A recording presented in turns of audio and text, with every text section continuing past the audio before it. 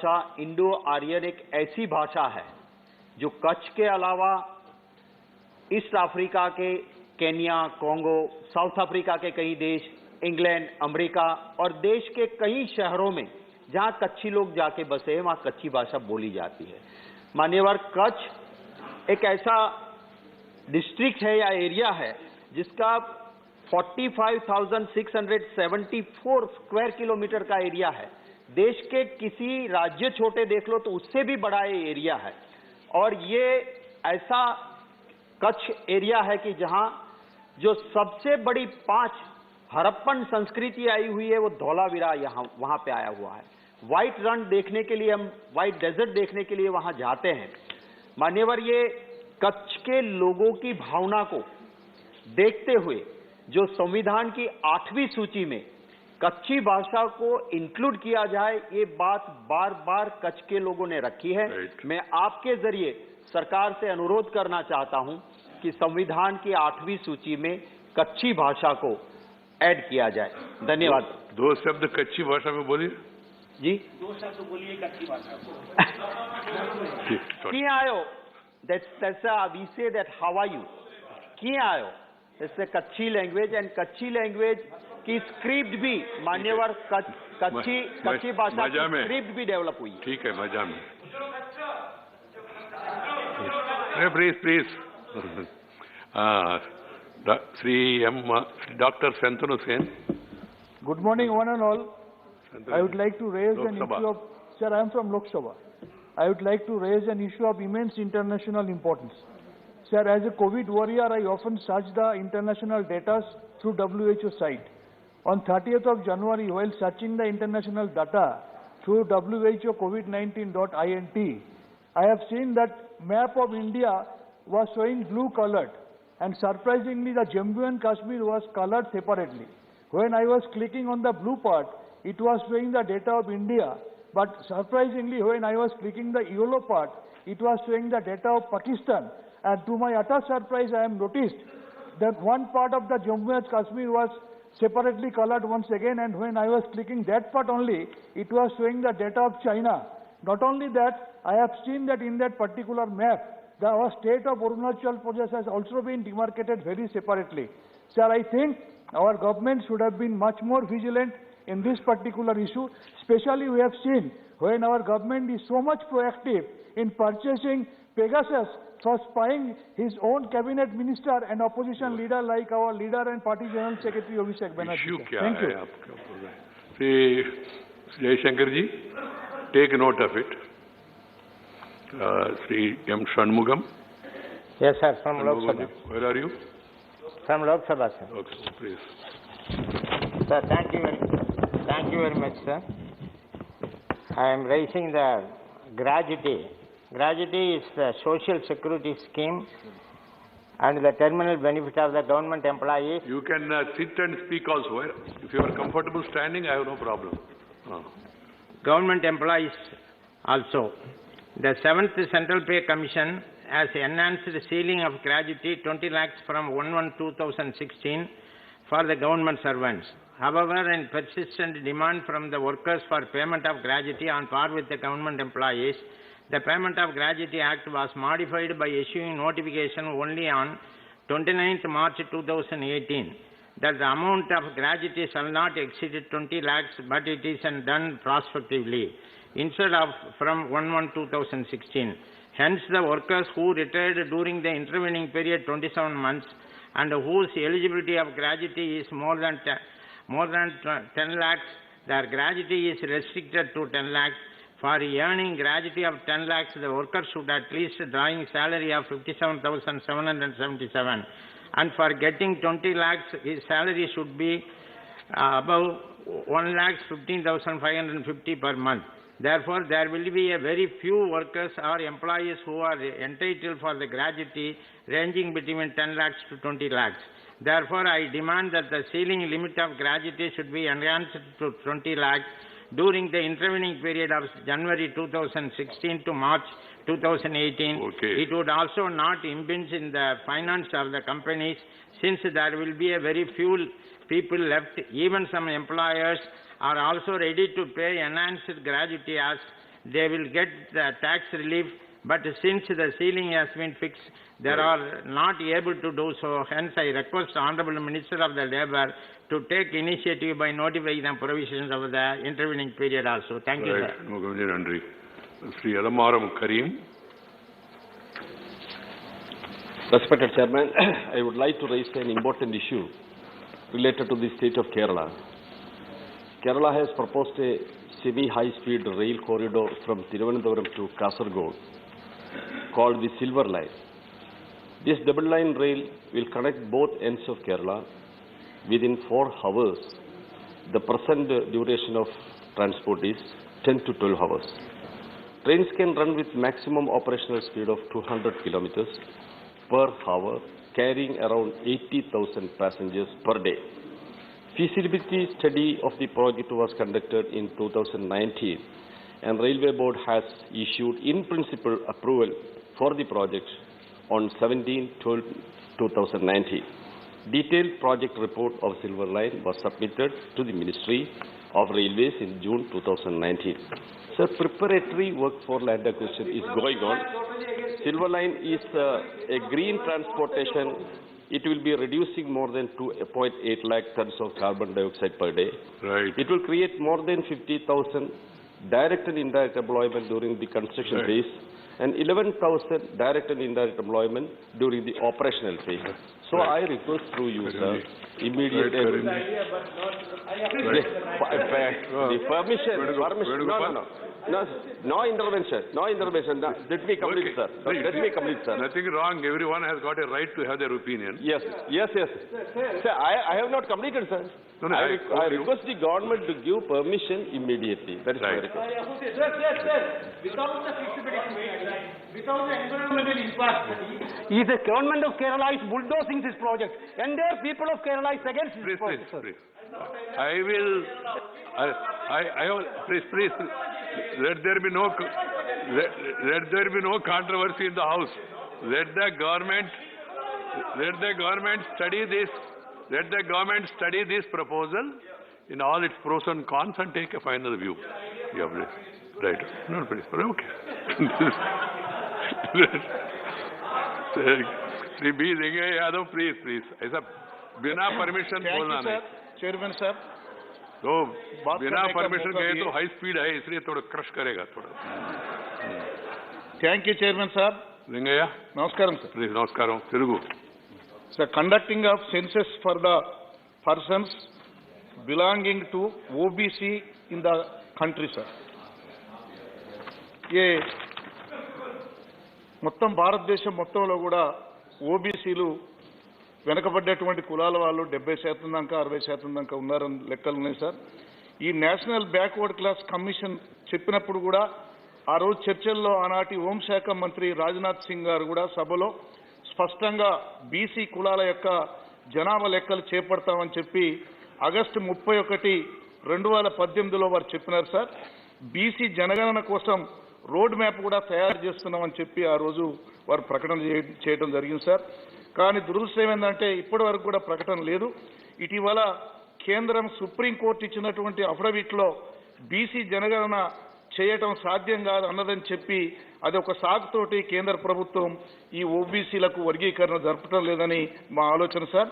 మరి గతంలో బ్రిటిష్ పాలకులు ఉన్నప్పుడు నిర్వహించిందే తప్ప ఈ జనగణన ఈ యొక్క లెక్కలు ఈ స్వతంత్రం వచ్చిన 75 సంవత్సరాల్లో ఈ ఓబీసీల యొక్క మరి జనాభా లెక్కలు చేయకపోవటం ఈ యొక్క కేంద్ర ప్రభుత్వం యొక్క నిర్లక్ష్య వైఖరికి నిదర్శనం సార్. తమ ద్వారా నేను తెలియజేసేది ఏంటంటే ఈ దేశంలో జంతువులకు కూడా లెక్కలు కడుతున్నారు, ఎన్ని జంతువులు ఉన్నాయని చెప్పి. కానీ ఓబీసీలు ఎంతమంది ఉన్నారని లెక్కలు కట్టకపోవటం దురదృష్టం సార్. అందుకని మేము డిమాండ్ చేస్తున్నాం. ఇప్పటికీ తమిళనాడు, తెలంగాణ, మహారాష్ట్ర, ఒడిశా అసెంబ్లీలో కూడా తీర్మానం చేసింది సార్. ఈ ఓబీసీల లెక్కలు జరగడం వల్ల ఓబీసీ విద్యార్థులకు, ఉద్యోగస్తులకు అన్యాయం జరుగుతుంది సార్. తమరి ద్వారా భారతదేశం అంతా కూడా ఈ ఓబీసీల యొక్క జనాభా లెక్కలు చేపట్టాలని సభ ద్వారా టీఆర్ఎస్ పార్టీ పక్షాన తమను కోరుతున్నాను. ధన్యవాదాలు. Demand to conduct OBC census in country. Those K Money, whoever want to associate, send their names. Those K Money. Where are your money? Please, for Gallery 4. So the plight of the rubber farmers who are See the mic, other mic, next one. Mic to Mr. Jose Mani. No, go to the other mic. There's some. Right. Yeah. Now you are on the right side. Okay. The plight of the rubber farmers, who are the backbone of Kerala economy, is in distress and in pathetic conditions, sir. Mainly because of the import of natural rubber and the falling price of natural rubber, and also add to this the COVID pandemic, sir.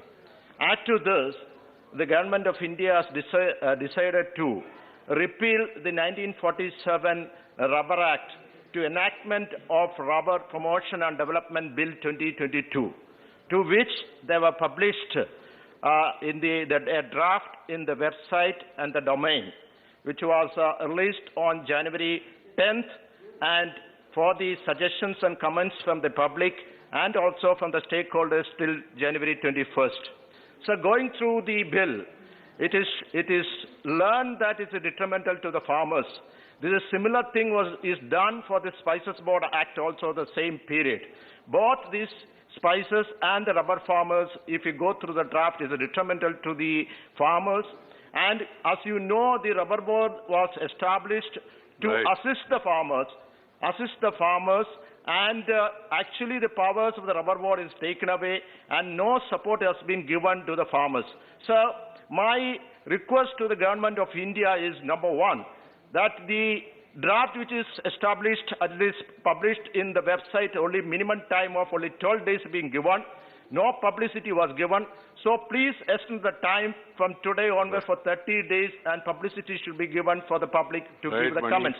Second, the government of in the bill, the rubber and the spices should be declared as a agricultural produce, and a mechanism should be drafted by the board, both by the Spices Board and the Rubber Board, the cost of production every 2 years. Accordingly, a minimum support price should be established. Thank you, Joseph. Subhash Chandra Singh. Subhash Chandra. Whoever is associating, send the name. Slip. Chairman, sir. ମୁଁ sir ଆପଣଙ୍କୁ ଏ ହାଉସ୍ରେ ଅନୁରୋଧ କରିଥିଲି ଆପଣଙ୍କ ଜରିଆରେ ଅନୁରୋଧ କରିଥିଲି ଯେ କେନ୍ଦୁଲିପି ୱାର୍କର 10 ଲକ୍ଷ ୱାର୍କର ଓଡ଼ିଶାରେ ୱେଷ୍ଟର୍ଣ୍ଣ ଓଡ଼ିଶା ପଶ୍ଚିମ ଓଡ଼ିଶାରେ purely tribal and AC worker जोनी 80% women worker असनी सर सेतरे सेमाने जीएसटी सर 18% हेजिबा फଳରେ 5% आगुर थिला सेमाने 200 कोटी टंका ओडिसा सरकार लूज करती प्रति वर्ष जीएसटी जरिया रे तांकर दैनिक मजूरी सर 200 टंका लेखा बढ़ी पारंता केंद्र सरकार GST finance honourable minister should consider जे केंद्रीय worker not only confined in Odisha sir पड़ोसी राज्य सर मध्य प्रदेश हो कि छत्तीसगढ़ हो सर ए सब राज्य मध्य संपृक्त अछि को विचार को निया जाई तुरंत जीएसटी रिडक्शन करा जाऊ सेही भली भाबरे application of GST increases the sales price of handloom product Odisha पृथ्वी रे परिचय होती हैंडलूम रे एवं ता जा को जाए संबलपुरी साड़ी तार प्रोडक्ट रे तापरे एपरी जीएसटी बसिची सेल्स एवं सब प्रोडक्ट परे सूता परे रंग परे एवं अठा परे ताकू विचार करा जाऊ 2 3 नंबर होची will ministry of textile consider introducing degree course of handloom technology in the Indian institute of technology at Bargarh रे सर गोटे डिप्लोमा कोर्स अछि ताकू डिग्री कोर्स रे technology institute of technology Bargarh को डिग्री कॉलेज रे मान्यता दिया जाऊ ये तीनटा विचार को नापे आपन जरिया रे मो विनम्र निवेदन करछि ओडिसा रो बड़ परिचय होछि हैंडलूम एवं संबलपुरी एवं केंदुली वर्कर मान को समाज को विचार को निया जाऊ अपनी अपन मातृभाषा उत्तम कहले he was advocating that GST should not be there on Tenduli's collection. Okay. Dr. Vikas Mahatme. Thank you, Chairman, sir. मैं आपके माध्यम से ये बताना चाहूँगा कि हम जो टैक्स कलेक्ट करते हैं जिसको सिन गुड्स कहते हैं, जैसे कि शराब है, अल्कोहल या टोबैको, तो 2019 एम्स की स्टडी है, उसमें शराब का जो 14.6% of population is affected by this using alcohol का सेवन करते हैं, वैसे ही 27 करोड़ लोग तंबाकू का भी सेवन कर रहे हैं। और दुख की बात यह है कि दिन ब दिन इसकी संख्या बढ़ रही है। सभी सरकारें इसके खिलाफ, यानी ये संख्या बढ़नी नहीं चाहिए, इसलिए काम करती है, लेकिन इसका कोई भी उपयोग नहीं हो रहा है। हाल ही में ये जो टैक्स कलेक्ट हो रहा है, ये जो टैक्स कलेक्ट होता है स्टीम गुड से, तो हाल ही में ये बढ़ना चाहिए टैक्स कलेक्शन। इसलिए दिल्ली और महाराष्ट्र में शराब लीकर जो है, इसके लिए कुछ खास उपाय योजना की है। जैसे शराब घर घर तक के होम डिलीवरी की जाए, वैसे ही हाल में महाराष्ट्र में लीकर मॉल्स में अवेलेबल होगी, वैसे ही 1000 स्क्वायर फीट शॉप्स में भी अवेलेबल होगी, ये बताया गया है। तो मुझे ऐसा हमेशा लगता है कि हम कहते हैं कि शराब से एडिक्शन होता है लोगों को, लेकिन मुझे ऐसा लग रहा है कि state governments are getting addicted to the tax collection amount by this product, क्योंकि इससे बहुत ज्यादा टैक्स मिलता है। तो मेरा ये कहना है कि जो शराब अवेलेबल है मॉल्स में वगैरह, तो उसकी वजह से ये मॉल्स में अवेलेबल कर रहे हैं, तो इसके बजाय जो टैक्स कलेक्ट कर रहे हैं उसको वो यदि शराब कम करने के लिए, उसका एडिक्शन कम करने के लिए, उसके ट्रीटमेंट के लिए, जनजागृति के लिए और साइकोलॉजी मनोविकास के लिए खर्चा करे, तो इसका यूज कम होगा। और कितने परसेंट से लोगों का यूज कम हो रहा है इसके राइट महात्मा जी, राइट महात्मा जी, क्या Priyanka ji? It is incorrect. Right. You spoke okay. about the state of Maharashtra. No, that's okay. Sri Dr. L. Hanumantaya. Dr. L. Hanumantaya, please. Yes, sir. Sir, the University Grants Commission has outsourced the examination of regional languages to National Testing Agency. Sir, very recently on 26/12/2021, the National Testing Agency conducted the examination of Kannada to become eligible for lecturers in Karnataka, sir. Sir, out of 100 questions, only 10 questions were in Kannada and 90 questions were in Hindi. So all the students they were not happy with that, they complained against that. Sir, after some time, they uploaded one more question paper where that was also not correct. Sir, the system, it was online examination, sir. The system did not going well. They could not even log in, all the students. Some students could log in, some students could not do that. And afterwards, sir, even 90 questions were not in Kannada, and they did not answer. So it was not complete. The examiner said, you can go home, it will be completed. Sir, after the result, the problem is, all these questions which were not able to log in came as not completed. And some questions which was log in and answered also came as not completed. So, sir, the students, they have to apply for correction. They have to pay 1,000 rupees per question, sir. Yes. Sir, how the poor students who are not even employed can apply? Right. 50 students, 50,000. Okay, not one, please, 50,000. let us do justice and to the issue. I request the government. Let us do justice to the issue. Sir, please, one minute. Sir, please, I request the government. I have not permitted you. 1 minute, sir. Sir, I request the government to cancel this examination and conduct Who is the minister? MOS is there? So they, please, you want solution or you want just... So he raised an issue important. I am asking the minister to look into that. Minister stood up. So let him get it examined and then get back. Sure. Huh? Sure. Today. Right. Then Dr. Ami Agnik. Thank you, sir. I would like to raise a very important issue regarding malnutrition among children, sir. I would request the Honorable Minister for Women and Child Development to look at the data. They have estimated about 70.76 lakh children under the SAM, that is severely acute malnourishment, and almost about 15.76 lakh children under the moderate acute nourishment. But sir, the minister should take into consideration children are the most neglected section of society. Thank you, Food system has done injustice to them. Thank you, ma. Honorable members, I have two observations to make. One is that Sri K.C. Venugopal and two more members have given a notice of privilege against the IT minister. I am examining it. Once I examine, I will ask the. Once I examine it, then I have to seek the clarification of the minister. Then we'll get back to you, Venugopalji. The second observation is, it was brought to my notice that time allocation has been done by this Business Advisory Committee, 12 hours and 11 hours. So now once the time is allocated, parties have been informed about the time. And the respective parties have been told to give names accordingly, and also, if possible, mark the time they want to give each member. But I am told that they have sent it, but they are not following it. The problem will be if some speakers take more time and then leaves less time to their colleagues, there will be a practical problem. I don't want to name any party. I request all the leaders, please see to it that whatever time you allocated, you people have allocated, please see to it that it is followed by one and all. Now the question hour. Question hour, Sri Brijlal ji, question 16.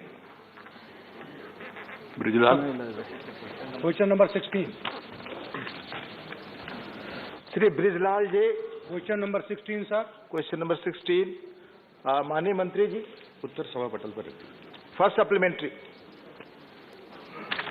Target Olympic podium scheme tops योजना के अंतर्गत देश में कितने खिलाड़ियों को प्रशिक्षण दिया जा रहा है और इसमें कितना बजट आवंटित किया गया?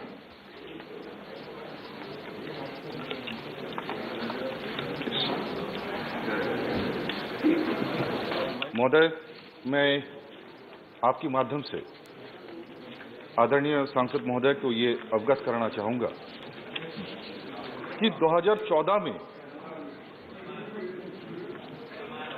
जब यशस्वी प्रधानमंत्री आदरणीय नरेंद्र मोदी जी ने शपथ ग्रहण किया, उसके बाद से जिस तरह से हर एक क्षेत्र में उन्होंने विकास के लिए निरंतर प्रयास किया, बिल्कुल वैसे ही खेल क्षेत्र में भी और कैसे खेल को बढ़ावा दिया जाए और विश्व पटल पर और कैसे भारत के चित्र को और उज्जवल किया जाए, इसका निरंतर प्रयास उन्होंने करता रहा। और उसीलिए 2014 में ही टारगेट ओलंपिक पोडियम का प्रारंभ किया गया, जिसके तहत हर एक खिलाड़ियों को, कोई दूसरा हो तो दीजिए, जो भारत की एलिट एथलीट है, उन लोगों को हर प्रकार की सुविधा दिया गया।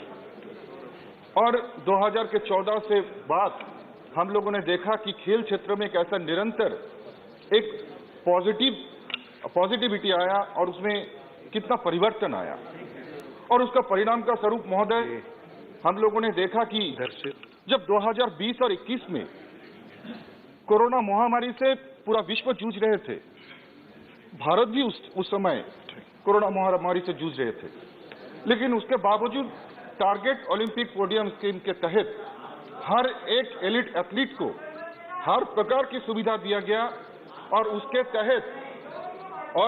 तहत उसका परिणाम के स्वरूप हमारे खिलाड़ियों ने टोक्यो ओलंपिक में उनका उत्तम प्रदर्शन से भारत की जो झंडा है उसको विश्व पटल पर ऊंचा लहराया और एक नया इतिहास, नया कीर्तिमान स्थापित किया। महोदय, ये आदरणीय प्रधानमंत्री जी का जो दूरदर्शिता है उसका ही फल है। प्लीज मेरा माननीय मंत्री जी सवाल पूछने वालों से और उत्तर देने वाले माननीय मंत्रियों से मेरा आग्रह है कि कृपया ब्रीफ हो, दूसरों को भी मौका दें।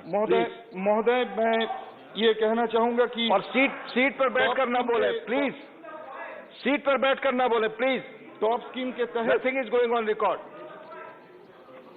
महोदय, अभी तक टॉप स्कीम के तहत लगभग 452 खिलाड़ियों को प्रशिक्षण की सुविधा प्रदान की जा रही है। महोदय, अभी तक 198 एलिट खिलाड़ी, जिसमें पुरुष एवं महिला हॉकी टीम के लगभग 36 जो खिलाड़ी हैं, उनको शामिल किया गया है और उनको टॉप के कोर जो स्कीम है उनमें ट्रेनिंग भी दिया जा चुका है और 254 अपकमिंग बेस्ट जो एथलीट है उनको डेवलपमेंट स्कीम में नेशनल सेंटर ऑफ एक्सीलेंस में कस्टमाइज ट्रेनिंग भी दिया जा रहा है। महोदय, माननीय सांसद जी ने पूछा कि इसका क्या बजट होता है। इसका कोई भी बजट का लिमिट नहीं होता है। कोई भी खिलाड़ी के लिए उनका उत्तम प्रदर्शन के लिए जितना बजट की प्रयोजन होता है उतना इसमें आवंटित किया जाता है। महोदय, सेकेंड सप्लीमेंट्री। माननीय मंत्री जी से आपके माध्यम से पूछना चाहता हूं सर कि उत्तर प्रदेश सबसे बड़ा राज्य है। उत्तर प्रदेश में खेलों के प्रोत्साहन देने के लिए भारत सरकार की युवा कार्यक्रम एवं खेल मंत्रालय खिलाड़ियों और खेल इंफ्रास्ट्रक्चर को किस तरह से विकसित कर रही है। मैं माननीय मंत्री जी से इसमें जवाब जानना चाहता हूं।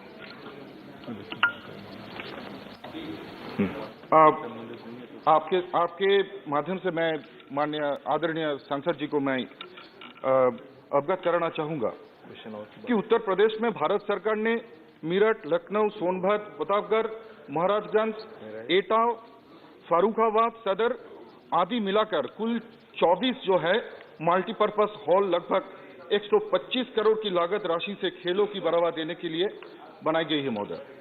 और उसके साथ साथ महोदय वाराणसी में 2, सहारनपुर में और मुजफ्फर मिलाकर 4 सिंथेटिक ट्रैक एवं मेरठ में एक हॉकी एस्ट्रोट्रैप का निर्माण कुल 28 करोड़ की लागत राशि से भी तैयार किया गया है। लखनऊ में एक रेसलिंग हॉल, स्पोर्ट्स हॉस्टल के साथ साथ उत्तर प्रदेश में कुल 31 प्रोजेक्ट स्कीम के अंतर्गत किया जा रहे हैं। Thank you. माननीय Swapan Das Gupta ji, please. Sir, through you, I'd like to ask the Honorable Minister, MOS Sports, draw his attention to a very curious phenomena that while India has been doing exceptionally well and gaining medals in the realm of competitive sports, particularly in the Northeast and Assam, it's curious that the medal tally sometimes stops at the borders of Assam. Now, he is a member of parliament for Kuch Bihar, which is a bordering state of Bengal, which is bordering state of Assam. I would like to ask him why the facilities which were there for the Northeast somehow that doesn't get translated further eastwards, despite the fact that it is alleged that the state government gives generous grants to youth clubs. Are these for sports, and are you complementing their efforts? Please, this is the question I'd like to ask. Thank you. माननीय सांसद जी को बहुत बहुत धन्यवाद ये महत्वपूर्ण प्रश्न पूछने के लिए। महोदय, मैं आपके माध्यम से ये बताना चाहूंगा कि जैसे कि आदरणीय प्रधानमंत्री जी का हर एक जो क्षेत्र है, पूर्व से लेकर पश्चिम, उत्तर से लेकर दक्षिण, हर एक क्षेत्र में खेल के विकास के लिए उनका जो सोच है और इसी सोच को आगे बढ़ाते हुए आदरणीय जो खेल मंत्री है अनुराग ठाकुर जी ने, उन्होंने 2021 का अक्टूबर में एक वर्चुअल मीटिंग रखा था जिसमें सारे प्रदेशों की जो खेल मंत्री है उनके पास से सुझाव मांगा गया था कि किस तरह से हम आपकी प्रदेश में आपका सुझाव क्या है और प्रपोजल भी क्या है, किस तरह से हम इंफ्रास्ट्रक्चर और आगे जाके खेल की डेवलपमेंट कर सकते हैं। महोदय, इसमें लगभग सारे जो स्टेट्स है, सारे राज्यों ने अपना अपना जो प्रपोजल है, अपना अपना जो सुझाव है वो खेल मंत्रालय को दिया है। लेकिन महोदय, दुख की बात यह है कि बंगाल से, पश्चिम बंगाल से अभी तक कोई भी प्रकार का प्रपोजल अभी तक नहीं आया है। महोदय, अगर आएगा तो इस पर विचार करें। Thank you. Shri Sujeet Kumar ji, Sujeet Kumar ji. Sir, in 2019, the government had sanctioned 110 crore to set up the National Center for Sports Science and Research. And the objective was to promote scientific methodology in the development and enhancement of sports infrastructure in the country. Sir, I would like the Honourable Minister to apprise the House what is the status of this institution and by when is it likely to be completed. Thank you. माननीय मंत्री जी. महोदय, उसके लिए मंत्रालय काम चल रहा है इसका और उसके लिए उचित समय पर विचार महोदय किया जाएगा. Thank you. Dr. V. Sudashan. Plan to improve the infrastructure facilities in educational institutions in rural area. Whether government has any concrete plan to improve sports infrastructure facilities in educational institutions in rural India. Thank you.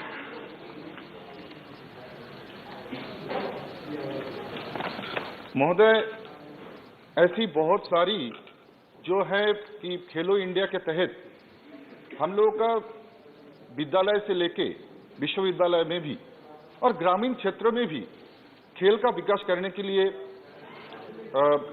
जो sports authority of India है वो काम कर रहा है और खेलो India के तहत बहुत सारा स्कीम है जिससे विद्यालय का भी जो खेल परिवेश है और इंफ्रास्ट्रक्चर है उसको डेवलपमेंट किया जा सकता है. Thank you. Question number 17, honourable Shri MB Shreyans Kumar, present. Honourable minister. Thank you. First supplementary. Mic Shreyans Kumar ji, mic please. See, lobby number 4. Yes, it's working. So thank you. Please speak. So how many Gulf Indian workers benefited from the Indian mission? So Indian mission concentrated efforts for settling the pending salaries and allowances of expatriates who had returned home due to COVID pandemic situations. So we don't have exact number of exact figure for the workers whose salaries are pending, but I wish to assure the member through you that today retaining employment, ensuring that wages are paid, ensuring welfare of workers, these have been very much the priority of our missions in the Gulf. From the highest level, we have been engaged on this matter, and we have been regularly talking to the governments of the Gulf at my level and at the ambassador's level. Thank you. Second supplementary. Sir, to a specific question about the representation from Kerala state, nothing has been mentioned. But sir, how much of Indian mission abroad spent during the last 2 years to assist and facilitate the non-resident Indians who suffer in foreign countries due to COVID situation? Indian Community Welfare Fund, during the COVID period, we spent 45.78 crores for the welfare of our citizens, mostly workers in the Gulf, during this period of the COVID. Honorable KJ Alphonse. Sir, Kerala survives on remittances from our workers abroad, and I think over 25% of entire remittance to India, foreign exchange remittance to India also comes from Kerala. So we have over 500,000 Keralites have come back. Now, I don't find it feasible for the government of Kerala to rehabilitate these people because there are no employment opportunities in Kerala. I would like to know from the Honourable Minister, what is the steps taken by the government of India to get these people back to those countries so that they can get back to job? Thank you. Sir, I would like to inform the honourable member that we have engaged the governments of the Gulf. This engagement is led by the Prime Minister himself. In the course of the last 2 years during the COVID period, Prime Minister has had 16 telephonic conversations with his counterparts, the leaders of the Gulf countries. I have visited the Gulf countries 13 times during this period. My colleague Muralidharan ji has been there 4 times. I have also had 27 telephonic meetings with our colleagues. Our objective is to get as many workers back there as possible, as many of them back in their old jobs, We have in Dubai also started an upskilling center for workers, and we are all the missions treat the welfare of workers as their #1 priority. Thank you. Honorable Elam Karim ji. Whether the government may bring a scheme for providing financial assistance to the families of deceased NRIs on abroad due to COVID.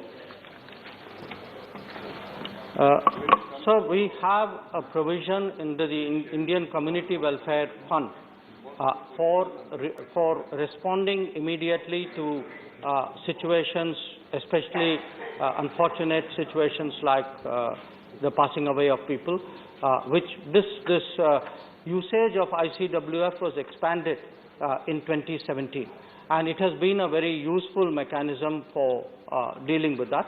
We have also encouraged in the Gulf countries, wherever we have had such unfortunate occurrences, for ex gratia payments to be made by the government or by the employers. Thank you. Sri Vinay Vishwam ji. Sir, I may ask the Minister that whether there is a proposal or there is a possibility to see that somebody in the Indian missions abroad, in Gulf countries mainly, with Malayalam knowledge, be appointed to interact with the Malayali workers there, because there are large numbers. They face a lot of problems. They know only Malayalam, and their issues are so severe. Please question briefly. My question is that there should be somebody in all missions in Gulf countries who can treat these poor Malayali workers with Malayalam language. It's a suggestion. Yes. Minister. Whether they can do it or not. Please. Sir, first of all, I would like to underline to the honourable member that we have workers from many states. I do appreciate that a very large number of them are from Kerala, but there are workers from other states as well. In terms of what are the language skills of our staff, I cannot give him the exact number, but I can assure him that this common sense point that our employees, somewhere in an embassy, there should be employees who have knowledge of Malayalam. That is a point that has not escaped us, and we do find ways of dealing with that. Thank you. Question number 18, Honorable Sri John Brittus. Please. Sri John Brittus, not present. Mr. John Brittus? No. Minister? Honorable Minister? It is laid on the table of the House. First supplementary, Sri Prasanna Acharya ji. Sir, though it is a question regarding the appointment of women judges, my supplementary is regarding the total vacancies that is now prevailing in different high courts and Supreme Court in the country, and how many recommendations have already been made by the Collegium, and that is pending with the government, and in spite of the recommendation of the Collegium, judges are not being appointed. And sir, I think India is the only democratic country where the people's revenue decides their own salary. Of course, now the MP salary system has been changed, and the judges appoint their own successor. So, is the government considering to again bring any amendment in the law to suggest an alternative to the Collegium system? Thank you, so that there will be transparency. Thank you. You have put three questions. You have put three questions. Please. Sir, at this moment, we are very happy that out of the total 34 judges strength in the Supreme Court, we have, for the first time, 4 women judges in the Supreme Court, and 3 women judges were appointed when I took over as the Minister for Law and Justice. Sir, out of total 1,098 judges in the High Courts, we have 83 women judges.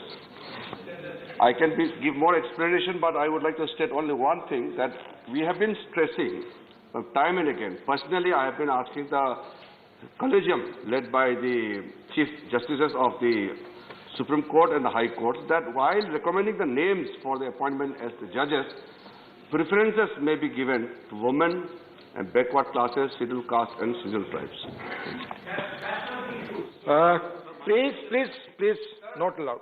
Actually, he has put 3 questions. Yes, so but sir, if you permit, I can ask him I can ask him to confine to one question, but still I will respond to the last point which he made. Government on its own deliberately never held up any appointment cases. Government has to do due diligence while appointing judges, because while appointing the judges, we have to ensure that he is fit to be a judge in the court. This is very important. And then all the cases which come to us has to follow through a process. Some of the names are with the collegium in the Supreme Court. Some of the names are with the government in different stages. And this is a process, and it's a well-established process as per the memorandum of procedure. And we don't make any delay on our part just because we don't want to make any kind of judgment on our own while appointing the process, but only to look after the issue of appointing only the qualified judges. Thank you. Sri N.R. Elango, please.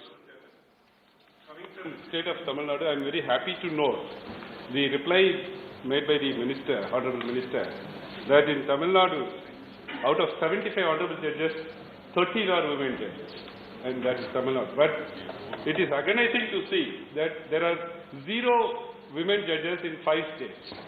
It is also agonizing that most of the time the scheduled caste, scheduled tribe and backward classes persons, though very eminent, are deprived of their reservation. Apart from the reply that they are requesting... Please question.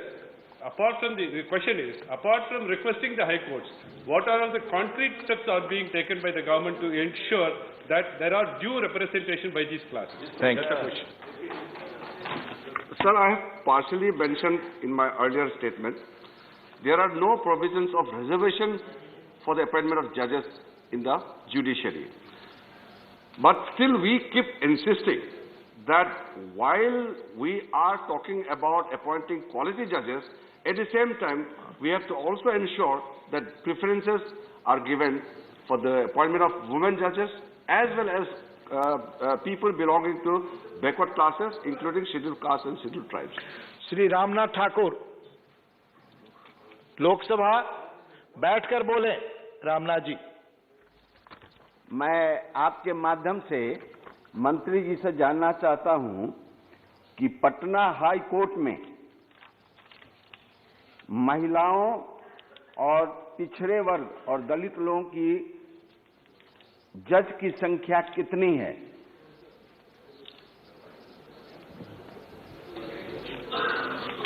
Sir,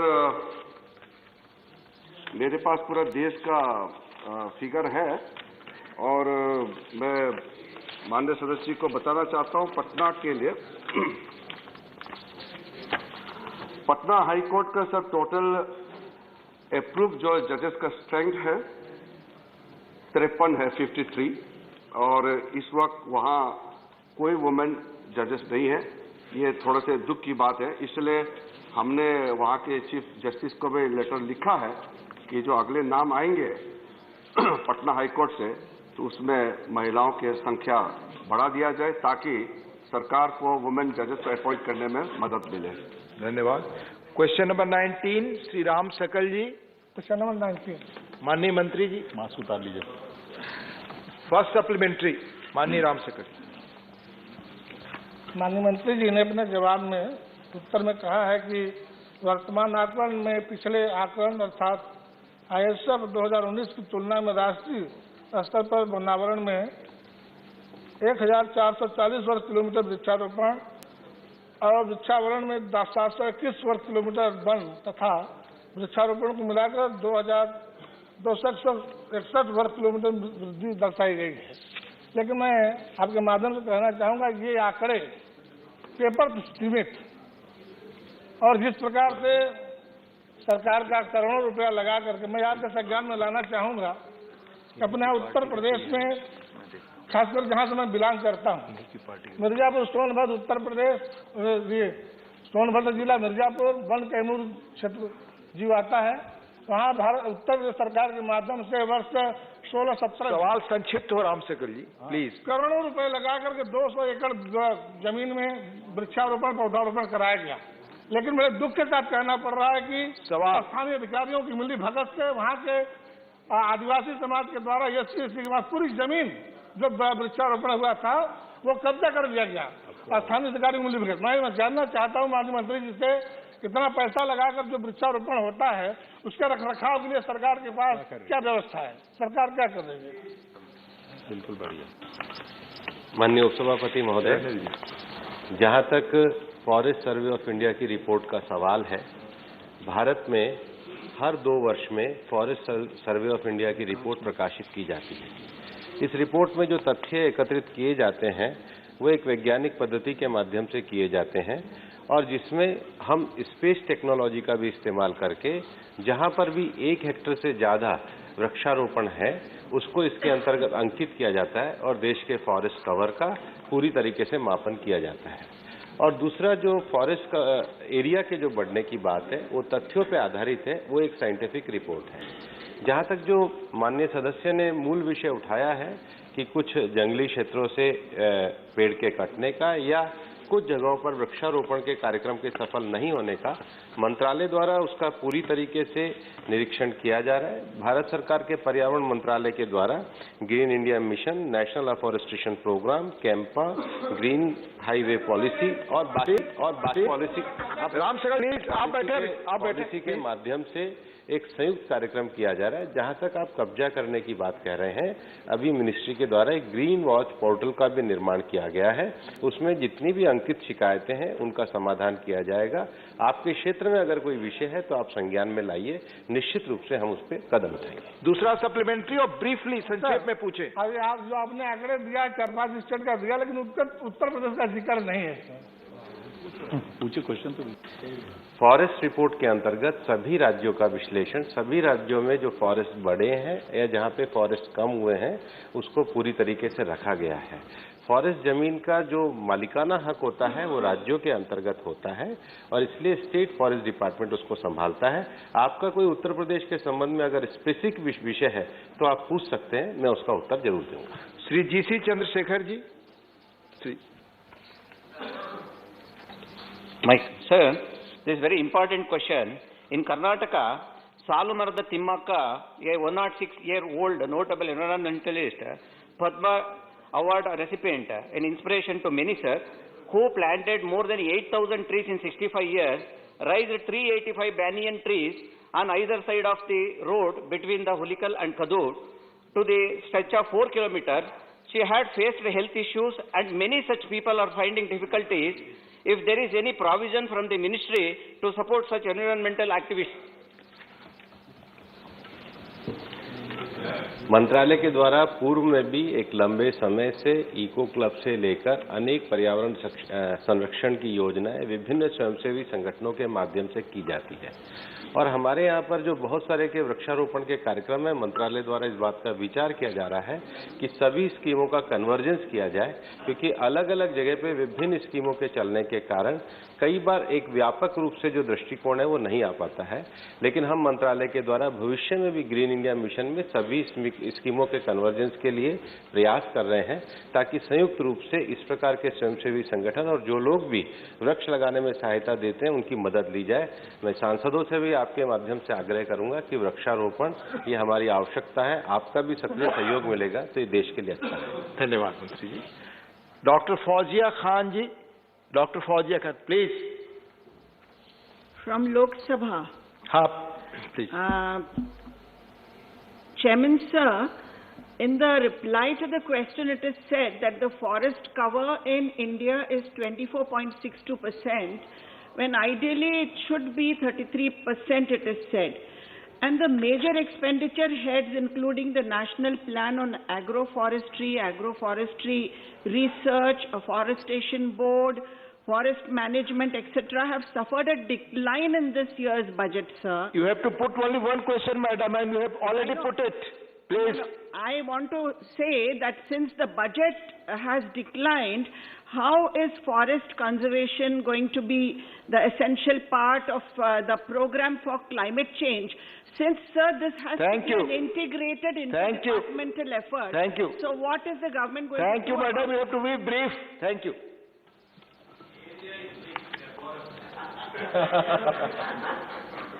माननीय सभापति महोदय, जहाँ तक हमारे forest area के cover का प्रश्न है, हमारे यहाँ पर 3 तरह का फॉरेस्ट है। एक सघन वन है, एक मॉडरेट है और एक नॉर्मल जो वन है वो हमारी श्रेणी के अंतर्गत आते हैं। लेकिन अगर हमारे को देश का जो ट्री कवर है जो 30% बढ़ाने का हमारा दुनिया के सामने भी लक्ष्य है, 33% करने का, उसका एक सबसे बड़ा समाधान है कि हमारे यहाँ पर वृक्षारोपण और ट्री कवर की संख्या को और स्थिति को बढ़ाया जाए। जहाँ तक भारत में फॉरेस्ट की स्थिति का बात है, भारत में जो सघन वन है, हमारे फॉरेस्ट के अलग अलग तरह के प्रकार हैं।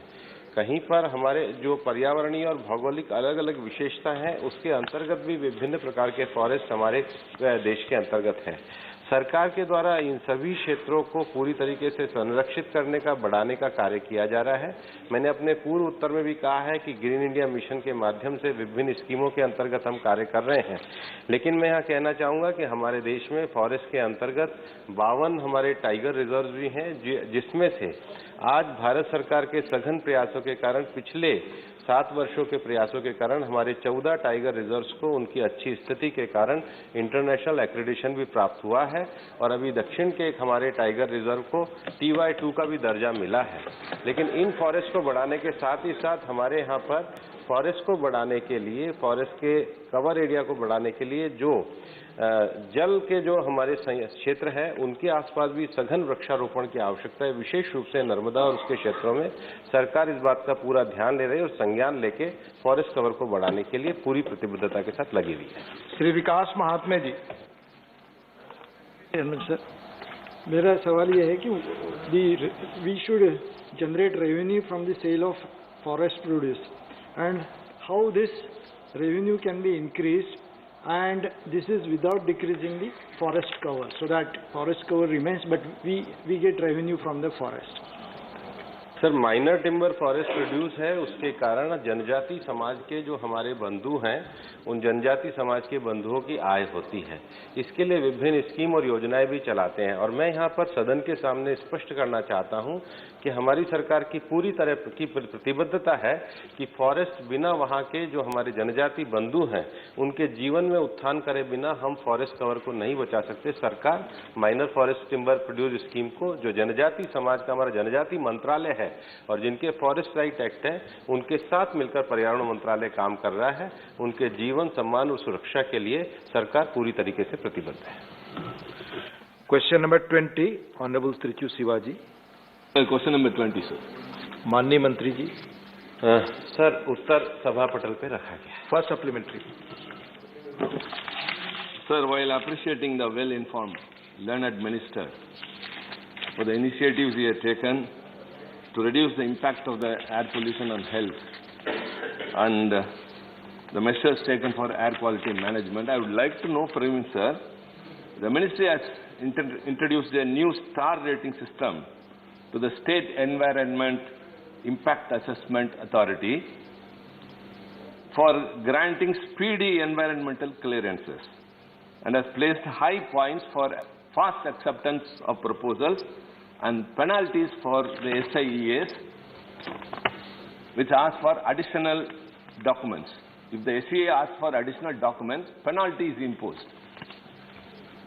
I would like to know, sir, whether the ministry is aware of the negative impact this can have on giving out inadequately assessed environmental clearance. Thank you. मेरे विद्वान साथी बहुत अनुभवी पार्लियामेंटेरियन हैं। जो उन्होंने प्रश्न पूछा है वो इस प्रश्न के संबंध में नहीं है। प्रश्न जो उन्होंने मेरे से पूछा है वो air pollution control health system के बारे में है, लेकिन ये जो प्रश्न मेरे से कर रहे हैं एनवायरमेंट इम्पैक्ट असेसमेंट के बारे में है, जो मंत्रालय की एक प्रक्रिया है। लेकिन फिर भी मैं उत्तर के माध्यम से ये कहना चाहूँगा, उन्होंने पूछा है कि हाँ, मंत्रालय के द्वारा एक सर्कुलर निकाला गया है कि विभिन्न राज्यों के बीच में जो एनवायरमेंट क्लियरेंस दी जाती है उसकी स्टार रेटिंग किस प्रकार से की जाए। ये हमारी तरफ से बाध्यकारी नहीं है, लेकिन हम जानते हैं कि हमारे देश में ग्रीन इन्वेस्टमेंट के लिए इस बात की आवश्यकता है कि प्रक्रियाओं का सरलीकरण किया जाए। एक निष्पक्ष तरीके से जो भी एप्लीकेशन आती है उनका मूल्यांकन किया जाए, ताकि जो भी निवेश के लिए लोग आते हैं उनको सुविधाजनक तरीके से हो जाए। इस सर्कुलर में किसी भी प्रकार से नहीं कहा गया है कि कोई रिलैक्सेशन किया जाए, लेकिन त्वरित एप्लीकेशन का निस्तारण करना, एप्लीकेशन को अनावश्यक न हटाना, ये ईज ऑफ डूइंग बिजनेस के लिए आवश्यक है। दोनों ही बातों की आवश्यकता है।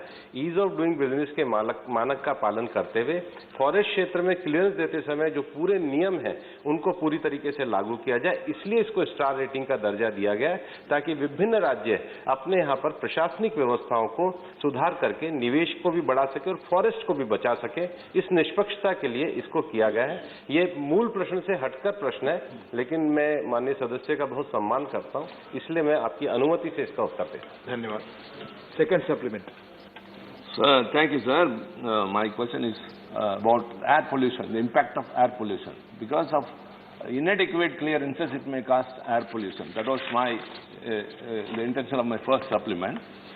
Second is the amendment in the agreement to replace the word phase out with phase down.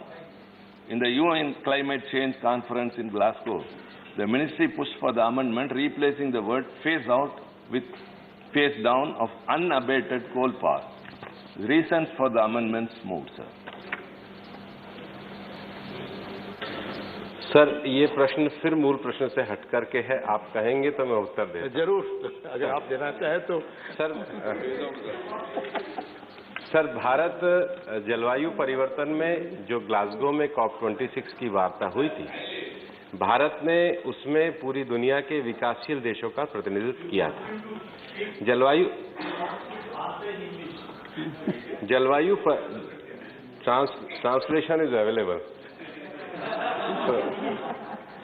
Please. जलवायु परिवर्तन का जो COP26 हुआ था, उसमें माननीय प्रधानमंत्री जी के नेतृत्व ने भारत में दुनिया में विकासशील देशों का प्रतिनिधित्व किया था। 2015 में जब दुनिया में जलवायु परिवर्तन के लिए पेरिस एग्रीमेंट हुआ था, तो एक प्रिंसिपल लागू किया गया था, CBDR, common but differentiated responsibility. दुनिया के सारे देशों ने यह तय किया था कि पृथ्वी का तापमान 1.5 डिग्री से ज्यादा नहीं बढ़ना चाहिए, लेकिन विभिन्न देश अपने नेशनल सर्कमस्टांसेस के अनुसार अपने लक्ष्यों को तय करेंगे। दुनिया में अभी तक जो विकास हुआ है, दुनिया का सबसे ज्यादा कार्बन स्पेस विकसित देशों के द्वारा कार्बन स्पेस को घेरा गया है, इसलिए जिम्मेदारी उनकी है। और भविष्य में ऊर्जा उत्पादन के लिए रिन्यूएबल एनर्जी में जाने के लिए भारत ने अपने 50% लक्ष्यों को भी वहां पर घोषित किया है, और भारत ने रिन्यूएबल में 40% के लक्ष्यों को प्राप्त भी किया है। लेकिन जब दुनिया में जलवायु परिवर्तन की ये वार्ता चल रही है, तो उस वार्ता के अंतर्गत भारत ने कहा है कि पेरिस एग्रीमेंट के CBDR, common but differentiated responsibility का पालन होना चाहिए। इसलिए अपनी राष्ट्रीय आवश्यकताओं के अनुरूप हम फेस आउट नहीं कर सकते, भारत में फेस डाउन करके हम रिन्यूएबल एनर्जी की ओर जाएंगे। ये प्रिंसिपल दुनिया के सभी विकासशील देशों ने स्वीकार किया है, और उसको भारत के द्वारा रखे गए सारे विषयों को जो माननीय प्रधानमंत्री जी ने पूरी दुनिया के सामने एनवायरमेंट फ्रेंडली लाइफस्टाइल का जो मंत्र दिया है, जिस पर दुनिया को आगे बढ़कर हम दुनिया को जलवायु परिवर्तन के संकट के साथ बचा सकते हैं, उसी को पालन करते हुए सब लोगों ने स्वीकार किया कि फेस आउट उचित नहीं है, फेस डाउन के माध्यम से ही विकासशील देश अपने राष्ट्रीय लक्ष्यों को प्राप्त कर सकते हैं। धन्यवाद। डॉक्टर शांतनु सेन।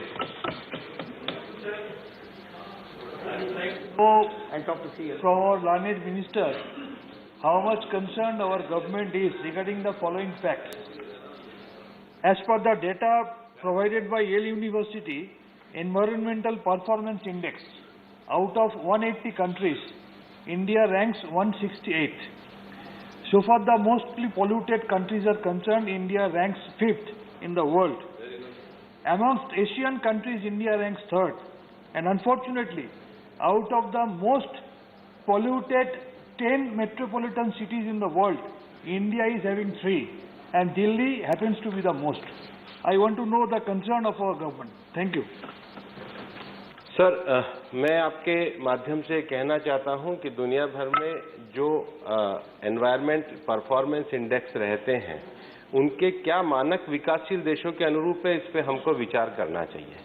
क्योंकि जिन्होंने ऑलरेडी पॉल्यूशन करके कार्बन स्पेस को घेर रखा है, तो उनकी हिस्टोरिकल रिस्पॉन्सिबिलिटी को इसके अंतर्गत क्यों नहीं जोड़ा जाता है, पहला विषय। दूसरा विषय मैं आपको ये भी कहना चाहता हूं कि भारत की जनसंख्या जो है वो दुनिया की 17% है, लेकिन हमारा अगर दुनिया में जो कार्बन एमिशन है वो केवल 4% है।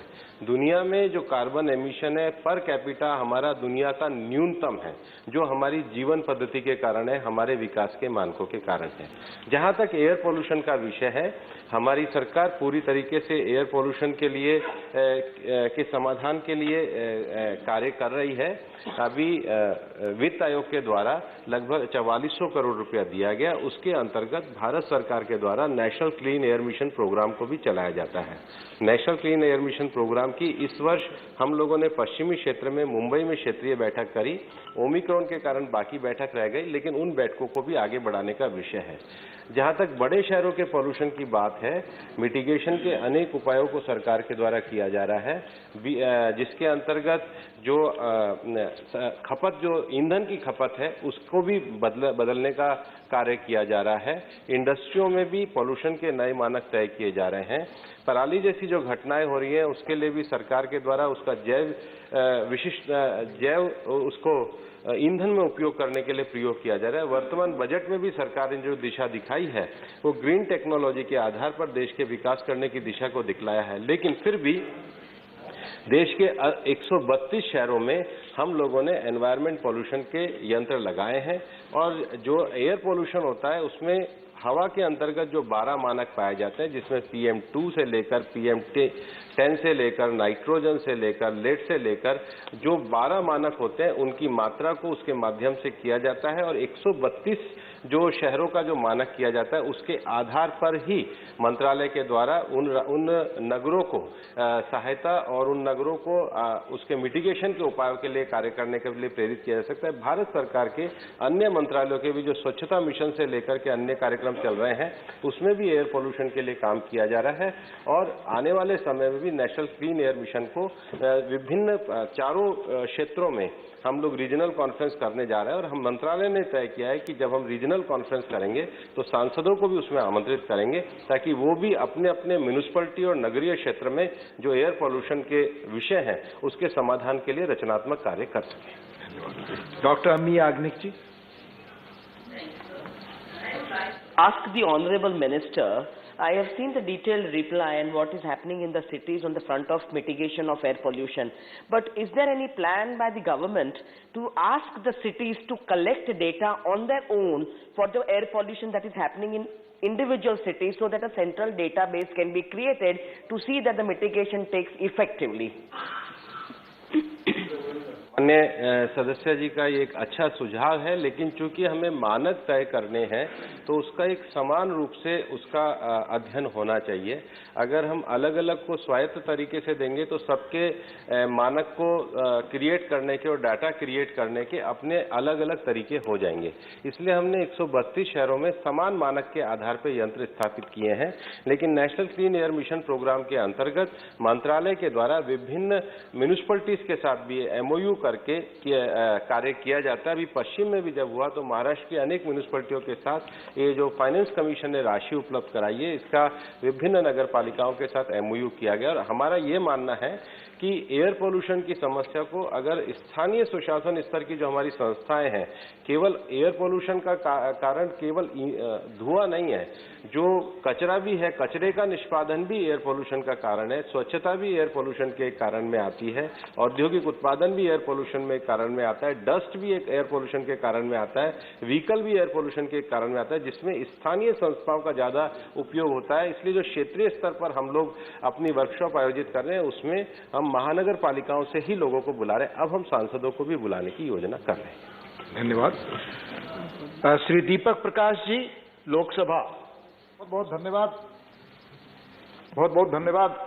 झारखंड के पूर्वी सिंहभूम के जादूगोड़ा यूरेनियम माइंस में वहां पर लगातार रेडिएशन के कारण वहां जलीय प्रदूषण हो गया है, जिसके कारण कई गांवों में महिलाओं के गर्भपात हो रहे हैं, और साथ साथ में लगभग कई बच्चे अपंग पैदा हो रहे हैं और जो बच्चे पैदा हो रहे हैं तो भी मानसिक रूप से विक्षुब्ध पैदा हो रहे हैं। साथ साथ कई वहां के लोगों को कैंसर की समस्याओं का भी सामना करना पड़ रहा है। सवाल करिए दीपक जी, सवाल। ये जलीय प्रदूषण, रेडिएशन के यूरेनियम के खान के कारण जलीय प्रदूषण हुआ है और जिसके निपटने के लिए सरकार क्या उपाय कर रही है? माननीय सदस्य महोदय ने एक झारखंड के विशेष क्षेत्र का प्रश्न पूछा है और वाटर पॉल्यूशन के बारे में पूछा है। मैं माननीय सभापति जी उनको उत्तर में, लिखित उत्तर में मैं तथ्यों का पता लगा करके उनको जवाब दूंगा। धन्यवाद। Question number 21, Shri Venkat Ramana Rao Mopi Devi. Yes, sir. Honorable Minister, first supplementary. Respected Chairman, sir, I thank you so much for the opportunity given. I would like to bring to the notice of Government of India that and request that since the Andhra Pradesh is blessed with the second largest coastline of 974 kilometers, inland water bodies of 8 lakh hectares and 350 square meters of the mangroves area, there is an environmental scope of establishment of integrated aqua parks, aquarium complexes, oceanaries, sports fishing, tourism boats, water sports for promoting the eco-tourism for employment and income generation of the state. As Please well as be brief. Our Honorable Chief Minister Y.S. Jagan Mohan Reddy Garu, under his immaculate leadership, is striving hard for... Please be brief in question. Sir. Of employment of the largest extent of the state. The government of India is supporting is the... Venkat Ramna ji, please, this is not 0 hour. Please put your question. Sir, this is sir. Question. What is your question?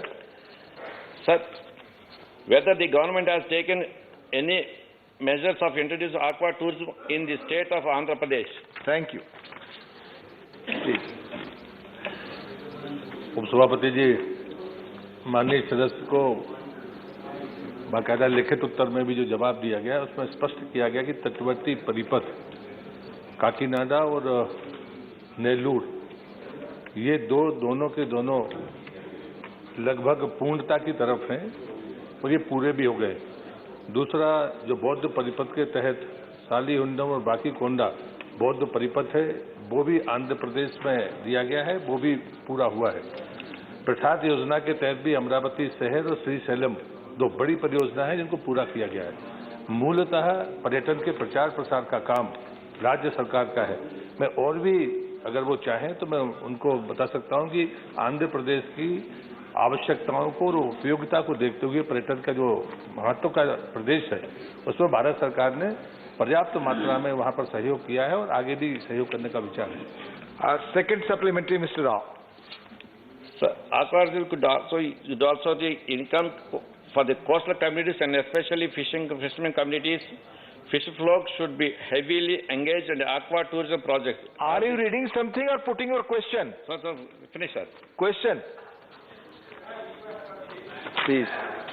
He has no other question. Sri Vijay Sai Reddy ji.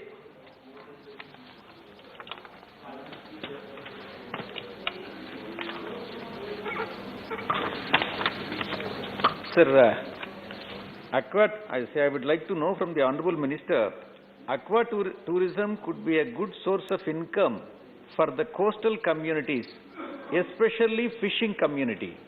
Fisher folk should be heavily engaged in aqua tourism projects. Has the Minister had any discussions with the Department of Fisheries and also the respective state governments where there is a coastal line to collaborate on promoting the aqua tourism? Thank you, sir. माननीय उपाध्यक्ष जी, जो प्रसाद और स्वदेश प्रदर्शन की योजना है वो तटवर्ती परिपथ के तहत ही वहां पर थे, लेकिन जो पर्यटन अवसंरचना की बात माननीय सदस्य ने की है मैं उनकी जानकारी में कहना चाहता हूं कि राज्य सरकारें ही प्रस्ताव भेजती हैं और उसके तहत पुट्टपर्थी में भी लाइट एंड साउंड शो हुआ है, वो प्रस्ताव वो भी पूरा होने की स्थिति में है और विशाखापट्टनम पत्तन के बाहरी बंदरगाह में भी जिसकी आप अपेक्षा कर रहे हैं उसके लिए भी लगभग 38 करोड़ रुपया भारत सरकार ने दिए हैं। मैं विचाराधीन एक परियोजना है सिहाचलम और अन्नावरम मुझे लगता है कि जो बात मैंने पहले भी कही है कि राज्य सरकारों की सहमति से ही ये प्रस्ताव हमारे पास आते हैं, और मैं मानता हूं कि बाकी राज्यों की तुलना में आंध्र में पर्याप्त मात्रा में प्रस्ताव दिए गए हैं। अन्य जो कार्यक्रम होते हैं जलाशय, उन 4 जलों में भी आंध्र प्रदेश में पैसा दिया गया है। धन्यवाद। क्वेश्चन नंबर 22, माननीय श्री संजय राउत जी।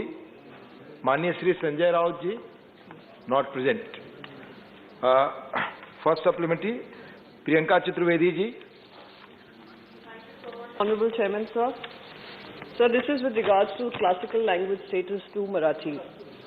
Many scholars, many historians, the state government of Maharashtra, many MPs across board coming from Maharashtra have made this request repeatedly. I had also put it on the table in the 253rd session. Every time the response is, it is under active consideration. My only question on this particular topic is, how long will this active consideration last? Thank you. Thank you. Deputy chairman sir, जैसा कि माननीय सांसद ने आपके माध्यम से प्रश्न पूछा, मैं आपके माध्यम से बताना चाहता हूं कि ये ठीक है कि मैटर अंडर एक्टिव कंसिडरेशन है, लेकिन वर्तमान सरकार भारतीय भाषाओं और संस्कृति को सर्वोच्च प्राथमिकता देती है। आपने देखा होगा कि हमने अब तक जो है 6 भाषाओं को क्लासिकल लैंग्वेज का दर्जा दिया है। ये गृह मंत्रालय का एक नोटिफिकेशन था 2004 का, उसके तहत एक नोटिफिकेशन 25/11/5 को निकला, जिसमें गृह मंत्रालय ने संस्कृति मंत्रालय को ऑथराइज किया क्लासिकल लैंग्वेज के दर्जा देने के काम को। इसमें फिर हमने एक लिंग्विस्टिक्स एक्सपर्ट कमेटी बनाई। इस कमेटी के माध्यम से साहित्य अकादमी में मैटर गया। मैटर बहुत सकारात्मक दृष्टि से आगे बढ़ रहा है। जल्दी ही निर्णय शीघ्र होगा, सकारात्मक होगा, लेकिन इंटर मिनिस्ट्रियल डिस्कशन चल रहा है, कंसल्टेशन चल रहा है। जैसे ही निर्णय आएगा हम आपके माध्यम से माननीय सदन को, संसद को अवगत कराते हैं। धन्यवाद। माननीय श्री विनय सहस्त्रबुद्धे जी। उपसभापति जी, मुझे ये पूछना है कि महाराष्ट्र सरकार के अंदर के समन्वय के अभाव में क्या कुछ इस प्रस्ताव में खामियां रही है? ये जानकारी क्या सही है?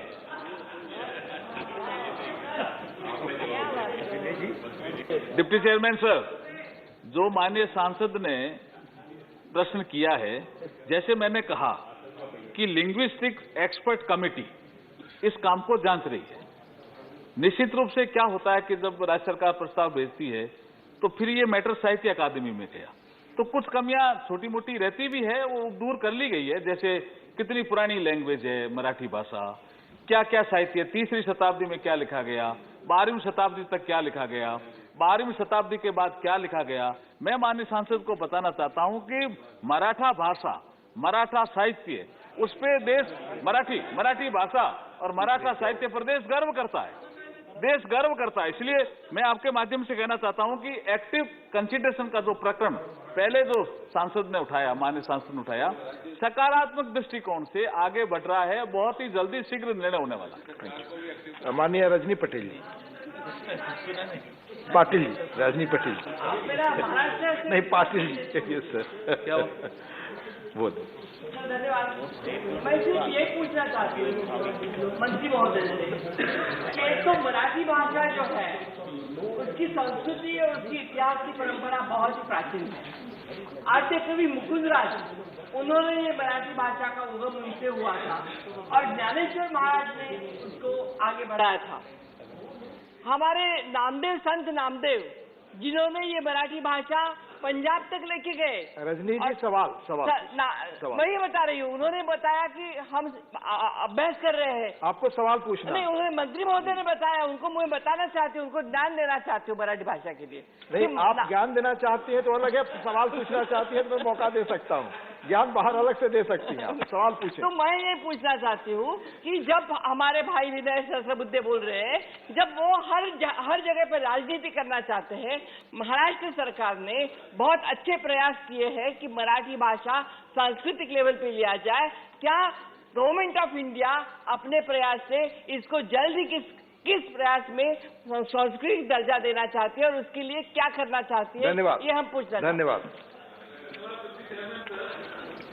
चेयरमैन सर, जो मैंने पहले जिक्र किया कि मराठी भाषा और मराठा साहित्य, मराठा इतिहास, इस पर गर्व है हमें।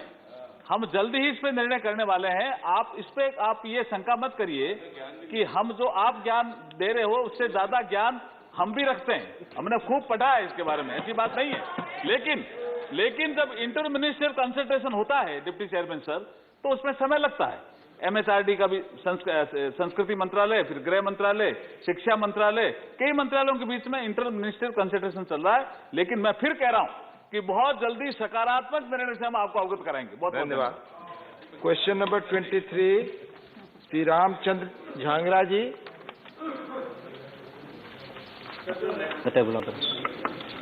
माननीय रामचंद्र झांगरा जी नहीं है, अनुपस्थित।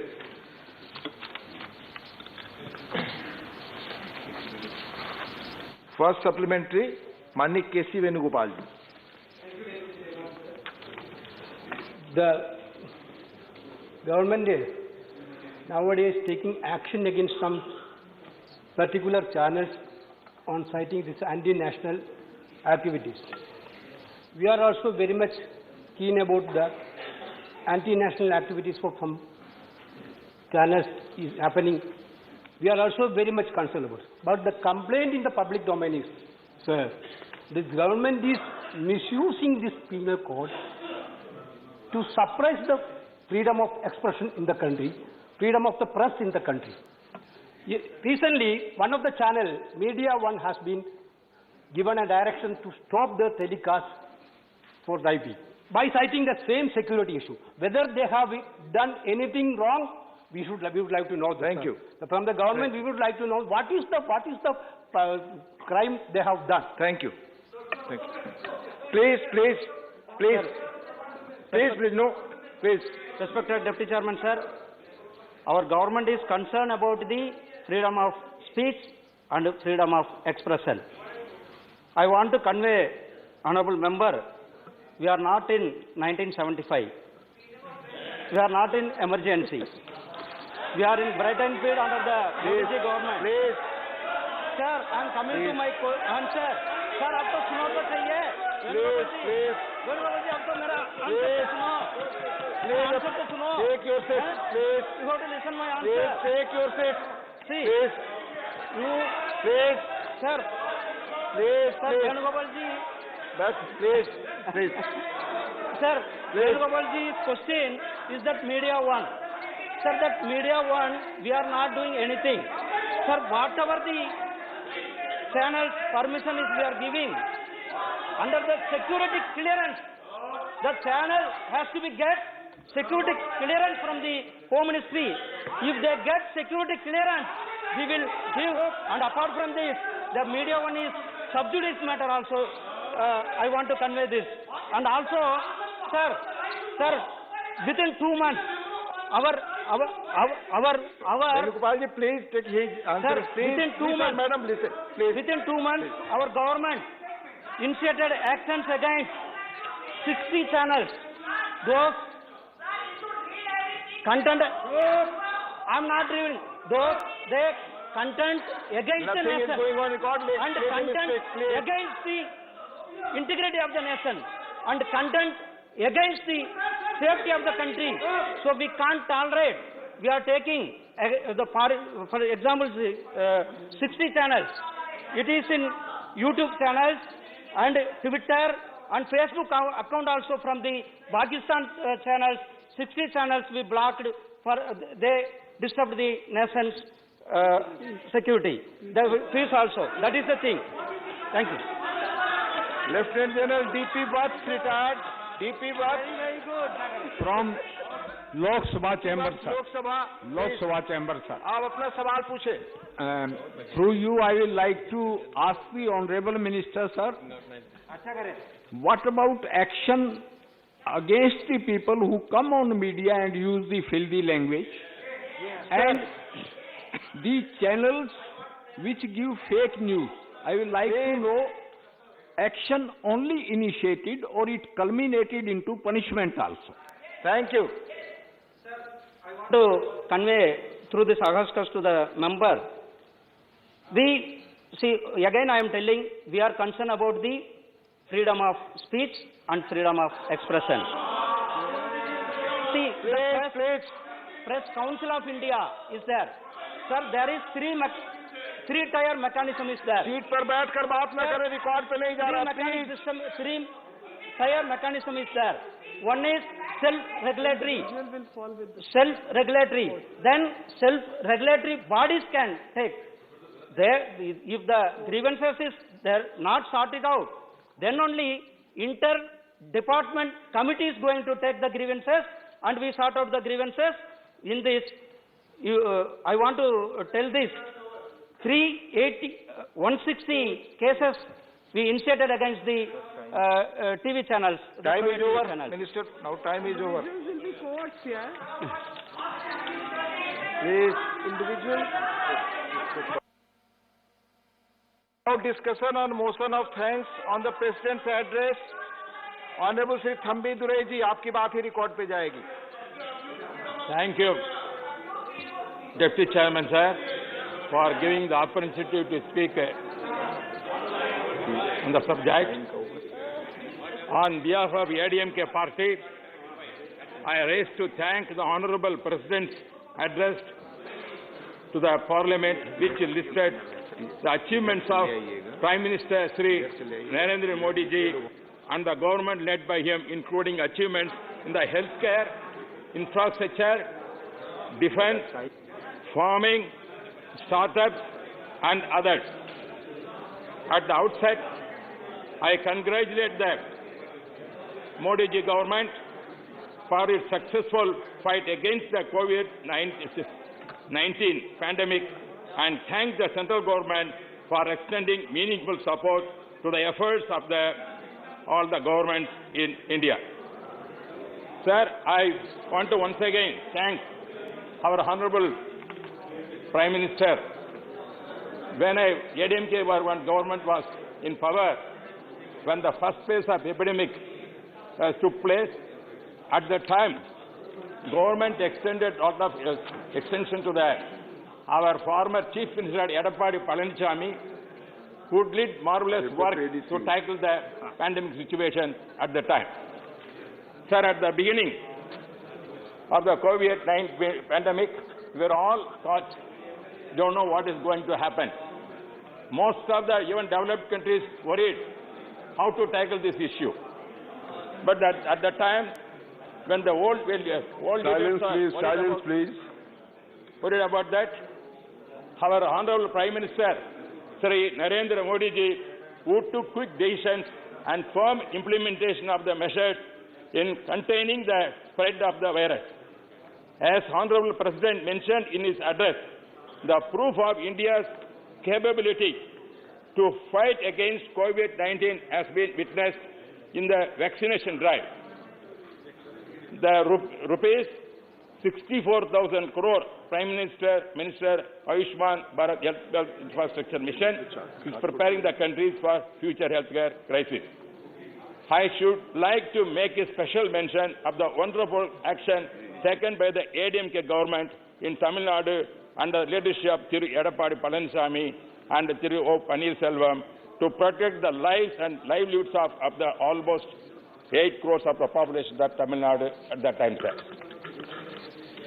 The ADMK government, during its period pandemic situation, provided each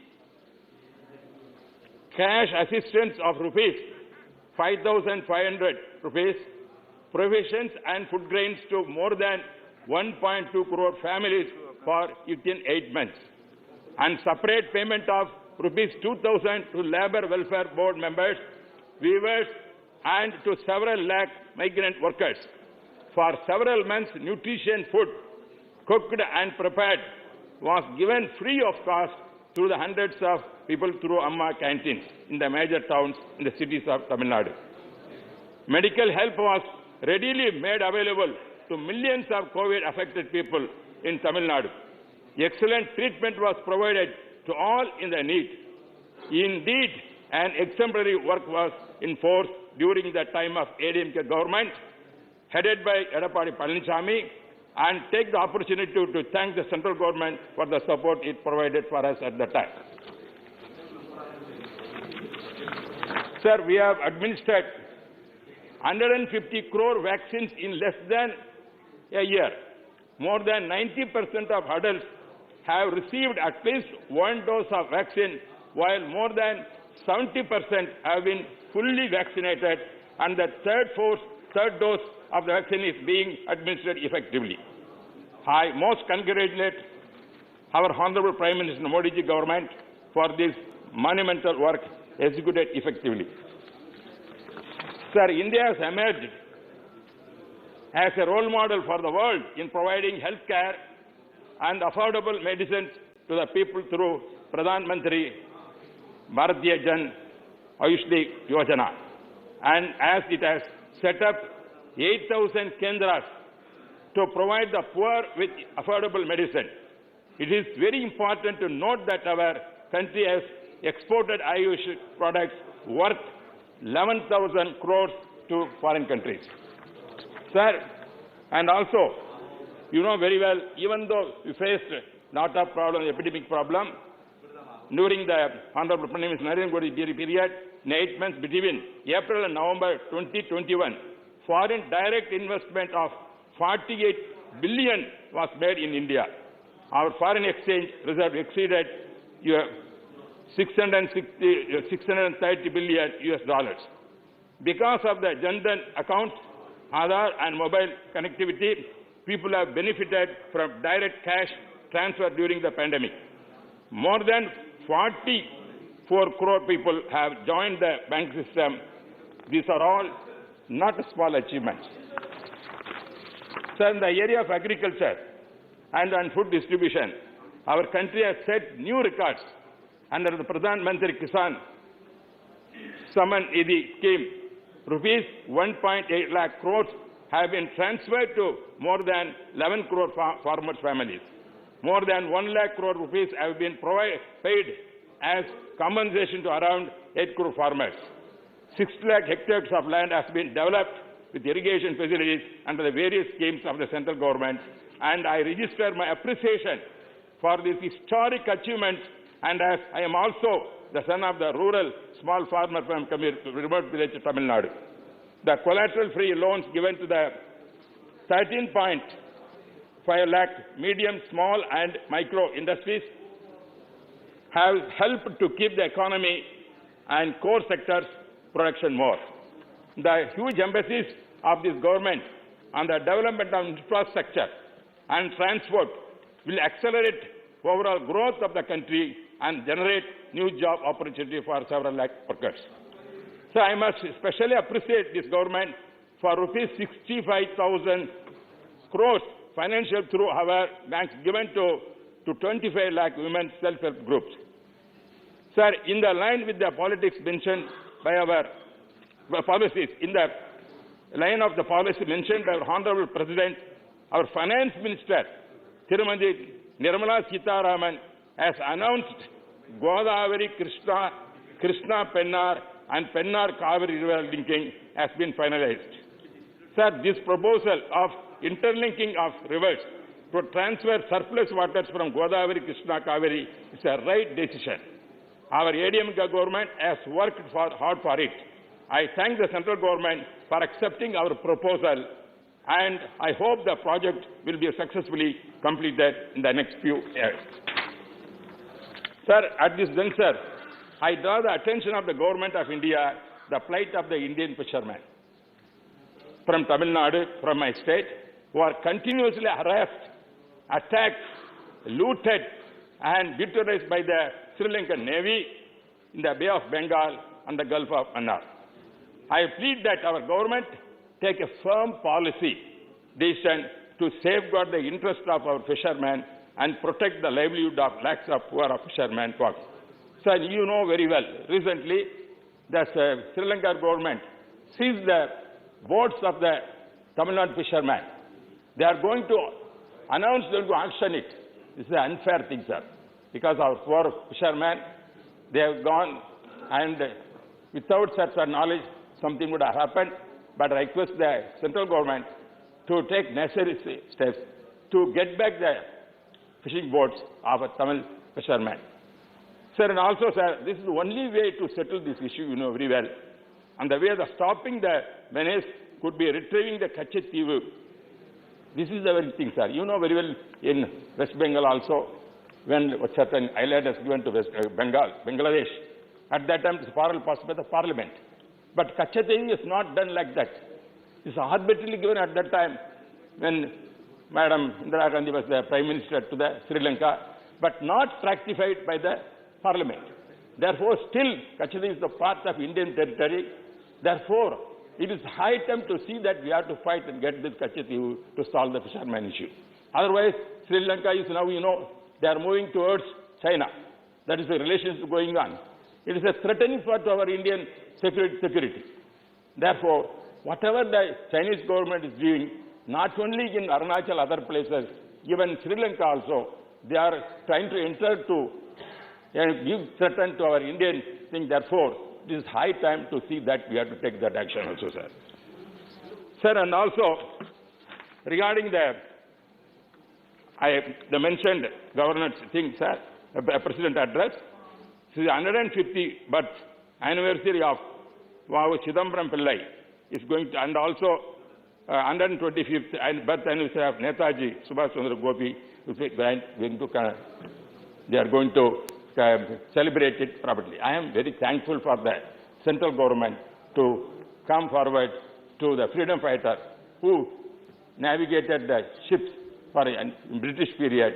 He lost all the life and wealth of Chidambaram Pillai. To honor that, the government has come forward. Appreciate for that, sir.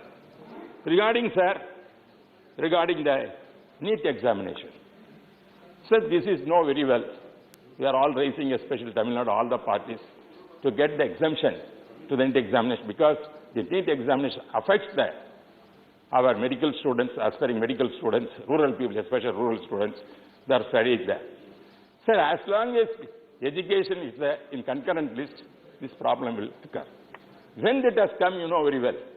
1975, 70, 76, 77 period, emergency period, at that time former Prime Minister Indira Gandhi brought this education from state subject to central concurrent list, brought that at that time. After the government, Morarji's government came, Morarji government changed many things within the many bills, but the education, that government also allowed to continue concurrent list. Because of that subject is concurrent list, we are tight, central government taking many laws. At the same time, state governments are going down. Therefore, this high time, I request the government to rethink it, because they announced in the President address, they are going to start nearly 200 channels of giving education for the people, and also they are going to conduct programs like professional courses, like engineering courses in regional languages. When that is the case, when we are going to promote our other languages, which is in the 8th schedule, most of the languages of that 8th schedule, including Tamil, your Bengal, all must be made, Bengal language, all must be made as a national language and an official language of this country. That is our demand. We are going raising that. That has to be done. Then only we get the equal opportunity. And also when we are conducting all India examination, when you are writing, the state must be given the more power to see that professional admissions, courses admission, such as medical courses, is given more to the state government. That is why our party, ADMK party, go on requesting many times, meeting the central minister, honorable prime minister, and asking that to help the rural people, especially students. It has, otherwise, what is going to happen now? There are more coaching classes started, professional course started. Lakhs of money their people are paying, and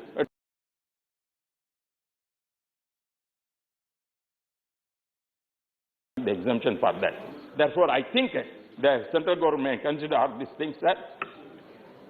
And also, our honorable Prime Minister has mentioned, in the President address, mentioned honorable Prime Minister's vision for us that the government is moving fast on building a strong foundation for the next 25 years following the mantra of Sabka Saath, Sabka Vikas, Sabka Vishwas, और सबका प्रयास. Sir, creating in India which includes all benefits, all which has to be self-sufficient, sir. These are, I am very happy to note that this, our Prime Minister Narendra Modi ji has come forward this kind of vision which is going to help our country. Therefore, I am very thankful for giving the opportunity, and also once again I thank the Modi ji government and Modi ji and others, and who have taken long kind of steps to see that India is going to develop for that. I thank once again for the President's address. Thank you. Thank you. Shri A.D. Singh ji. Thank you very much, Deputy Chairman, sir, for giving me the opportunity to speak. I rise to thank the respected Rashtrapati ji for his very comprehensive listing of the achievements of the present government and the way forward. Indeed, the catalogue and success and achievement are impressive, and I congratulate the Prime Minister and his team for these successes and also the work in progress. This success will be even better if it was accompanied by social cohesion and unity. Unfortunately, the nation's progress is slowed down by divisions that we see emerging in society. This needs immediate course correction. This reminds me of an anecdote from Gandhiji's visit to St. Stephen's College as reported in the College magazine of 1915. According to this story, a sadhu came to another iconic leader of our freedom struggle, Sri Gopal Krishna Gokhale, to make suggestions that would suppress a minority community. Gokhale rejected this specious religious reasoning by saying that if to be a Hindu he has to do what has been suggested, then he be better known as a non-Hindu.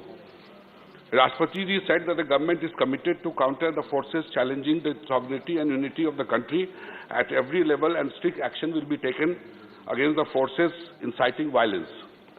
I urge the government to inform the House actions that have been taken so far against those who publicly called for genocide and targeting specific communities. The House will support strictest of action against all such individuals, irrespective of their political affiliations.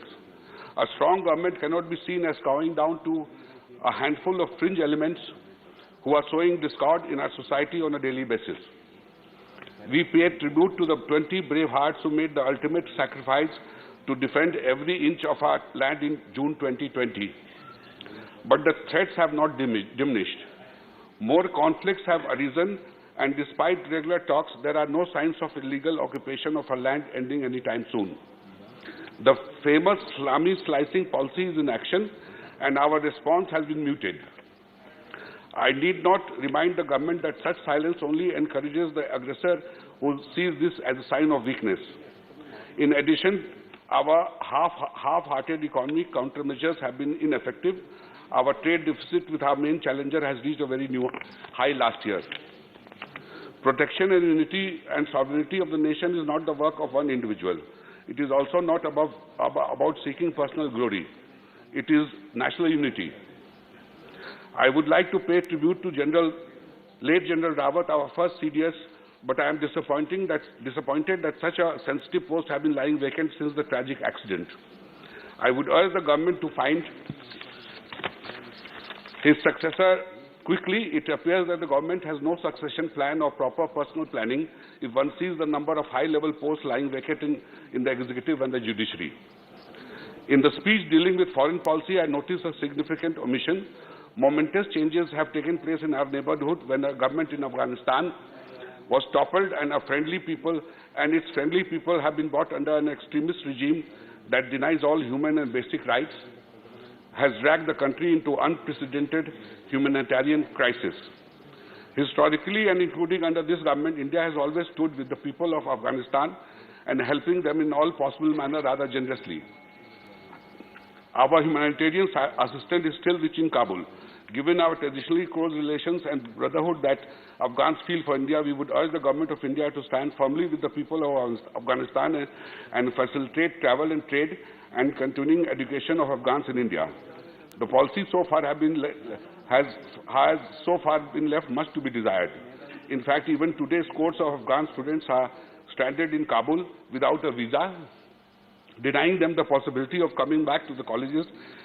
Their future is being put on hold.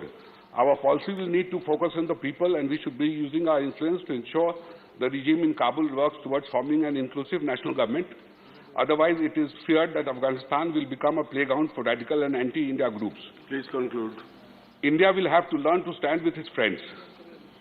If not, we will be repeating the historical mistake of once letting down our friendly people of Tibet. It is well documented that the Tibetans never accepted the sovereignty and sovereignty of the Chinese. Even Nehru, who is much loved by the current government, advised them to approach the UN and sent a young military officer, Zorawar Bakshi, to undertake strategic military reconnaissance in Tibet in 1949. Things did not turn out as planned, and rest is history. Please conclude. However, the nation faces long-term consequences, both action and inaction. In this increasingly multipolar world, India will have to align itself with its own national interests in its own neighborhood and beyond. Thank you very much. Thank you. Shri Birendra Prasad Vaishya. Thank you, Chairman, sir, for allowing me to discuss on the subject. I raise here to thank His Excellency, President of India, for his presidential address. Sir, in his presentation, President very rightly mentioned, during this period, our development in the development sector, our development in the infrastructure, agriculture sector, sports arena, everything Honorable President has described in his address. Sir, I must compliment Prime Minister Narendra Modi ji and his government, because within a year, our government successfully given 70% adult population of the fully vaccinated. Sir, India is a big country, and within this first span of time, sir, 150 crore Indian citizens is vaccinated, sir. When vaccination started, sir, every part of the world, they have discussed how it's possible India to implement this project, because India have a huge population. But this government, under the leadership of Prime Minister Narendra Modi ji, it is clearly justified that India is doing everything, India can do anything, and it is a great success for Indian government. More than 70 senior citizens of the country, adult citizens of country, is vaccinated. Sir, in health sector, sir, within this year, our country has developed in marvelously well, sir. Sir, we remember, in the first wave of COVID, sir, India is crying for sanitizer. There's shortage of masks, there's shortage of medicine. But, sir, within this year, India developed anything. We produce sufficient masks, sir. Now we can export. We have produced our vaccine, and now we can export, and we produce the medicine also. This is the successful of this government. I must compliment health sector. I must salute all the health workers for their great successful, sir. Sir, another great achievement of this government is, sir, agriculture sector, sir. Government has given almost priority in the agriculture sector, sir. And during this year, COVID period, what a worse condition faced by our people, urban area, rural area, farmers, everybody faced the problem.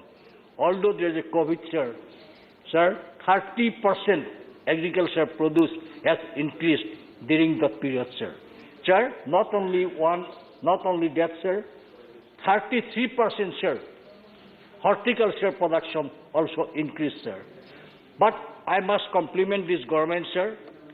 That government procured more than 430 lakhs metric tons of the wheat during the Rabi season, benefit about the 50 lakhs farmers, sir. And record quantity of about 90 lakhs metric tons of paddy was procured during Kharif season, sir, benefited 1 crore 30 lakhs people. This is the achievement. This is the achievement of the government. Not only increase the production, farmers are get benefited, farmers are get their price. Instead of going other place, government has given enough money and government procured this product. I must compliment Narendra Modi ji for this successful India. Sir, not only that, sir. Not only that, sir. Country should remember one thing. During the COVID period, Indian agriculture products is increased like anything else. This is one of the greatest achievements, sir. Secondly, sir, one more thing, sir. I am coming from Assam, sir. During this period, Assam also export agriculture products to the neighboring foreign countries, sir. This is the achievement of our government, sir. Sir, one more thing. I like to say infrastructure development. We always speaking of the infrastructure. Through the Bharat Mara Parijojana, sir, infrastructure development is achieved in every part of the country, sir. Sir, if I'm not speaking about the Tokyo Olympic, it will be incomplete, sir. I am happy to say that, sir, I lead the Indian contingent in Tokyo Olympic Games. I was the chief of mission for Indian contingent, sir. And India, for the first time, India is making history. India getting all type record medals in Tokyo Olympic Games, sir. Sir, in the athletics, earlier our Bindra got the medal in the shooting. In athletics, for the first time, Indian athletes got the gold medal, sir, in the athletics. I must congratulate him, sir. Sir, northeastern region is the very intricate part of our country, sir. Sir, it is long way from Delhi, sir. From Delhi to Guwahati, it is more than 2,000 kilometers, sir. Other northern, it is more than 2,700 kilometers, sir.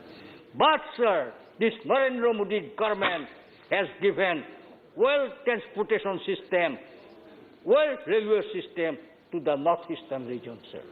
And today, I am proudly said, sir, all the capital of northeastern region today, railway connectivity is there.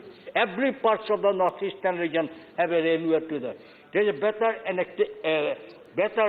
air connectivity is there, and recently the shipping minister has announced there will be water connectivity will be started very soon, sir.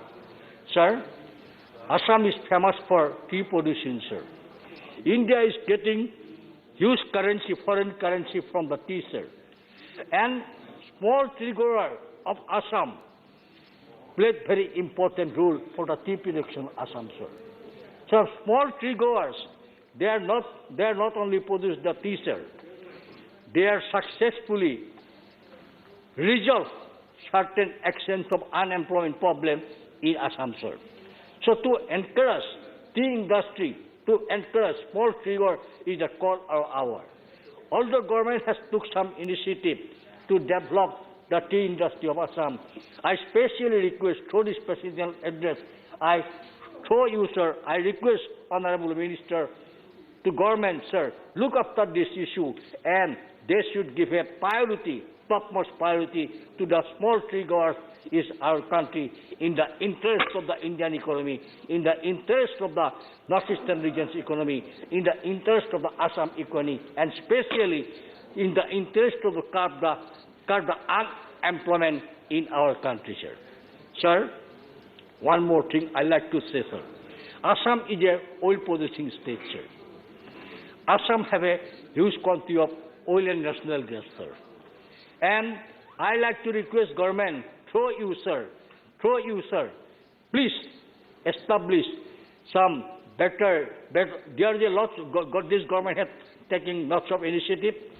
This government has given more than 3,000 crore rupees for the expansion of the Numaligarh refinery. This government is taking initiative to biofuel gas production, Numaligarh refinery, to export oil products from our Numaligarh refinery to the other parts of the world, sir.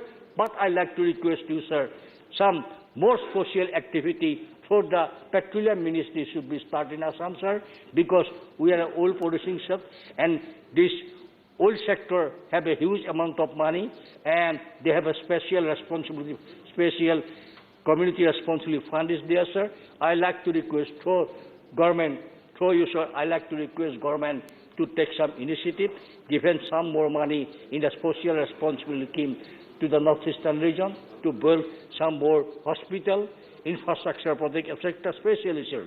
According to report of the World Health Organization, maximum number of cancer patients of our country is from the Assam and northeastern region, sir. I like to request you to the government, to the ministry, please establish some special modern super specialty hospital, especially in Upper Assam, from the oil responsibility fund. I think if this will be done, definitely it will be not only benefit for Assam, it will be benefit Assam and northeastern region. With this word, sir, I totally support the motion moved by the Honorable Minister to thank the President. I totally support the mob. Thank you very much for giving me this opportunity. Thank you, sir. Thank you. Sri Mukhtar Abbas Naqvi ji.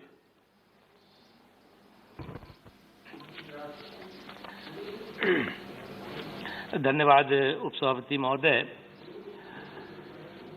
महामहिम राष्ट्रपति जी के अभिभाषण के धन्यवाद प्रस्ताव पर आपने बोलने का मुझे मौका दिया। उपसभापति महोदय, देश ने इन 7 दशकों के अपने सफल सफर में बहुत से ऐसे लम्हे भी देखे हैं, बहुत से ऐसे मौके भी देखे हैं जो कि इस देश के गौरवशाली इतिहास का साक्षी रहा है। मैं इन 7 दशकों के इस इतिहास भूगोल में नहीं जाता। मैं इन 18 वर्षों के अंदर क्या बदलाव हुआ, क्या परिवर्तन आया, मैं आपके माध्यम से वो ध्यान आकर्षित करने की कोशिश कर रहा हूं। आज उपसभापति महोदय, कहा जाता है कि आज हिंदुस्तान 2 हो गया है। आज इस देश में 2 भारत चल रहा है। हमारी समझ में हमारा हिंदुस्तान, हमारा भारत एक भारत है, श्रेष्ठ भारत है। 2 भारत तो मैंने कभी न सुना है न देखा है।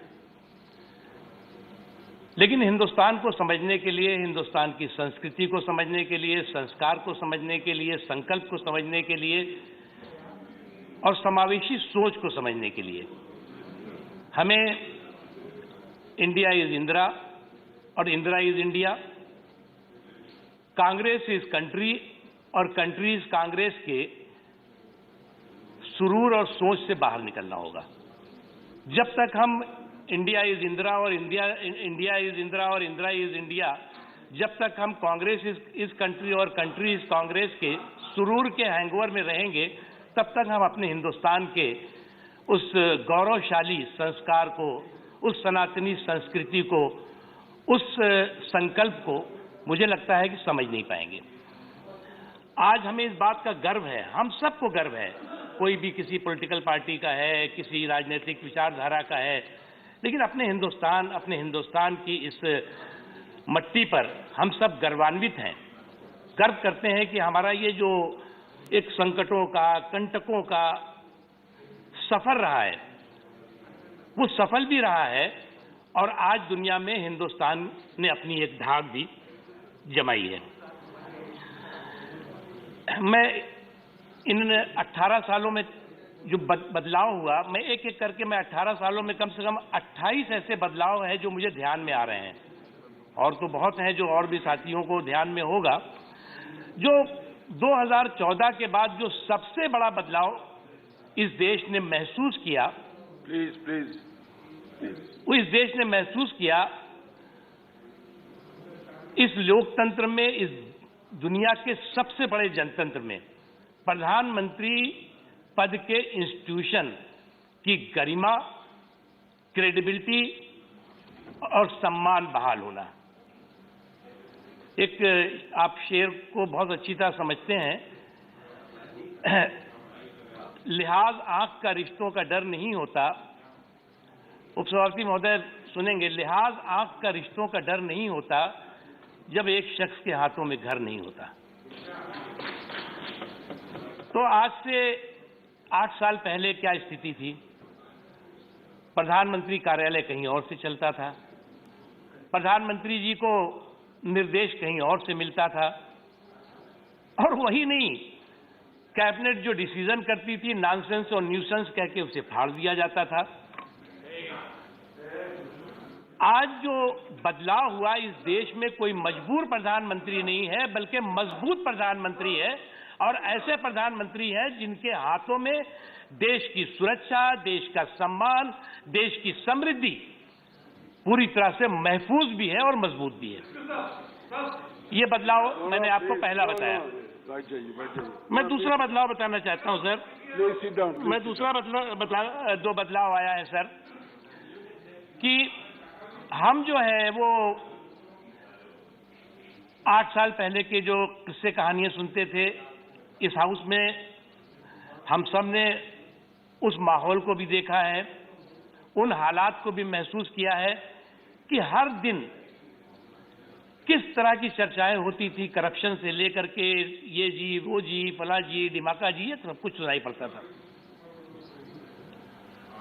आज हम जब सकारात्मक दृष्टि से बात कर रहे हैं तो हम कह रहे हैं कि जी हिंदुस्तान में 2 हिंदुस्तान हो गया है। एक हिंदुस्तान जो है वो सनातनी सोच का है और एक हिंदुस्तान सामंती सोच का है। तो ये सोच और नजर और नजरिए में फर्क है। सर, तीसरा जो बहुत महत्वपूर्ण परिवर्तन हमने इस महसूस किया, आदरणीय नेता विरोधी दल भी आ गए हैं, उनका भाषण मैंने पूरा सुना था।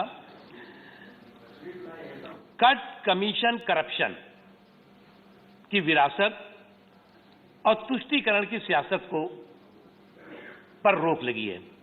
कट, कमीशन, करप्शन की विरासत और तुष्टीकरण की सियासत पर रोक लगी है, और राजनीतिक तुष्टीकरण के छल को राष्ट्रीय सशक्तिकरण के बल से ध्वस्त किया गया है। यह हुआ 5वां परिवर्तन। सर, ये 6ठा परिवर्तन जो है, जो महत्वपूर्ण है, हम सब दिल्ली में बहुत वर्षों से रह रहे हैं, सुनते रहते थे कि साहब ये दिल्ली में ये नेशनल हाई लाइसेंसिंग ऑफिस है, ये इंटरनेशनल लाइसेंसिंग ऑफिस है। जहां से किसी भी सरकार का कोई काम आपको कराना हो तो उस इंटरनेशनल लाइसेंसिंग ऑफिस से आप करा सकते हैं। आज जो है वो दिल्ली के सत्ता के गलियारे से सत्ता के दलालों की नाकेबंदी और लूट लाबी में तालेबंदी की गई है। ये फर्क है मोदी जी के आने के बाद का। सर, जो 7वां फर्क है वो बहुत महत्वपूर्ण फर्क है। आज इस देश की राजनीति और इस देश के सियासी संस्कृति में बहुत बड़ा परिवर्तन आया है। आज परिवार के सियासी परिक्रमा नहीं बल्कि परिश्रम और पराक्रम की संस्कृति ने जन्म लिया है। आज परिवारों की पॉलिटिकल परिक्रमा के आधार पर देश की सरकारें और देश की सियासत तय नहीं हो रही है, बल्कि परिश्रम और परफॉर्मेंस, परिश्रम और परिणाम के आधार पर इस देश की संस्कृति, सियासी संस्कृति और संस्कार को नरेंद्र मोदी जी ने बदल दिया है। ये फर्क आया है, 9वां फर्क। सर, 10वां फर्क क्या है? जो लाल बत्ती कल्चर हुआ करता था, उसका रोब, उसकी धमक, उसका खौफ, वो आम आदमी को चढ़ाने लगा था। आम आदमी को लगता था कि ये तो लाल बत्ती इतनी इतनी करता हुआ आया, ये तो हमारे ऊपर सारा रोब जमा रहा है, हमसे कोई सुपरमैन है ये। उस लाल बत्ती कल्चर को नरेंद्र मोदी जी ने खत्म किया और इस रोब की जो राजनीति थी, जो ध्वंस की राजनीति थी, उस पर विराम लगाया। ये फर्क है, ये 10वां फर्क है। उसके अलावा सर,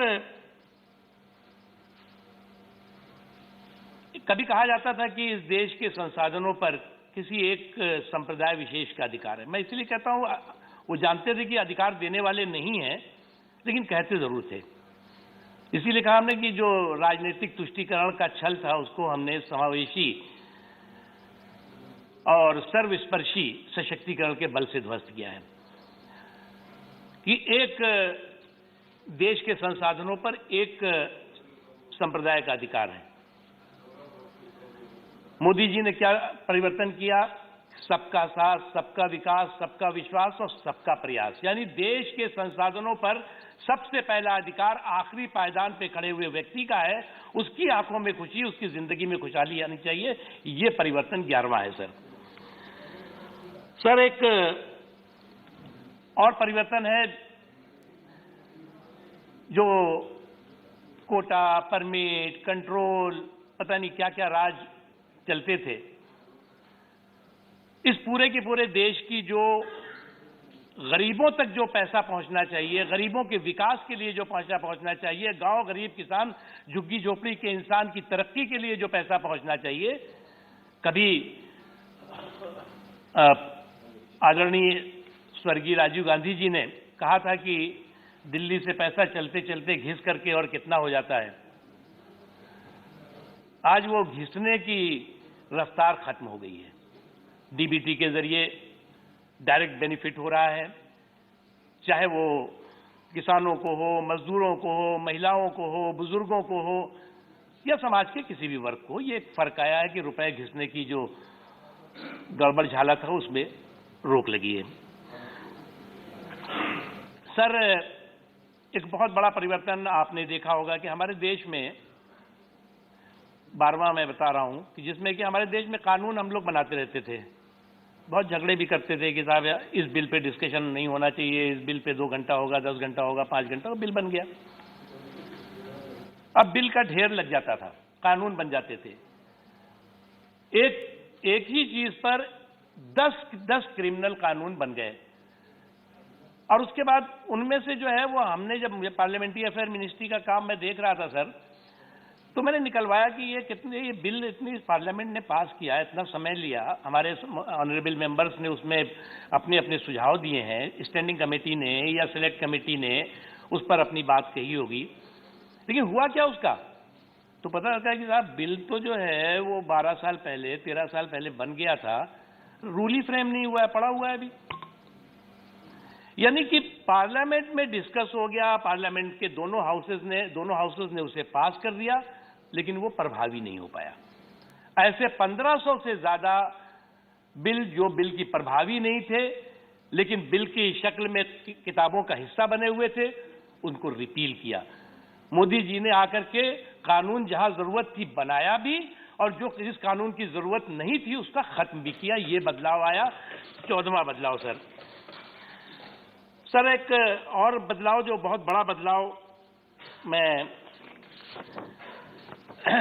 मानता हूं कि जो कि हर देशवासी को गर्वान्वित करने वाला है, ये जो दंगों का हफ्ता और आतंकवादी धमाकों का महीना होता था, उस पर रोक लगी है। उपसभापति महोदय, मैं इसलिए कह रहा हूं दंगों का हफ्ता और आतंकवादी धमाकों का महीना कि देश का कोई हिस्सा, भागलपुर से भिवंडी तक देख लीजिए, गुवाहाटी से लेकर के और आप वाराणसी चले जाइए, देश के किसी न किसी हिस्से में जो है वो दंगा फसाद, बेगुनाह लोगों का कत्लेआम होता रहता था और देश जो है इन दंगों की आग से बेचैन रहता था।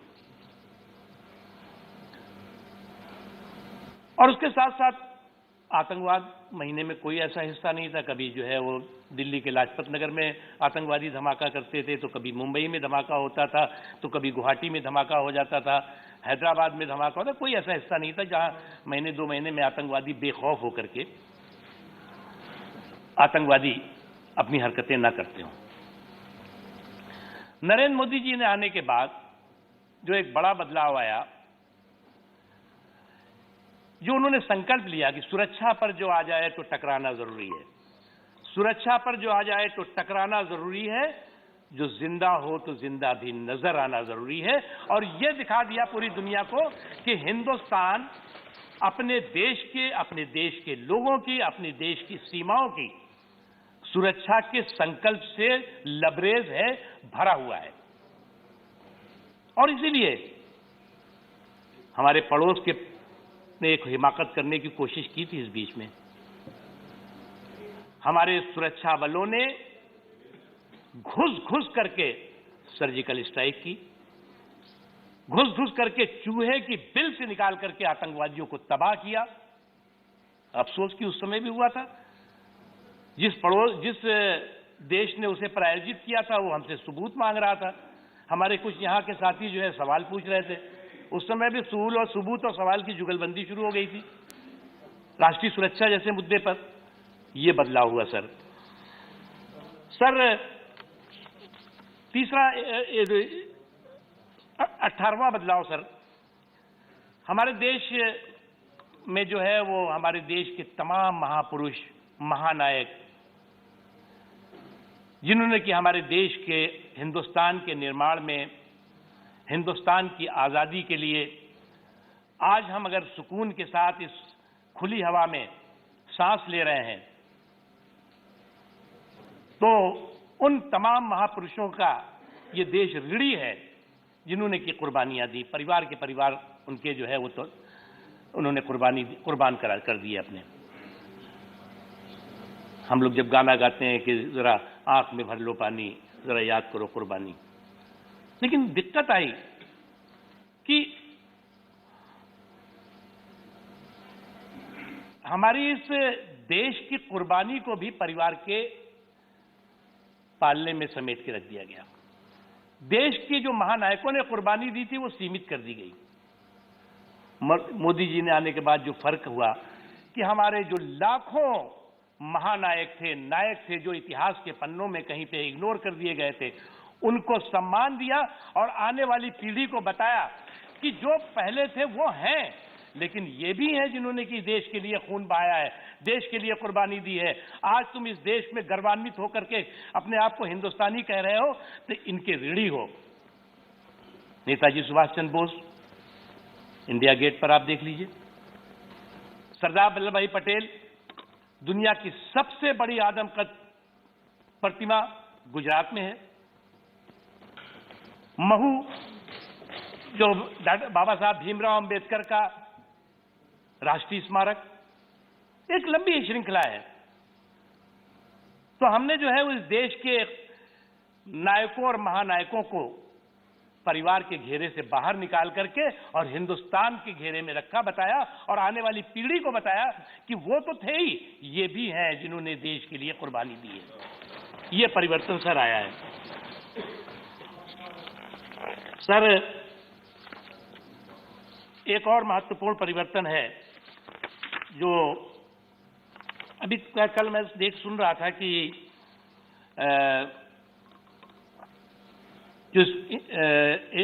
जो कॉन्स्टिट्यूशनल इंस्टीट्यूशंस हैं, जुडिशरी है, इलेक्शन कमीशन है, फला फला फला, वो बिल्कुल नाकारा हो गए हैं, बंधक हो गए हैं, एक तरह से उसका कहना था। सर, मैं आपका बड़ा अनुभव है, आदरणीय नेता विरोधी दल का बहुत अनुभव है इस देश के पार्लियामेंट की हिस्ट्री का, इतिहास का। एक वक्त वो था जब सुप्रीम कोर्ट के फैसले होते थे और उस सुप्रीम कोर्ट के फैसले को निष्प्रभावी करने के लिए संख्या बल का इस्तेमाल होता था। कई ऐसे फैसले हैं। मैं लेटेस्ट फैसले आपको मैं 3 तलाक का बताता हूं। सुप्रीम कोर्ट ने कहा कि ये 3 तलाक एक क्रिमिनल कुरीति है, कुप्रथा है, इस पर कानून बनना चाहिए, उसको खत्म होना चाहिए। उस वक्त जो है वो कुछ लोगों के दबाव में सुप्रीम कोर्ट के फैसले को निष्प्रभावी करने के लिए इसी पार्लियामेंट में उस समय की सरकार यानी कांग्रेस पार्टी की सरकार ने कानून बनाया और कहा नहीं, हम सुप्रीम कोर्ट की बात को नहीं मानेंगे, जो कि संविधान में समानता के अवसर देने वाली बात थी, महिलाओं के सुरक्षा और सम्मान से जुड़ी हुई बात थी, नहीं माना।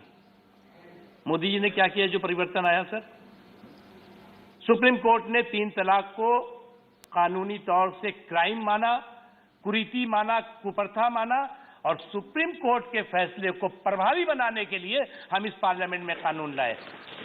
पार्लियामेंट का सम्मान कौन करता है? ऐसी तो बहुत सी घटनाएं हैं। आपको इलाहाबाद हाई कोर्ट का जो फैसला था उस समय के प्रधानमंत्री जी के खिलाफ, उसके बाद क्या हुआ था किसी को बताने की जरूरत नहीं।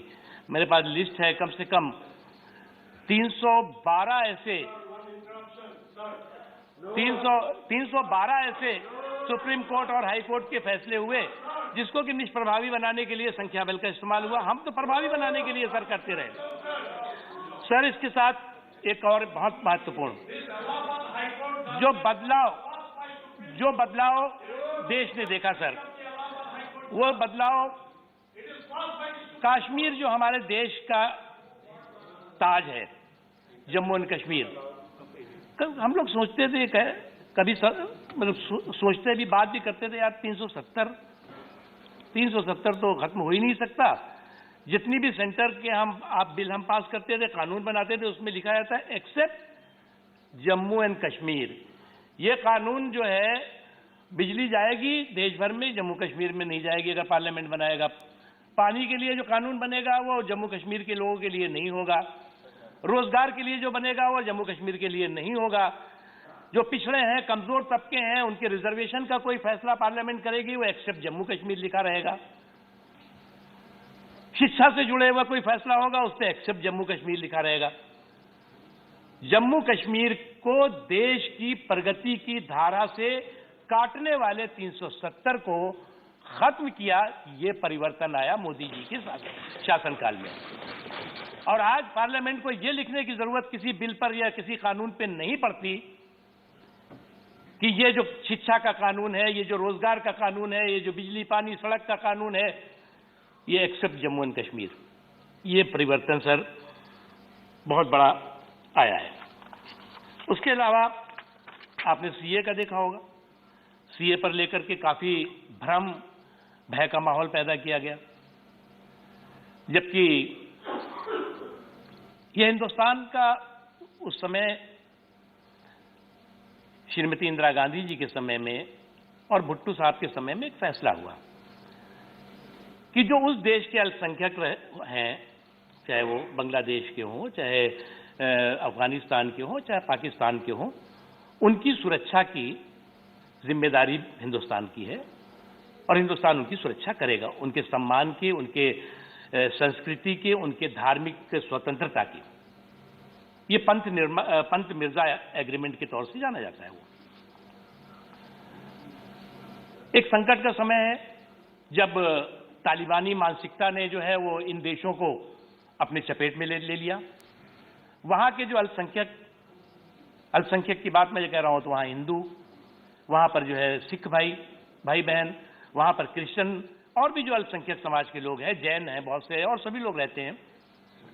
उनका सम्मान, उनकी संस्कृति, उनके धार्मिक अधिकार पूरी तरह से खतरे में आ गए। ये देश की जरूरत थी, ये पार्लियामेंट की जरूरत थी। जो उस वक्त कांग्रेस पार्टी ने फैसला किया था, उस फैसले को प्रभावी कराने की जरूरत थी। और सीए में अमेंडमेंट आया, आप सबने पास किया, कुछ लोगों ने विरोध किया।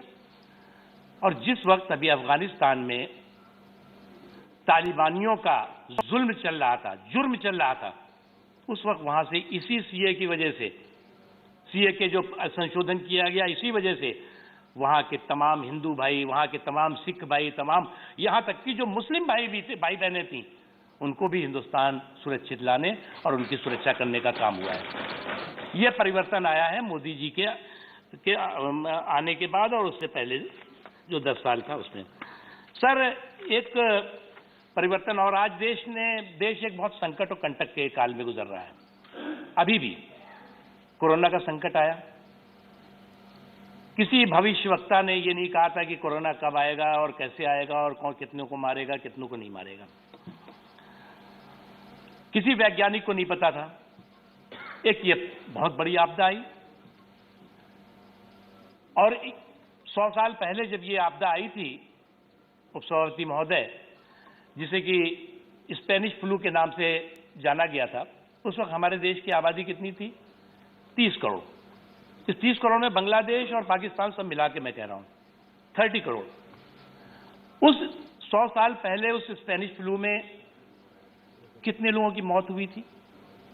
2 करोड़ से ज्यादा मौत, ये डॉक्यूमेंट है।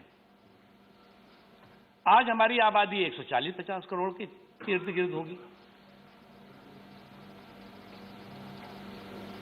जिस वक्त ये संकट आया 2020 जनवरी में, फरवरी में, उस वक्त जो है वो हमारे पास ही क्या, जो सुविधा संपन्न देश भी थे सर, उनके पास भी कोई सुविधा संसाधन लोगों की सेहत सलामती के लिए नहीं था।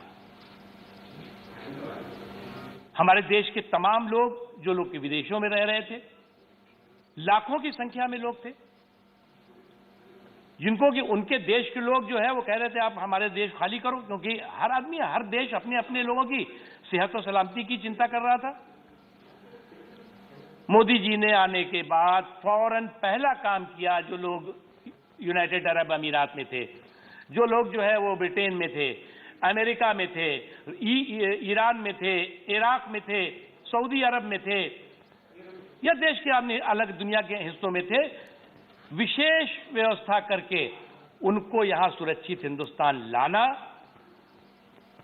उसके बाद उनको जो है वो उनके यहां रुकने की व्यवस्था करना, कुछ उसमें हमारे फौज के लोगों के संस्थानों का कुछ जो है प्रयोग किया गया, कुछ और संस्थान बनाए गए, क्योंकि ये सब एकदम बहुत जल्दबाजी में हो रहा था। लाखों लोगों को भारत से सुरक्षित लाना, उनकी सेहत सलामती, और करोड़ों लोगों के हिंदुस्तानियों की सुरक्षा और सेहत सलामती।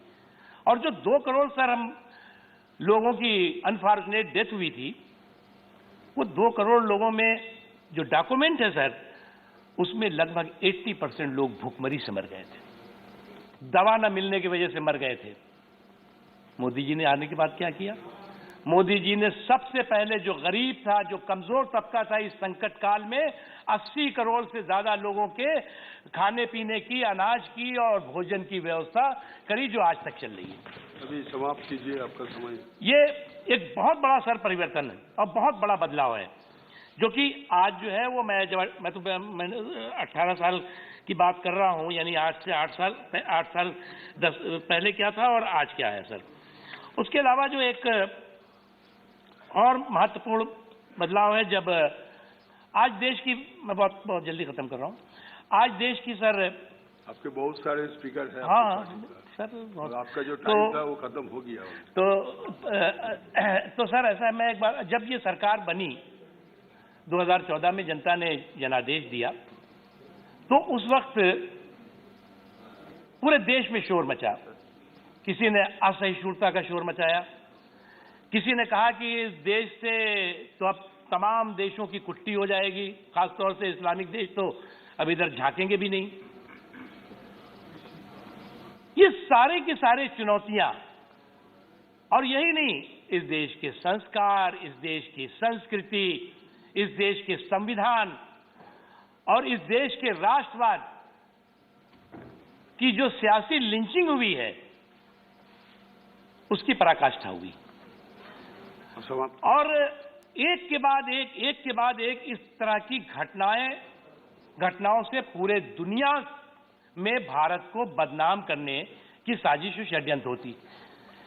जो मोदी बैशिंग की सनक थी, वो भारत बैशिंग का साजिश का रूप लेने लगी।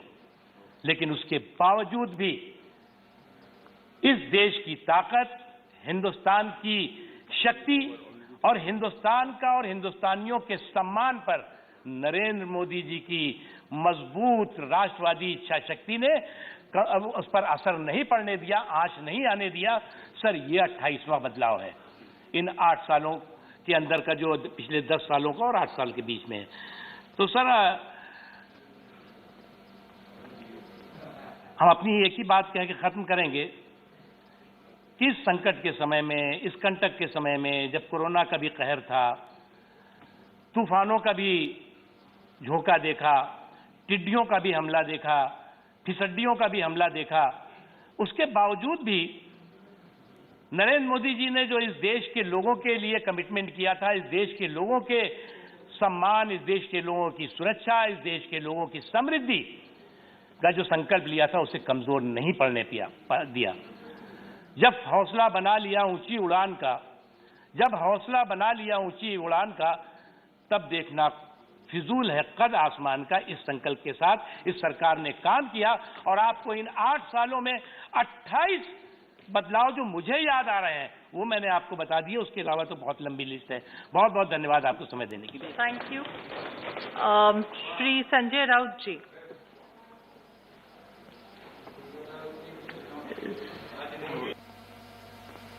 Shri Sanjay Raut ji, are you anywhere in the Lok Sabha? No, I don't think he's here.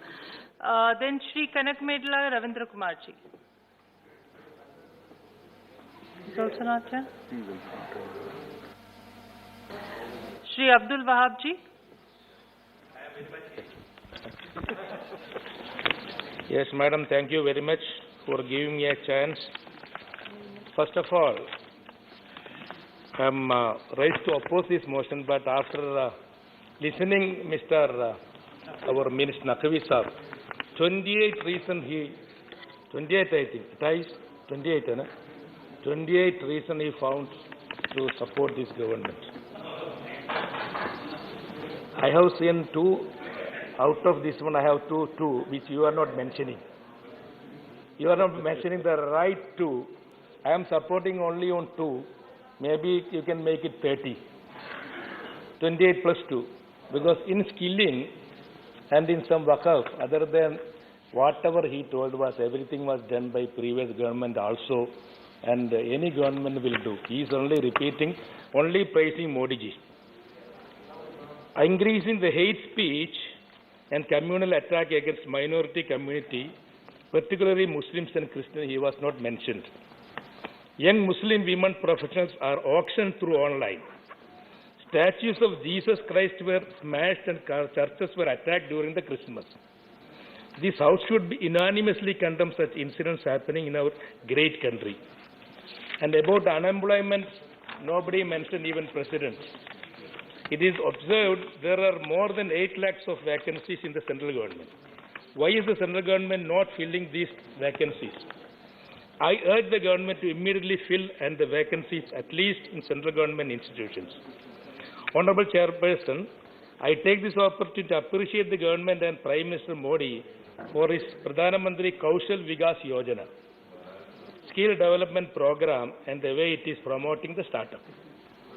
I sincerely appreciate the department and ministers for the same. Honorable Chairman, however, I am concerned about the decline of India's global stature. It was a dream of our former President Abdul Kalam ji to convert our country into a superpower by 2020. He was very hopeful of youth and power of education. Today, a large section of our youth are unemployed and uneducated. The government under Manmohan Singh was taking the country in the right direction. All of a sudden, our growth and development have taken a U-turn. Our economic growth indexes and census index must be moving upwards. But surely there is a significant section of our society who is being left out in our growth. There is an increasing inequality in our society, both in social and economic terms. Honorable Chairman, India's image as a champion of democracy and human rights is diminishing due to its increasing intolerance to minorities and intellectuals. The world respects Mahatma Gandhi and Jawaharlal Nehru as their values. But today, a section of our society is disrespecting our Mahatma Gandhi ji. This disrespectful attitude towards Gandhi should stop. This House needs to take a lead in fixing these issues that I have raised. One more thing I want to mention, last thing. MP Lads Fund was stopped because of Corona. Agree. But when I came as a member of parliament in 2004, the amount was 5 crores. At that point of time, I could make minimum 1,000 classrooms with that 5 crore. Now, I can make only 200 classrooms. As I am telling, I am not only making classrooms. I could buy a computer that time by 50,000. Now it is okay, 20,000. But government should increase the MP Lads from 5 crores to 20 crores minimum. 24 crores was actually the inflation rate. So I urge the government to re-engage this one, MPLR's fund, so that money is going to the public. Please observe silence on this side. Please observe silence. Yeah. Excuse me. I am raising an issue for you also, for BJP members. It's common, not for me only. I am the only one. So I urge the government, and I oppose this motion of this one to the what you call President Sir, and he was making a just a letter given by the Prime Minister. Thank you very much. Thank you, Vahab ji. Dr. Fawzia Khan. She's in the Lok Sabha. Dr. Fawzia Khan. Yes, but she hasn't responded yet. Now we go to the next. Shri Ramdas Athavale ji. Shri Ramnath Thakur ji. Sabha. लोक सभा माननीय उपसभापति महोदय, आप बैठ के भी बोल सकते हैं रामनाथ जी, चाहिए तो। जी, आपने मुझे राष्ट्रपति के अभिभाषण पर बोलने के लिए समय दिया, आपको बहुत बहुत बधाई। सबसे पहले तीसरी महामारी में कोरोना के दरमियान हम सबों के बीच से जो आदमी नहीं रहे, उनके प्रति और उनके परिवार के प्रति हार्दिक संवेदना हम व्यक्त करते हैं और आपसे निवेदन करते हैं कि हमारी संवेदना उनके परिवारों तक पहुंचा दें। उपसभापति जी, मैं सबसे पहले सरकार को यह बधाई देना चाहता हूं कि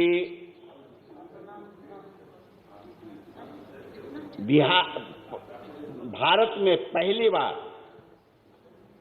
कोरोना महामारी की दवा बनाने में अग्रणी रहा और अपने देश में ही नहीं, विदेशों में दवा की सप्लाई की और लाखों लोगों को जान बचाने में कामयाबी हासिल की।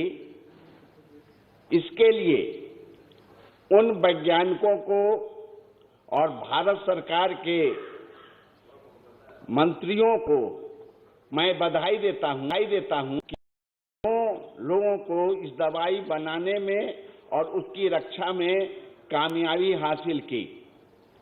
मैं राष्ट्रपति के अभिभाषण के संदर्भ में कुछ निवेदन करना चाहता हूं।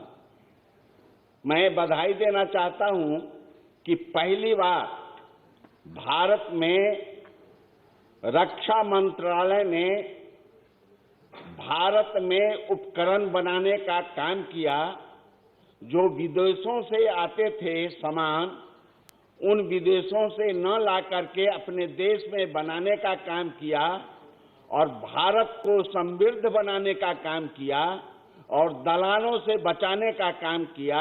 इसलिए राष्ट्रपति के अभिभाषण को मैं सराहना करता हूं।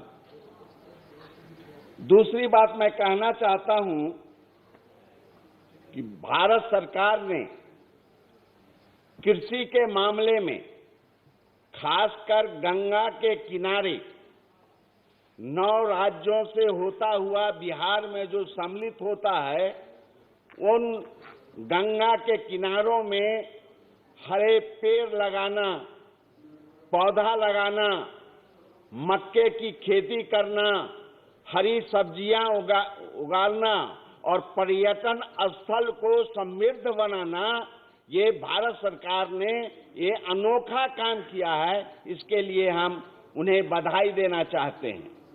तीसरी बात मैं कहना चाहता हूं कि जन खाता का जो खोलने का काम किया, ग्रामीण महिलाओं को दिन भर लग जाता है किसी बैंक में जाने के लिए और दलालों के हाथों उसे परेशानी उठानी पड़ती है। इसलिए हम निवेदन करना चाहते हैं भारत सरकार से कि ग्रामीणों में, पंचायतों में, गांव में बैंक का सृजन करे, बैंक खोलने का काम करे और 6,66,000 गांवों में बैंक को से समृद्धि करे। इनके साथ हम भारत सरकार से निवेदन करना चाहते हैं कि वहां के ग्रामीण व्यवस्थाओं, खासकर महिलाओं को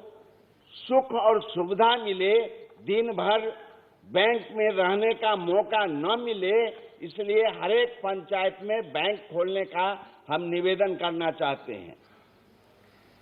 तीसरी बात मैं बताना चाहता हूं, भारत सरकार से निवेदन करना चाहता हूं कि बिहार में बाढ़ की समस्या से हम लोग ग्रसित रहते हैं।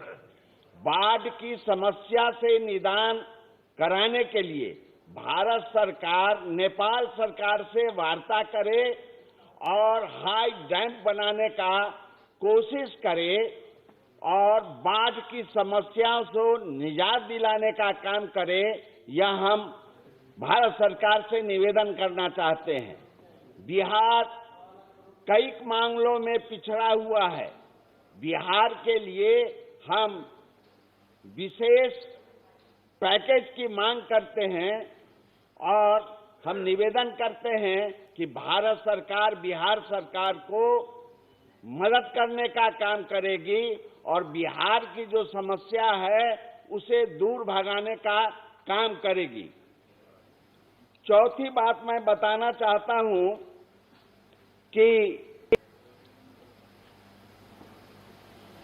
प्रधानमंत्री गरीब कल्याण अन्न योजना के माध्यम से यह प्रयत्न किया गया कि कोई भी गरीब और बेसहारा व्यक्ति भूखा से न मरे। इसके लिए भारत सरकार ने जो काम किया है यह सराहनीय है और इसको और आगे बढ़ाने में काम करना चाहिए।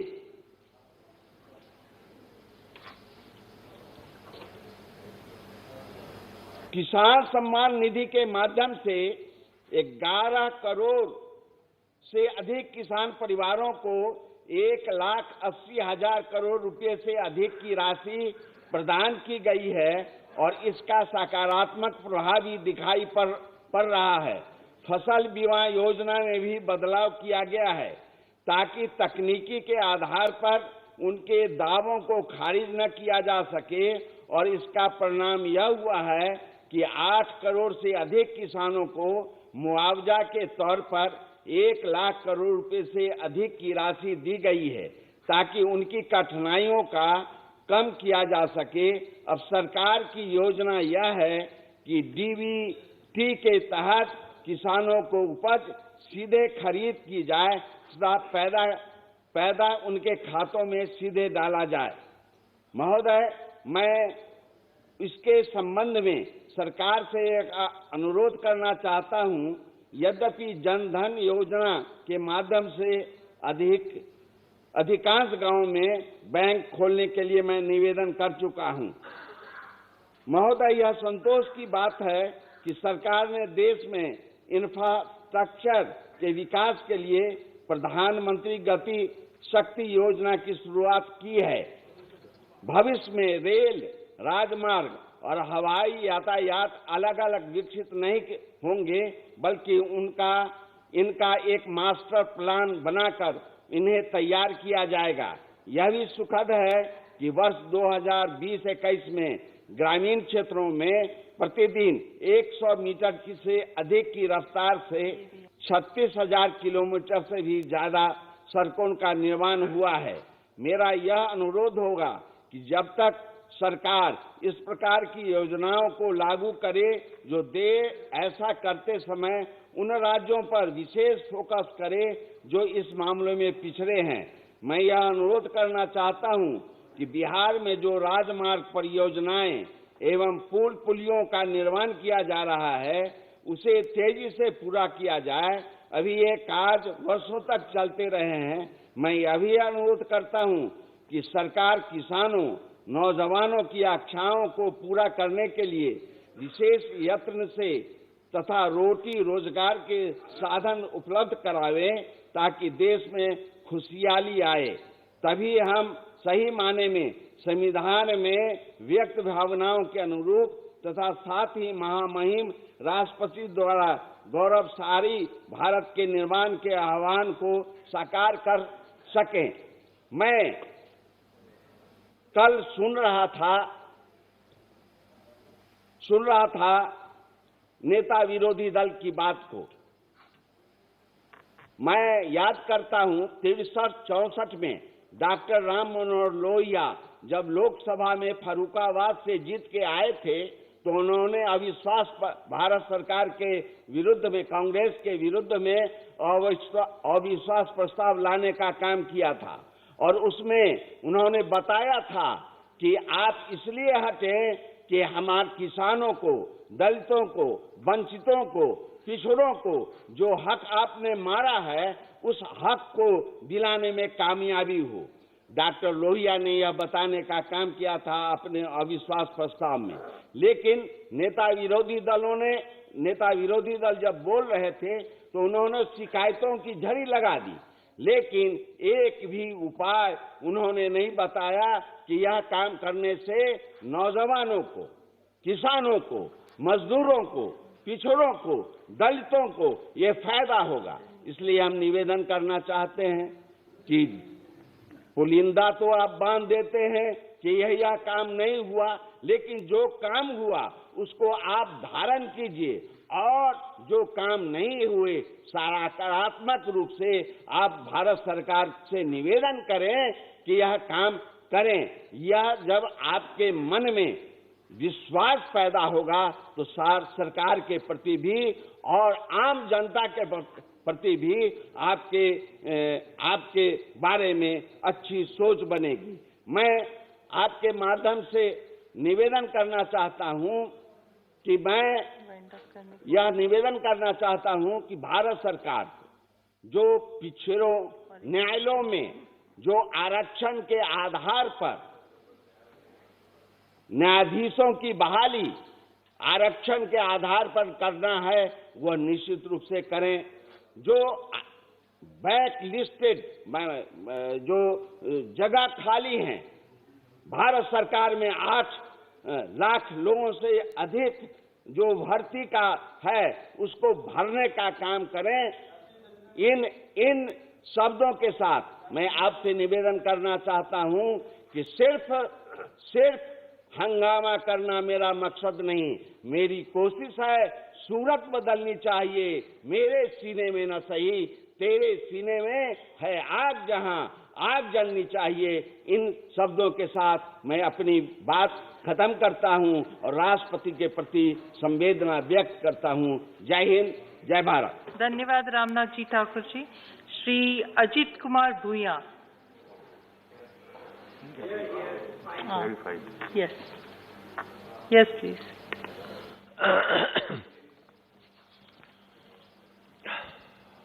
Honorable Vice Chairman, sir, Madam, thank you very much for giving me the opportunity.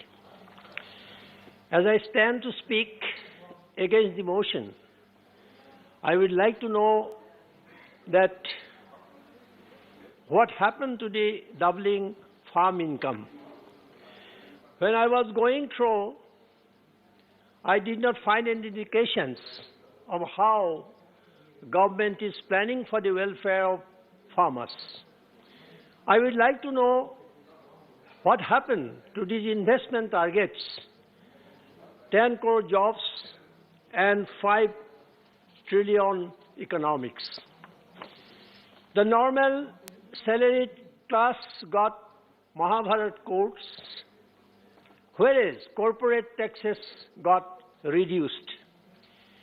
The pandemic has exhausted the nations, but what is the relief to come out from such agonies? But as usual, government chooses to ignore the shrinking middle and lower income class. 8 lakhs affordable houses will be completed at rupees 44,000 crore under Prime Minister Awas Yojana in 2022-23. This means rupees 55,000 for each house. I do not understand what kind of house will be of rupees 55,000, especially in the hilly areas of the northeastern region. Agriculture and allied activities which still employ the largest bulk of the population have been left without any mention in the speech. Madam, in 2021, the income of 84% of households has gone down, whereas government income increases 64.9% more in comparison to 2020. The nation is facing terrible inflation, and there is no mention of how to give relief to the middle and lower middle class. There is a reflection in the speech that the mirage of Achhe Din has been conceived, but the truth is ever farther away. I feel the nation must wait for 25 more years for Achhe Din to arrive. It will not be an exaggeration if I say that I sense it is anti-federalist policy and approach of the government of the day. The subsidies on several schemes which directly benefit common people, roughly 80%, has been reduced. The core of the core schemes, including Mahatma Gandhi National Rural Employment Guarantee schemes, faces a cut. I had a high expectation that the presidential speech would refer to rural jobs and their avenues, but funds had been cut by 25%. Vice Chairman, Madam, 2014, I would like to say 2014 promise of Achhe Din, 2017 promise of New India, 2022 promise of Amrit Kal in 25 years. The goalpost keeps changing as the timeline keeps changing, as the promises keep changing. Promises are good, but delivery is better. 4.6 crores have been pushed with poverty, and 84% households have suffered from loss of income, and India ranks 104 out of 160 countries in the Global Hunger Index. I do not find any capsules on how to recover from these agonies in the speech. 66 lakhs MSMEs were closed, and this has strained the people to go back to their native places, but there has been no scope and incentives to employ those people at their respective places. Madam, I represent Assam in the upper house, and the government has claimed that peace and tranquility prevail in the northeast states. The government has not spelled out a Naga peace solution, as the honorable members of the House know that the Naga conflict is the mother of all other conflicts of the region. The framework agreement was signed in August 2015 in the presence of the Prime Minister of India, and Prime Minister had subsequently claimed that the long-pending Naga conflict would be resolved in no time. More than 6 years had gone, but what is the latest update of the Naga conflict is still a mystery. I am of the strong view that unless the Naga conflict gets resolved, the peace process in the region will be just IWAS, and a piecemeal approach will continue to disturb the region. Manipur and Assam's peace-loving people are still longing for resolution of conflict, and the government of India is yet to start a dialogue with several outfits. I am confident that peace and development should move simultaneously, and if the Government of India takes bold initiatives,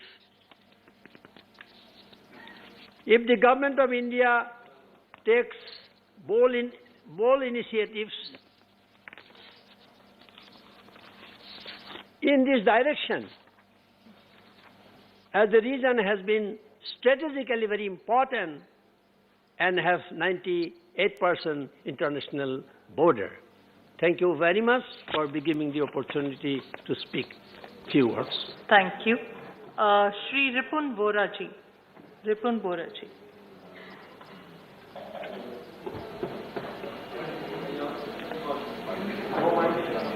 Hi, sir. Is it? Here, Boraji, come in. Here you can. Come.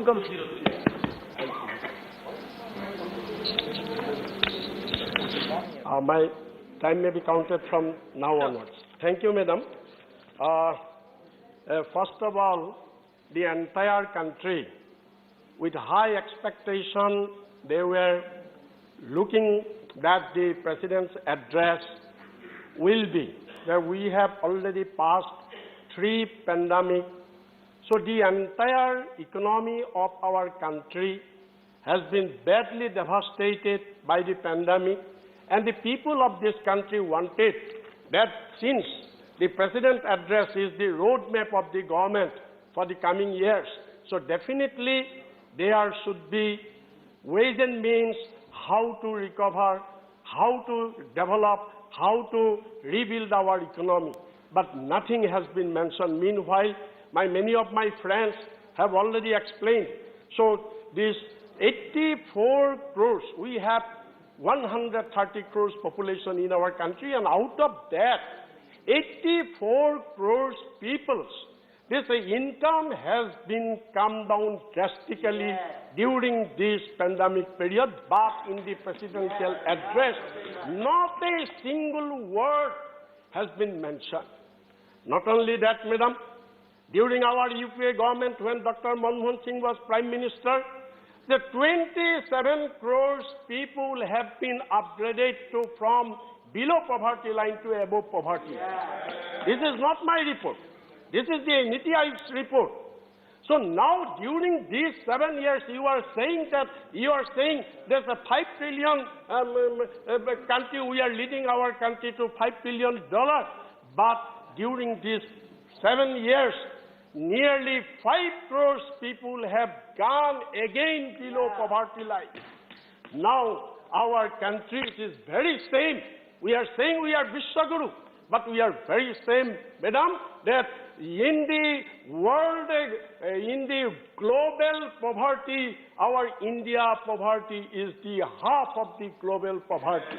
So this is the, madam, our present burning problem is what? This unemployment problem, this skyrocketing prices. Not a single word has been mentioned in the presidential address how to tackle the unemployment problem, how to tackle the price rises. Apart from that, madam, the purchasing power of our people in this country have been hugely declined. The individual consumption has been hugely declined, but in the roadmap, what we call is the BJP says that it is a roadmap of the government, but in the roadmap, nowhere road is mentioned how to tackle this situation. Not only, madam, I just in the para 15, in the presidential address, madam, para 15, the government has very proudly said that during pandemic period, we have done a great thing. What great thing? That not a single citizen was left in hunger, left in hungry. It is said, but what is the reality? They say that 80 crores people have been given free rice under Pradhan Mantri Garib Kalyan Nidhi Yojana. But what is the reality? This reality is our people in the world global index, our India's number has come to 101. It was 94 in 2020, and it has come to 101. And that too, madam, we are far, far behind than Bangladesh, Pakistan, and Nepal also. So this is our government claims that this is the largest food distribution program in the world, but this is the position. Not only that, madam, yesterday our LOP has also said that all the time we are hearing one complaint that 70 years, 70 बरस आपने किया क्या, 70 बरस आपने किया क्या.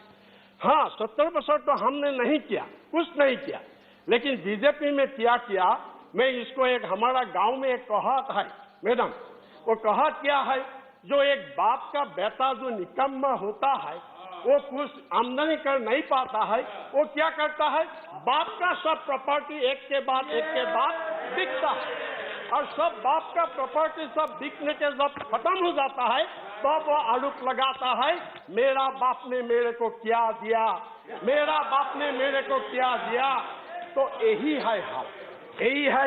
आप देखिए मैडम, मैं ये नीति आयोग का है, मेरा नहीं है, जो जब first prime minister India Jawaharlal Nehru, he created 33 number of PSUs, no privatization. Lal Bahadur Shastri, he created 5 numbers of PSU, no privatization. Indira Gandhi created 66 numbers of PSU, no privatization. Morarji Desai created 9 number of PSU, no privatization. Rajiv Gandhi created 16 number of PSU, 16 number of PSU, no privatization. VP Singh created 2 number of PSU, no privatization. PV Narasimha Rao created 14 number of PSU, no privatization. I.K. Gujral, H.D. Devegowda created 3 number of PSU, no privatization. Then Atal Bihari Vajpayee, he created 17 numbers of PSU. There is 7 privatization.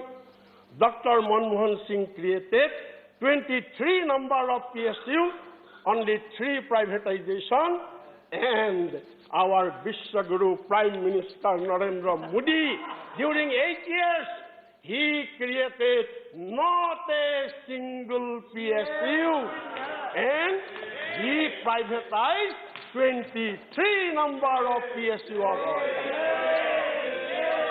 country. So this is what we have done 70 years, and what you have done in 8 years. Not only that, madam, one more important thing, that in para 40, it is mentioned about women empowerment. Para 31. Para 31, in the address, it is mentioned in the women empowerment, and says that 85% of the households, women, have been given Ujjwala gas. Yes, it is the data. By simply giving Ujjwala gas, there is no women empowerment. There cannot be women empowerment, but the government is not taking the feedback. There is no monitoring. The Ujjwala gas we have given, first cylinder women has taken, but the government has no knowledge. They are not taking this information that after taking the first cylinder, the woman has not been afford to take the second cylinder at cost of ₹1,000. It is lying. The cylinder is lying in the kitchen of the poor woman. This is women empowerment. This is women empowerment. Not only that, madam, our Congress government for women empowerment, we have made 33% reservation in Panchayati Raj, 50% reservation in urban local bodies, and we have passed bill for reservation of women in Parliament and the Assembly also. But what you have done? What you have done? What about that?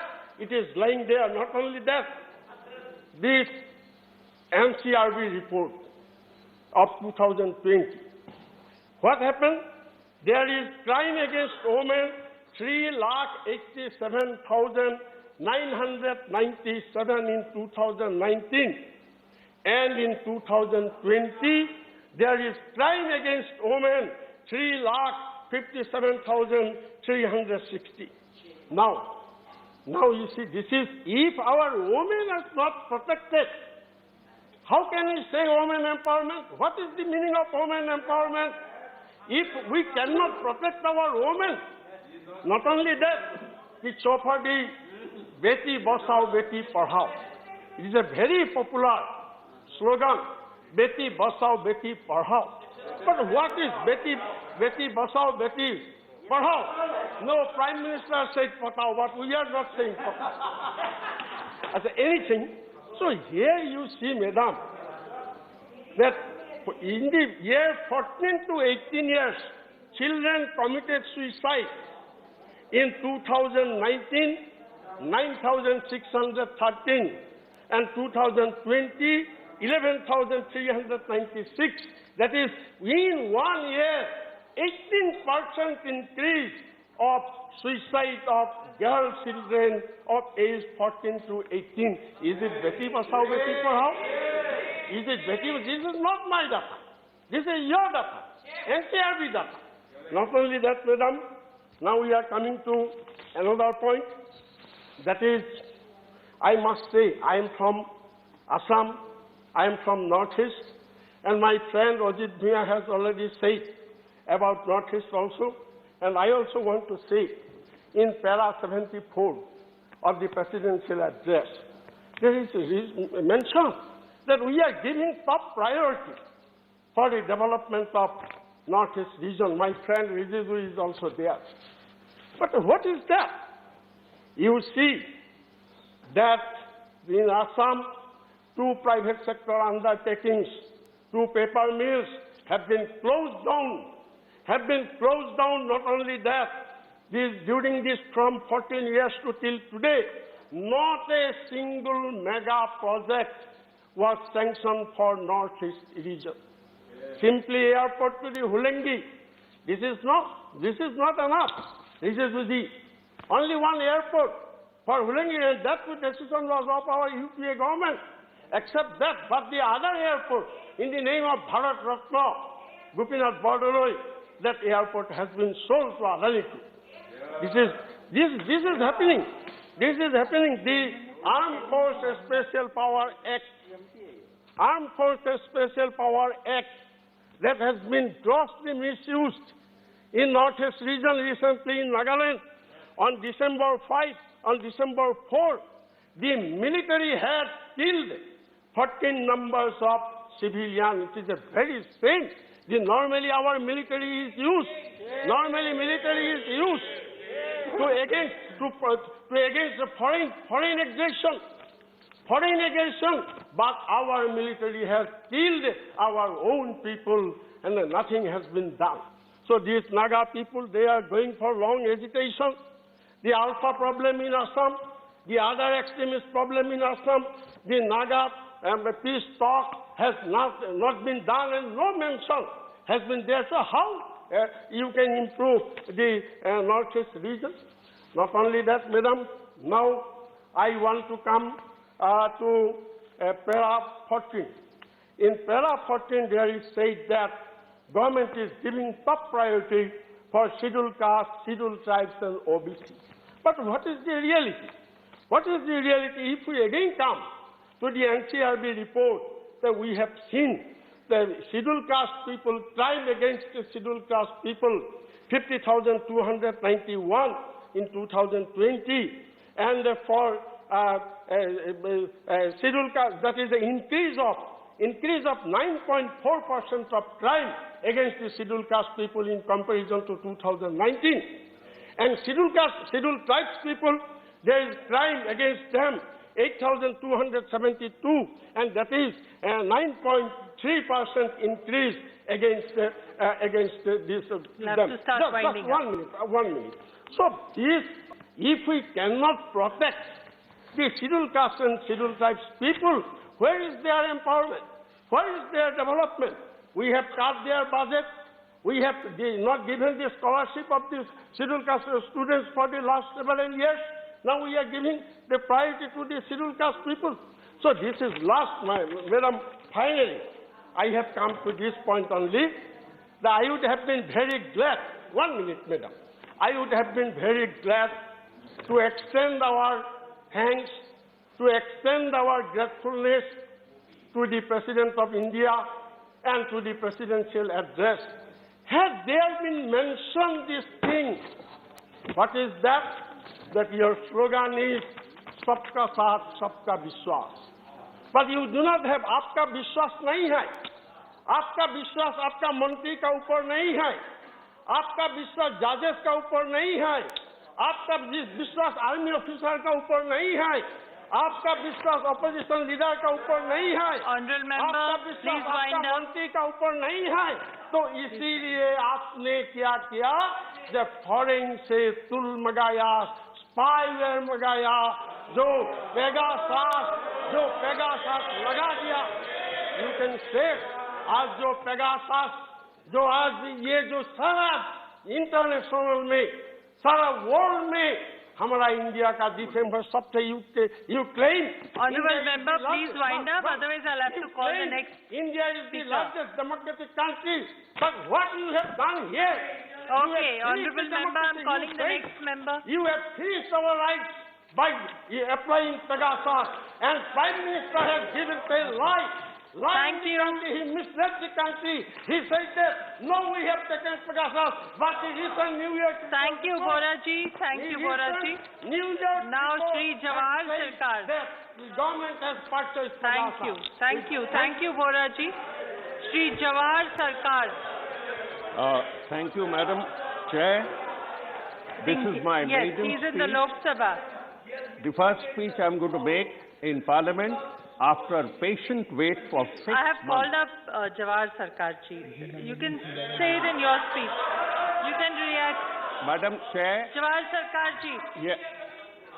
Chair. Yes. Yes, Sarkar ji. Yes.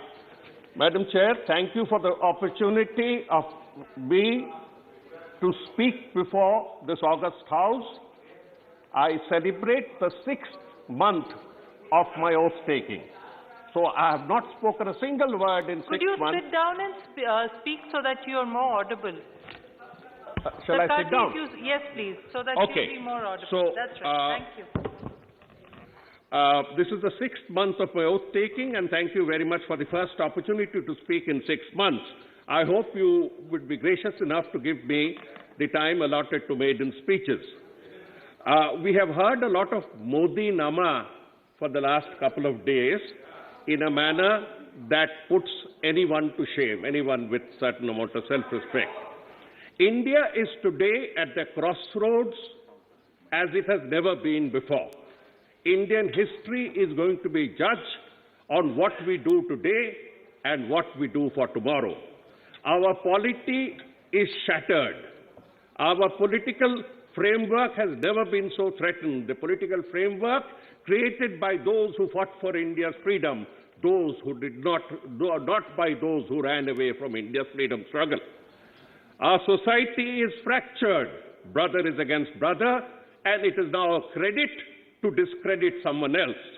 Our economy is mauled. It has never gone through such a bad patch. I have worked for 41 years in government, and I know that we have never gone through such a bad patch, not even in 1991. And much of the destruction of the economy is thanks to deliberate policies that have not understood their meaning. The first two problems that I would highlight are inequality or inequity and joblessness.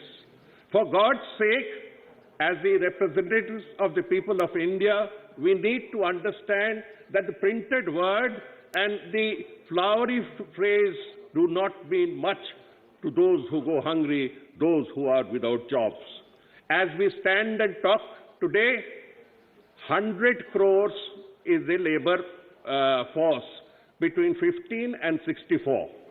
Between 15 and 64, government has said there are 100 crore people, and it is government and CMI and others who have admitted that only 40% is a labor participation ratio. This means, in effect, that 60 crore Indians have no job security. No job security. We need not quibble over the exact number unemployed, those who are without any job whatsoever. Forget security. It could be around 6 crores. The rate of unemployment has never reached such a devastating portion as it has reached today. On the other hand, we see in this inequitable system, in this open capitalist system that has been ushered in by a certain person in 2014, never before in the history of India have we seen such a naked capitalism. We see that somebody who flew him in a plane has shot up from 14 billion US dollars to 41 billion US dollars. The bottom half of India have lost what they had, and they are now holding on to 13% of the national wealth. 13% of the national wealth is held by the bottom half of India, while the top 10% alone, the numbers are just a handful, have abrogated 22%. We can go on figures of poverty because poverty itself is open to definition. One reliable statistic says that about 15 crore Indians were lifted out of poverty in the last in 10 years from 2006.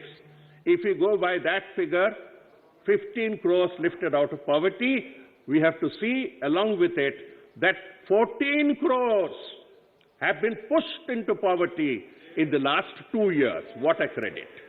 Pushing them back into poverty. Joblessness, I have already told you. So without an equitable economy, what does it matter whether the Indian economy reaches 3 trillion or 30 trillion? Because all of it would be going into the pockets of a few while the others go hungry. Hunger has already been mentioned. To give effect to this, what I would say, a misconstrued game plan, we find privatization has been given much more emphasis than ever before in Indian history. The disinvestment budget for 21-22 is 1.75 lakh crore. I wonder how much they have been able to get. But over and above this, disinvestment is giving it up forever. Government has come up with a new ploy called the National Monetization Pipeline. This NMP targets 6 lakh crores. 6 lakh crores over a period of 5 to 6 years. And this year itself, I think its target is 88,000 crores.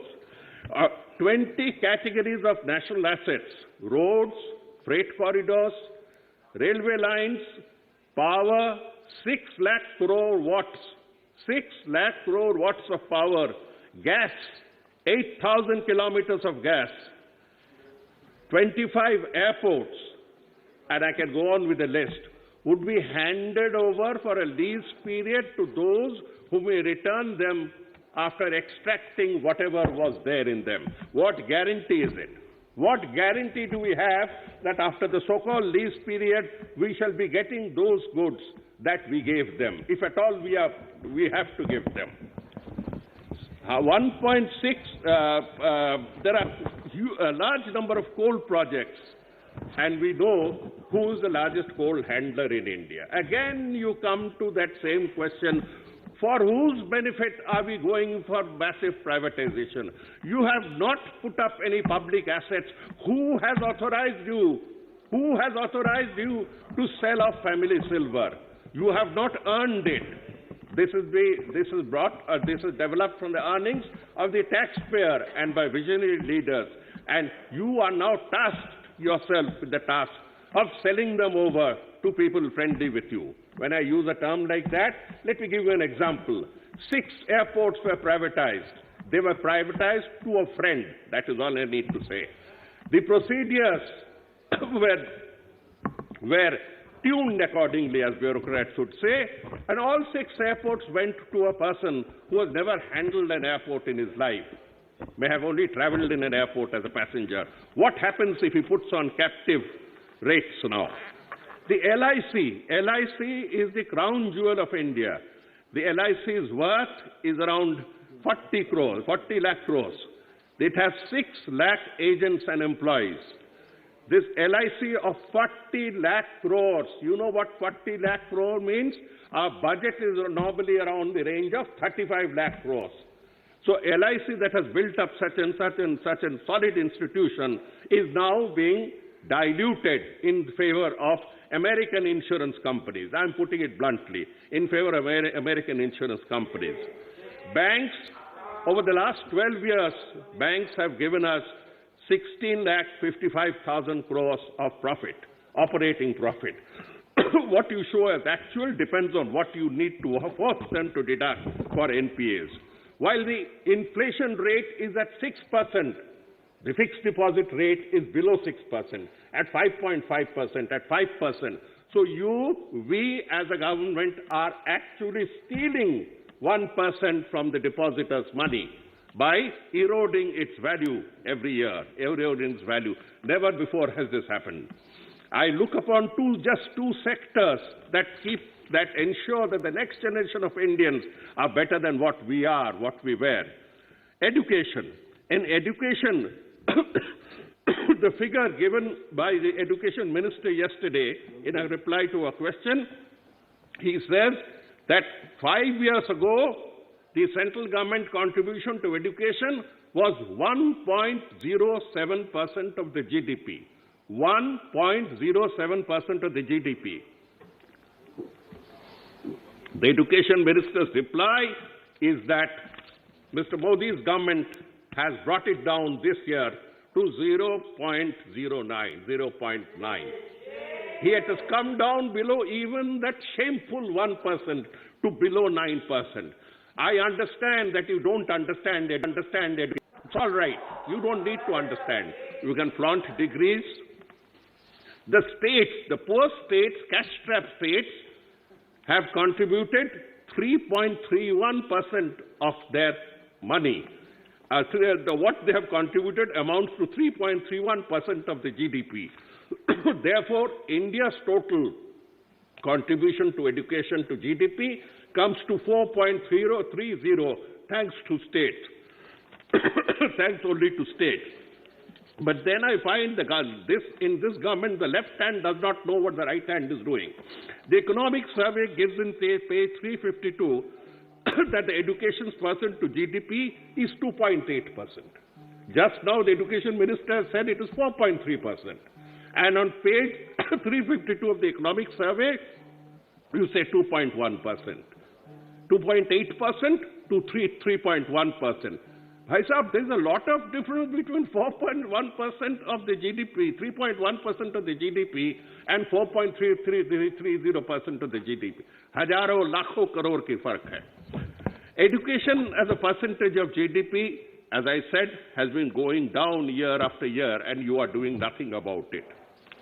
The major schemes in higher education, I was checking, and they have replied that the major scheme for higher education known as RUSA, Rashtriya Uchchatar Shiksha Abhiyan, has come down from 1,400 crores 5 years ago to 165 crores this year. From 1,400 crores to 165 crores. This is just an example. Just an example. I move on to health. Health, whenever we talk about, India will not forget those devastating scenes of corpses being burnt on pavements or in parks, corpses being thrown into rivers to hide figures. The figures that the government of India has given and is repeatedly giving of deaths is challenged by every country in the world, including Burkina Faso. Our statistics have no value whatsoever. We are beating China where credibility is concerned.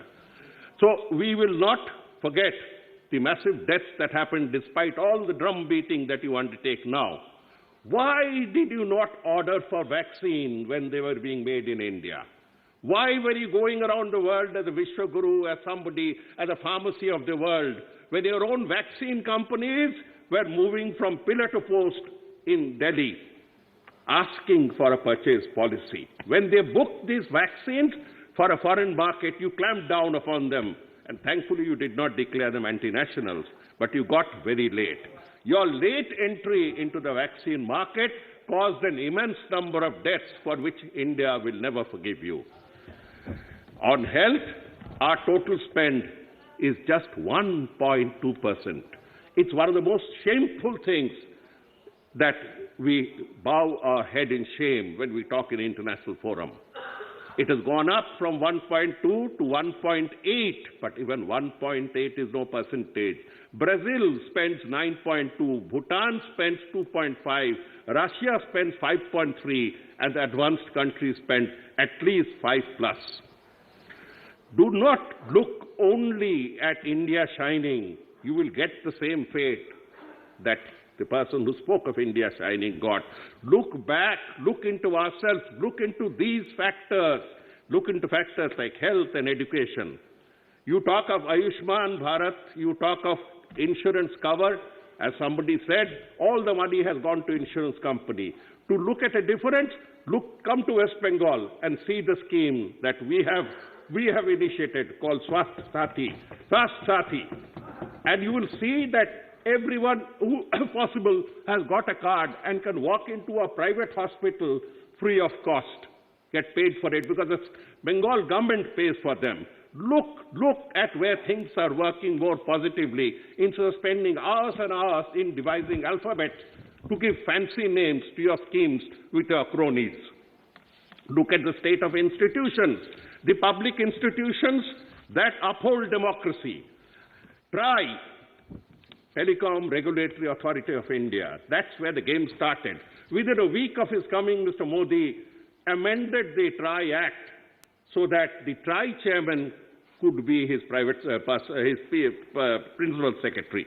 And the chairperson accepted it quite shamefully. That is where the rot begins. Subsequent chairmen of TRI have facilitated the growth of one telecom empire and have devastated all other telecom companies to the extent that Government of India is forced to buy up the major shares in one limping company. Look at the Election Commission of India. I will not comment about the present commission because we have not had sufficient interaction with them. But the previous commission, consisting of a chief election commissioner, was an international shame. His partisanship is a matter that is listed in stone in Nirvachan Sadan. He tampered with everything in favor of the ruling party.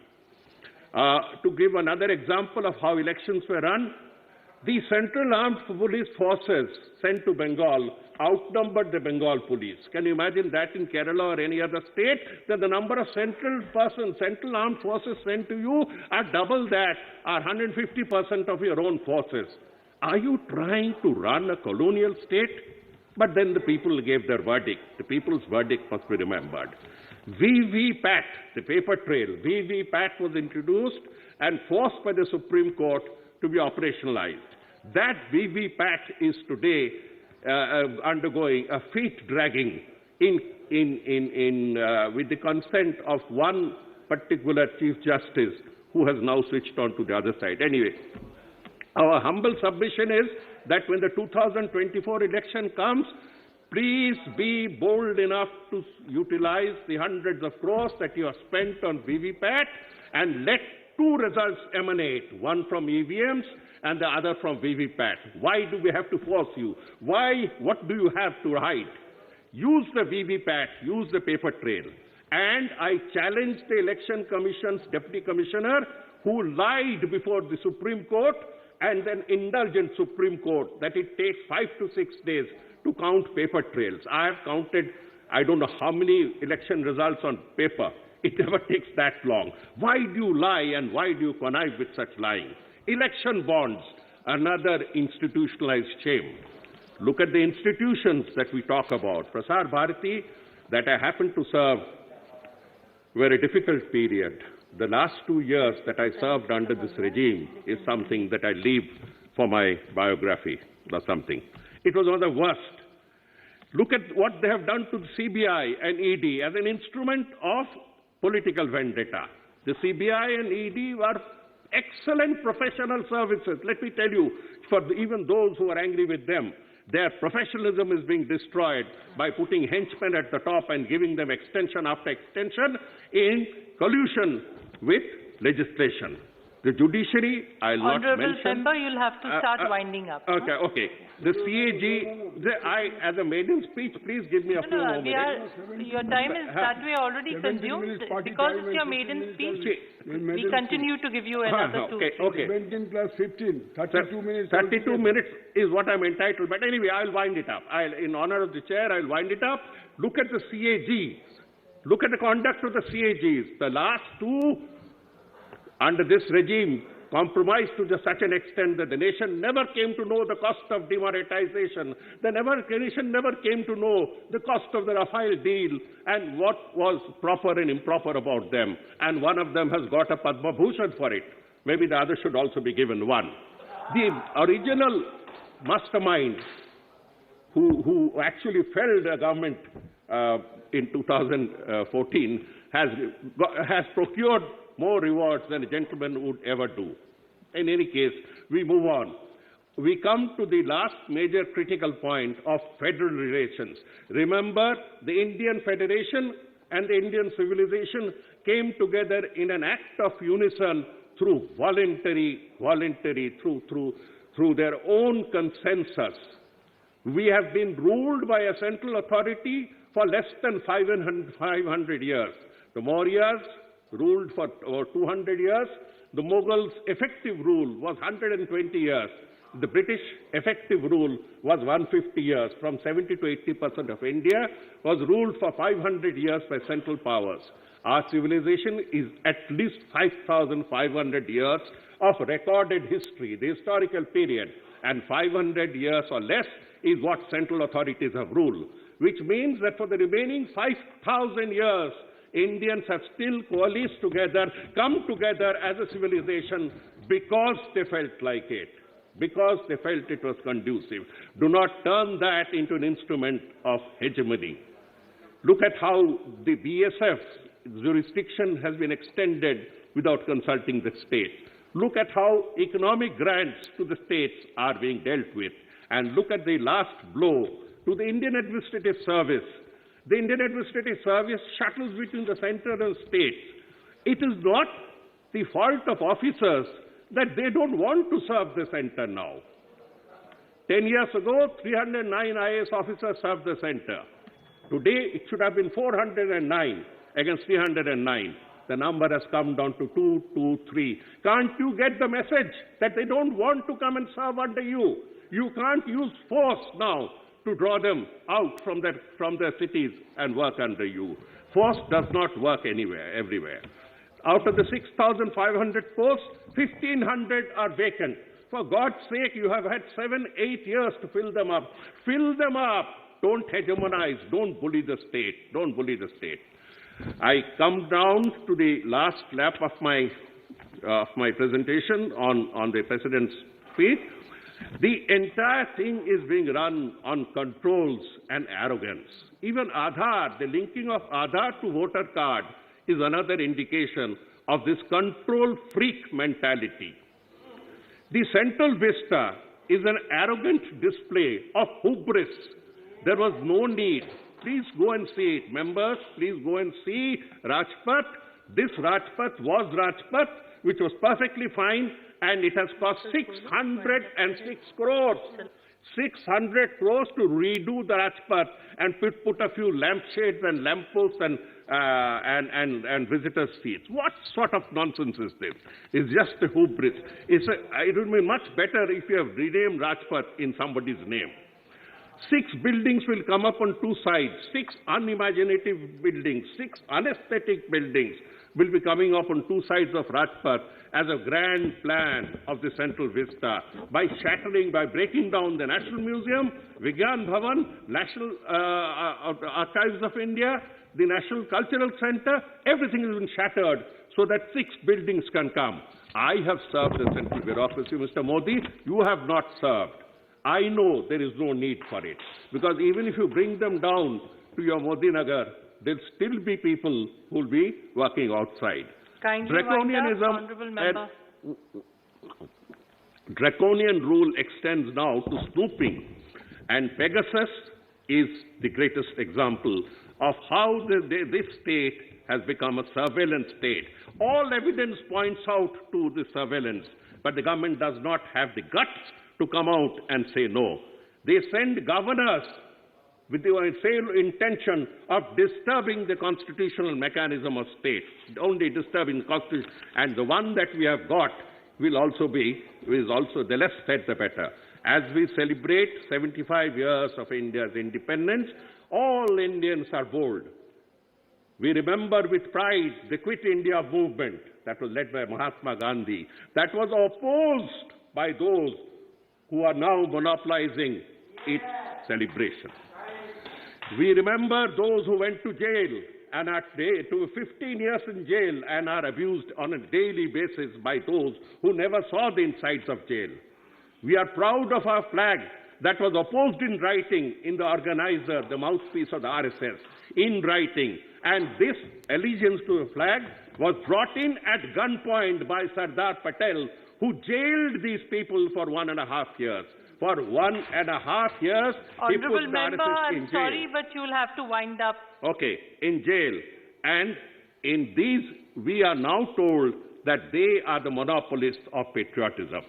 This government is not worthy of further discussions, because every act that it has undertaken is an act that spells out the deep hubris, the tendency to homogenize a country that is necessarily heterogeneous. Indian civilization will thrive on its heterogeneity, not on any enforced homogeneity. Thank you, Chair. Thank you. Shri R.S. Bharti ji.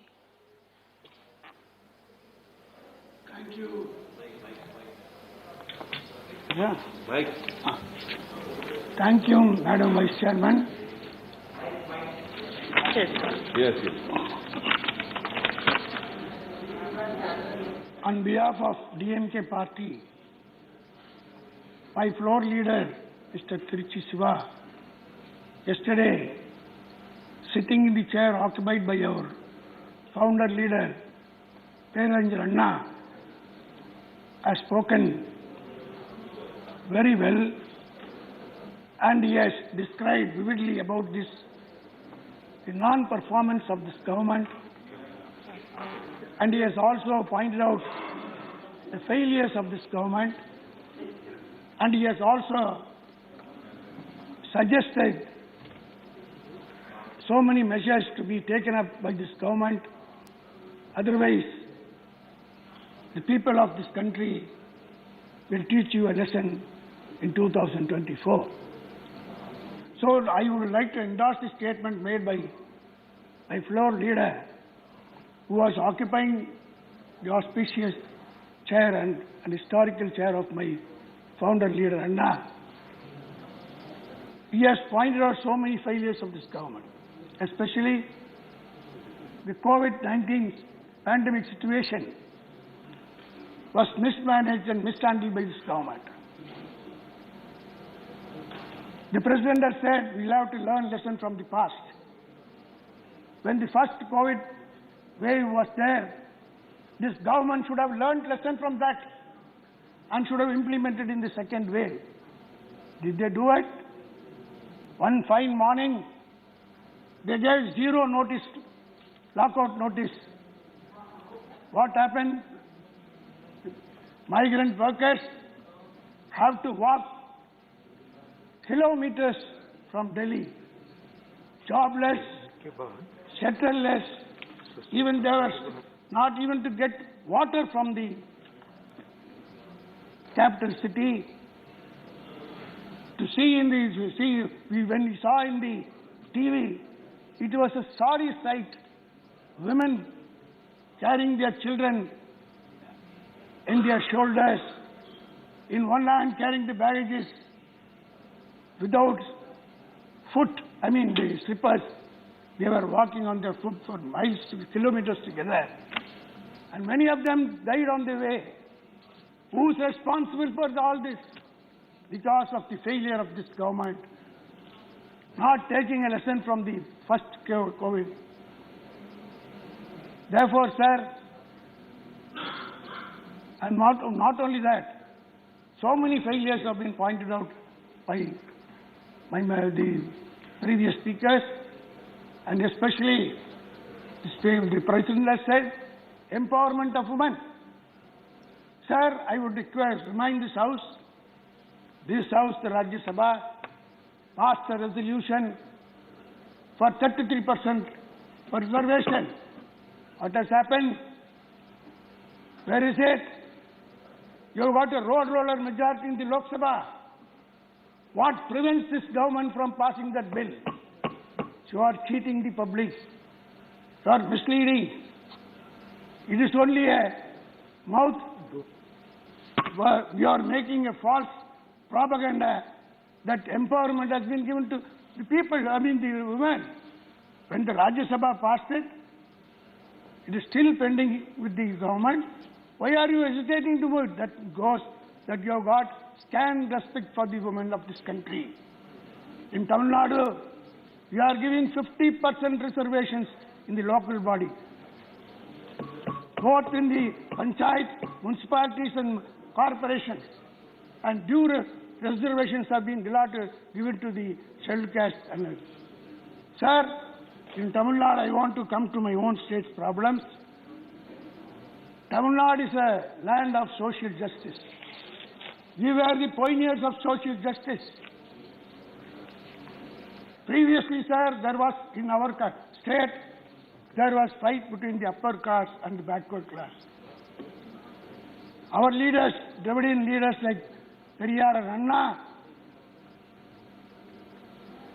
in Tamil Nadu, reservation, because of reservation, today Tamil Nadu happens to be the medical hub. Who was responsible for that? It is the Dravidian movement.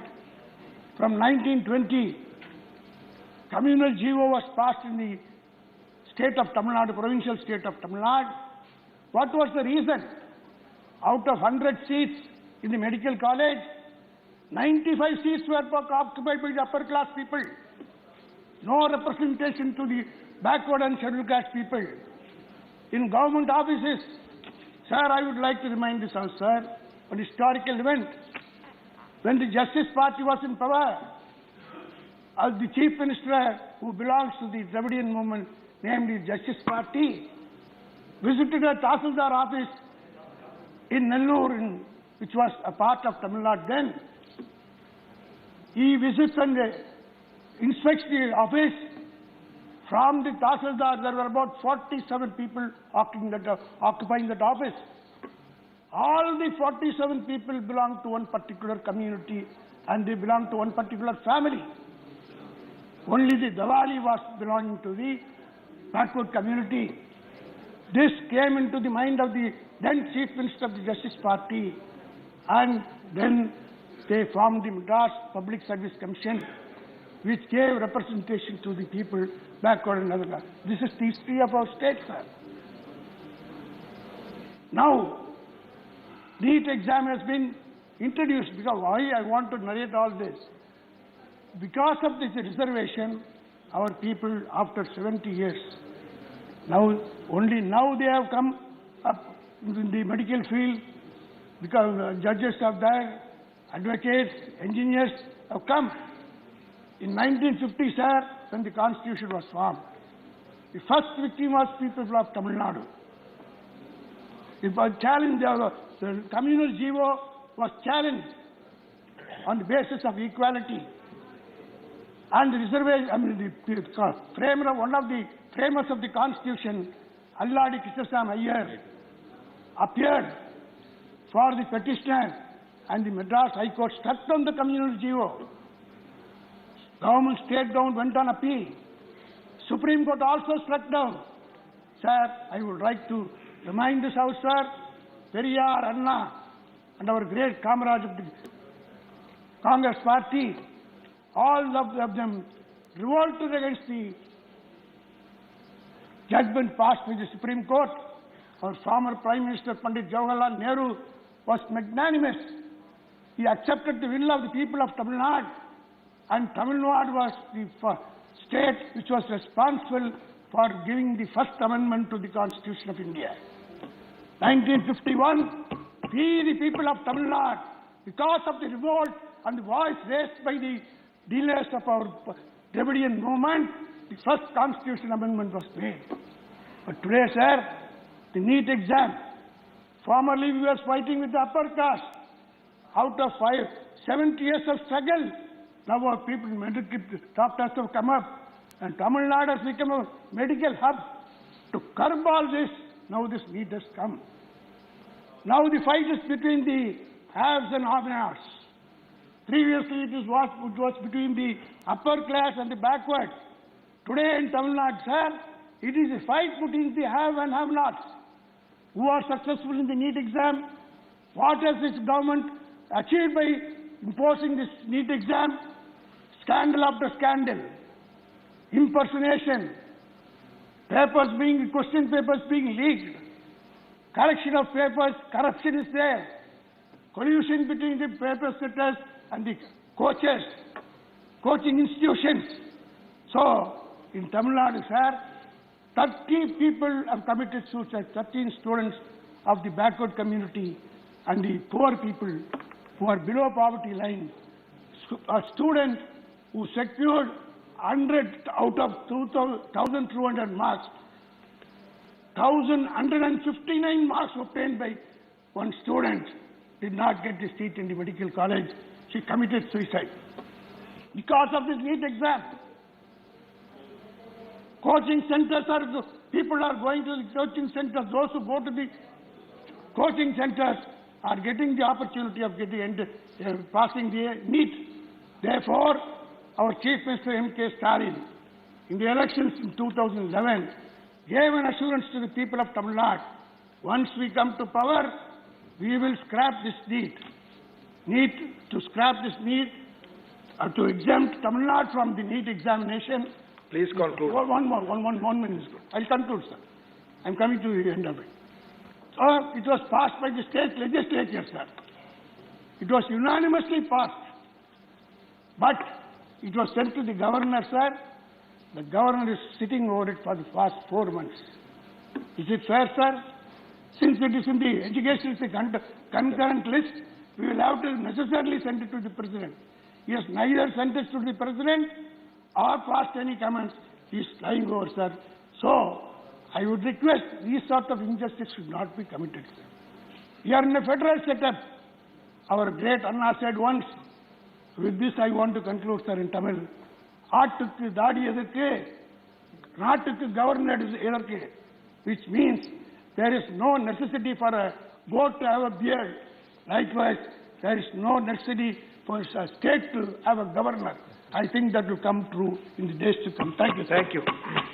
Dr. Susmit Patra ji. माननीय अध्यक्ष जी, आपने मुझे ये अवसर दिया राष्ट्रपति जी के अभिभाषण पे धन्यवाद प्रस्ताव पे अपना वक्तव्य रखने के लिए, इसलिए मैं आपका शुक्रगुजार हूं। मेरे नेता माननीय मुख्यमंत्री श्री नवीन पटनायक जी की ओर से, बीजू जनता दल की ओर से, मेरी पार्टी की ओर से हम लोग इस वोट ऑफ थैंक्स को समर्थन करते हैं, इस धन्यवाद प्रस्ताव को समर्थन करते हैं। मान्यवर, धन्यवाद प्रस्ताव को समर्थन करते हुए आज मैं बड़ी भारी दिल से ये कहना पड़ रहा है कि समानता की जो विषय है, समानता का जो सोच है, जो आदर्श है, जो फेडरलिज्म की स्ट्रक्चर है, जो संघीय व्यवस्था का चर्चा हम करते हैं, वो संघीय व्यवस्था का चर्चा जो है कहीं ना कहीं आज घटता हुआ दिख रहा है। ये मैं क्यों कहता हूं?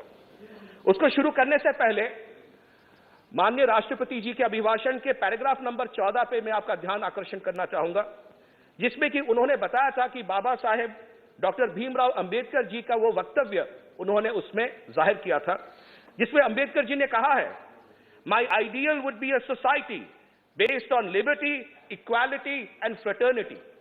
इक्वालिटी, समानता, सारे राज्य एक समान, कोई ज्यादा नहीं, कोई कम नहीं, किसको ज्यादा प्यार नहीं, किसी को कम प्यार नहीं, सबको इक्वालिटी। ये बाबा साहेब भीमराव अंबेडकर की सोच का जो वर्णन राष्ट्रपति जी ने किया है, अति सुंदर है। बट क्या यह वास्तविकता में हो रहा है? आज वास्तविकता में नहीं हो रहा है। यह वास्तविकता में क्यों नहीं हो रहा है, इसके बारे में मैं जिक्र करना चाहता हूं। माननीय अध्यक्ष जी, हमारे माननीय मुख्यमंत्री श्री नवीन पटनायक जी ने 2019 में, 2020 में, 2021 में 3 चिट्ठियां लिखते हैं वो केंद्र सरकार को और मांग करते हैं कि प्रधानमंत्री आवास योजना ग्रामीण में 6 लाख परिवार, 6 लाख घर, जो कि ज्यादातर आदिवासी भाई बहनों का है, उनको प्रधानमंत्री आवास योजना ग्रामीण में सम्मिलित किया जाए। उसके लिए क्या करना पड़ेगा? केंद्र सरकार का एक आवास पोर्टल है मान्यवर, उस आवास पोर्टल को खोलना पड़ेगा। 3 साल से यह आवास पोर्टल खुल नहीं रहा है, ये खिड़की बंद है और ये खिड़की जो है खुलने का नाम नहीं ले रहा। मगर ये खिड़की किसके लिए खुलता है? ये खिड़की खुलती है उन राज्यों के लिए जिनको कि केंद्र सरकार शायद ज्यादा प्यार करते हैं। इस साल जनवरी 2022 में जब जनवरी 13 तारीख को ये खिड़की खुली, खिड़की किसके लिए खुली? ओडिशा राज्य जो 3 साल से मांग कर रहा है, हमारे माननीय मुख्यमंत्री श्री नवीन पटनायक जी 3 साल से मांग कर रहे हैं, उनके लिए नहीं खुला। खुला किसके लिए? कर्नाटक के लिए। अच्छी बात है, कर्नाटक के लोगों के लिए, उनके 25 लाख परिवारों के लिए यह खिड़की खुली, अच्छी बात है। मगर ओडिशा के 6 लाख आदिवासी भाई बहनों ने ऐसा क्या गुनाह किया है जिसकी वजह से 3 साल से उनके लिए खिड़की नहीं खुल रही है? यह वास्तविकता समझ में नहीं आ रहा। मान्यवर, पैराग्राफ 19 में माननीय राष्ट्रपति जी ने कहा है 1 करोड़ 17 लाख प्रधानमंत्री आवास योजना के घर जो है वो सम्मिलित किए गए हैं, अप्रूव किए गए हैं। अगर 1 करोड़ 17 लाख घरों को आप सम्मिलित कर सके तो 3 साल से 6 लाख आदिवासी भाई बहनों का घर क्यों सम्मिलित नहीं कर पा रहे हैं? क्या दुविधा है? क्या गलत किया है उन्होंने? अगर 25 लाख कर्नाटक के घर जुड़ सकते हैं जनवरी में, तो आज ये 6 लाख घर क्यों नहीं जुड़ पा रहे? मान्यवर, पैराग्राफ 5 क्यों मैं आता हूं, ये तो एक विषय है और यह मांग भी हमने 0 आवर में रखा था कि प्रधानमंत्री आवास योजना का ये जो आवास पोर्टल खोला जाए ताकि 6 लाख परिवार जो है, जो आदिवासी परिवार है उड़ीसा के, वो इससे बेनिफिटेड हो सके। मैं आशा करता हूं कि अगर सरकार सुन रही है तो सरकार इस पे गौर करे। पैराग्राफ 5 में मैं आपका ध्यान केंद्रित करना चाहता हूं। पैराग्राफ 5 में कहा क्या गया है? सबका साथ, सबका विकास, सबका विश्वास, सबका प्रयास। मुझे लगता है कहीं ना कहीं संघीय व्यवस्था में आज सबका साथ नहीं सोचा जा रहा, कुछ राज्यों का साथ सोचा जा रहा है। सबका विकास नहीं सोचा जा रहा। कर्नाटक का विकास सोचिए, अच्छी बात है, उड़ीसा का भी विकास सोच लीजिए, कुछ गलत नहीं है। सबका विश्वास भी लीजिए। कुछ राज्यों का विश्वास क्यों ले रहे हैं? हमारा भी विश्वास लीजिए साथ में। और सबका प्रयास, आज सारे राज्य प्रयास कर रहे हैं, सारे राज्य आगे बढ़ने की कोशिश कर रहे हैं। उड़ीसा राज्य माननीय मुख्यमंत्री श्री नवीन पटनायक जी के नेतृत्व में दृढ़ता के साथ आगे बढ़ रहा है। हॉकी वर्ल्ड कप कहीं होता है तो उड़ीसा में आज होता है। जीएसटी में सबसे ज्यादा कोई देता है तो उड़ीसा देता है। 20,000 करोड़ अगर रेलवे में कोई देता है, उड़ीसा देता है। खनिज अगर आज देश को कोई देता है, उड़ीसा देता है।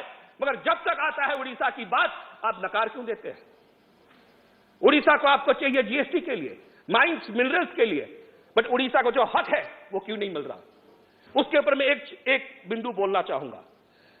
पैराग्राफ 22 पे जो लिखा गया है, मैं उस पर अब आना चाहता हूं। पैराग्राफ 22 में कहा गया मान्यवर, empowerment of farmers and rural economy. जो किसान हैं उनको सशक्त किया गया है, अच्छी बात है। और सरकार ने रिकॉर्ड प्रोडक्ट प्रोक्योरमेंट किया टू मैच रिकॉर्ड प्रोडक्शन, ये भी अच्छी बात है। रिकॉर्ड प्रोडक्शन हुआ देश में, किसानों ने किया, और रिकॉर्ड प्रोक्योरमेंट केंद्र सरकार ने किया, अच्छी बात है। 900 लाख मैट्रिक टन आपने प्रोक्योरमेंट किया, 1 करोड़ से ज्यादा किसानों को आपने फायदा दिया, ये अच्छी बात है। तो मान्यवर, अगर 900 मैट्रिक टन अगर आप ले रहे हैं, 900 लाख मैट्रिक टन अगर आप प्रोक्योरमेंट कर रहे हैं, तो उड़ीसा का 22 लाख मैट्रिक टन पारबॉइल्ड राइस आप क्यों प्रोक्योरमेंट करने से मना कर रहे हैं?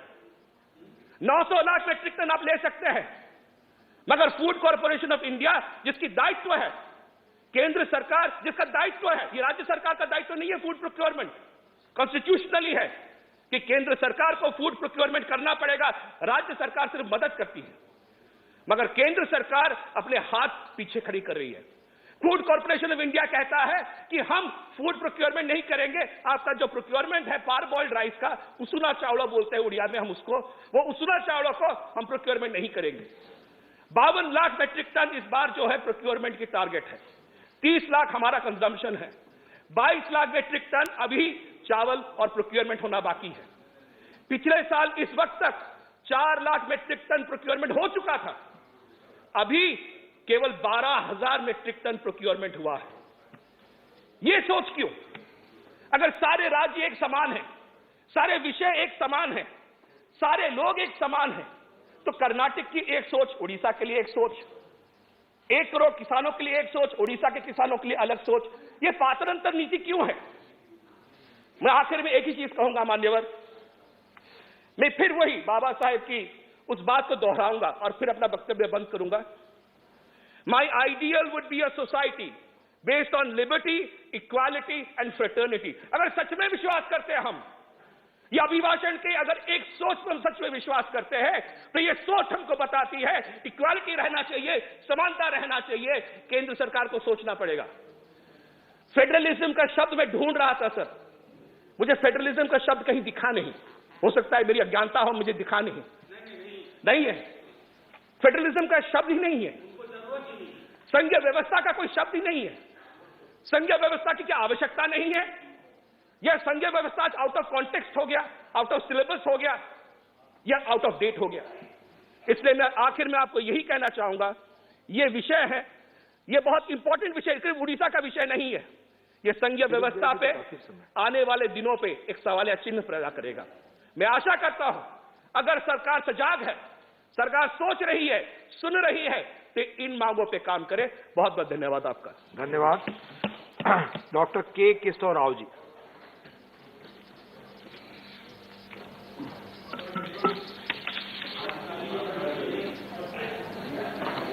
Sir, I hope you will empathize with my discordant note, because I speak with the discordant note for the reasons, not without reason. One is, we are disappointed with the address which usually done. Nobody expected that you would do it after seeing them for the 7 years. Number two, what has been said could have seen in a global, in a Google or anywhere. There's nothing new. Yesterday I was hearing from Lok Sabha a leader saying that what we expect in a presidential address is some kind of a strategic vision of the state, of the party, of the ruling party. Because what has been done is done which has both plus and minus points. But what is to be done is something which you throw for open discussion. Sir, today I raised with, as I earlier said, with most very hard, even my Patraji, while welcoming the address, said he was speaking with a heavy heart.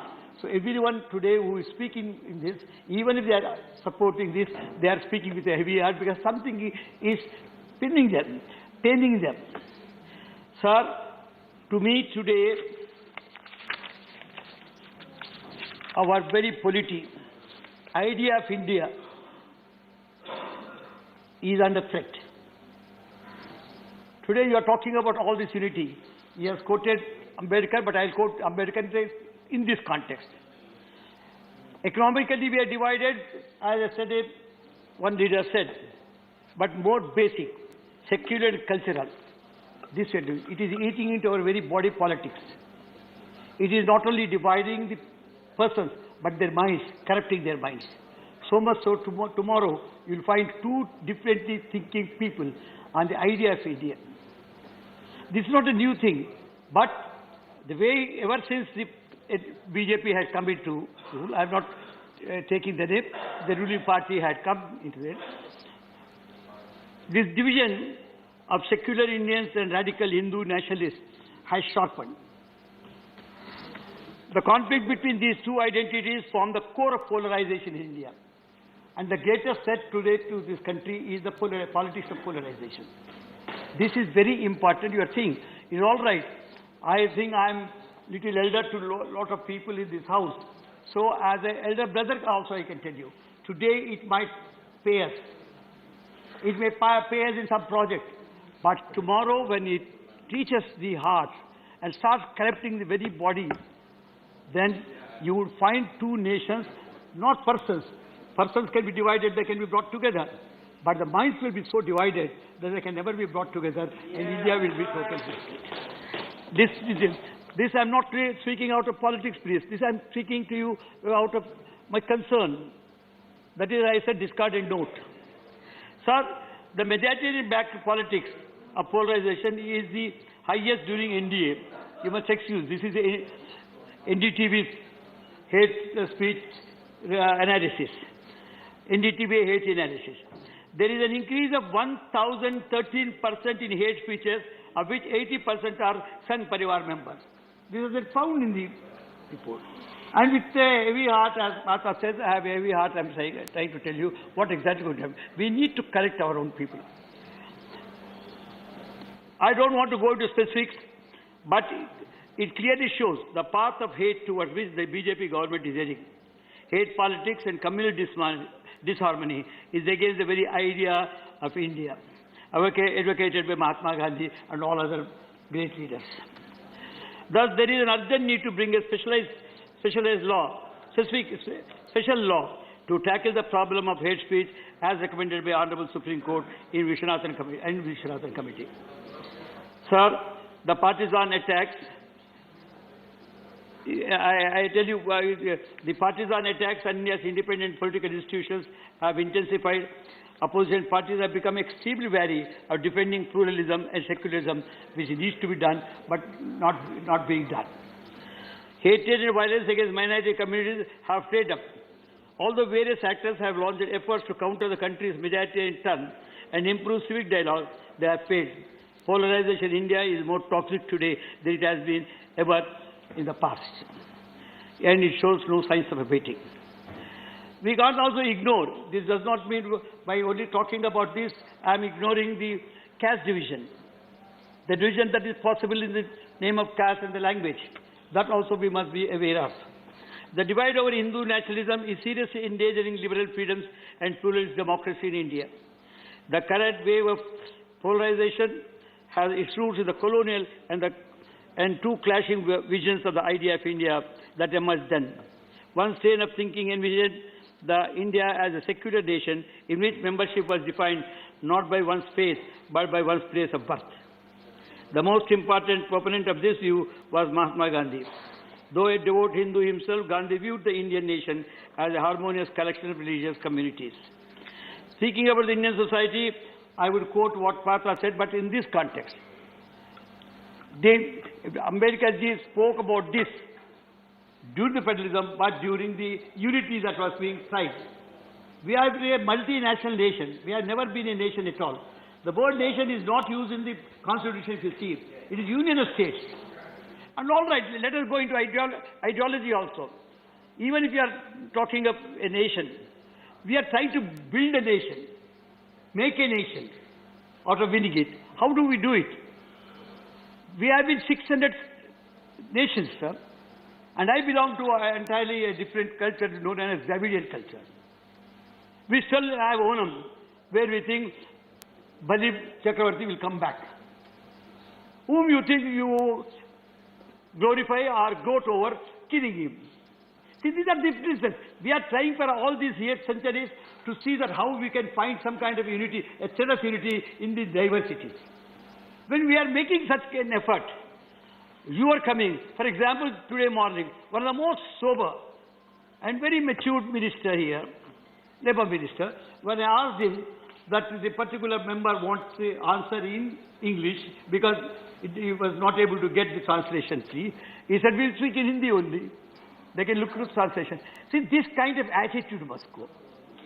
This kind of thinking, mind setup should go somewhere. And this we see it today.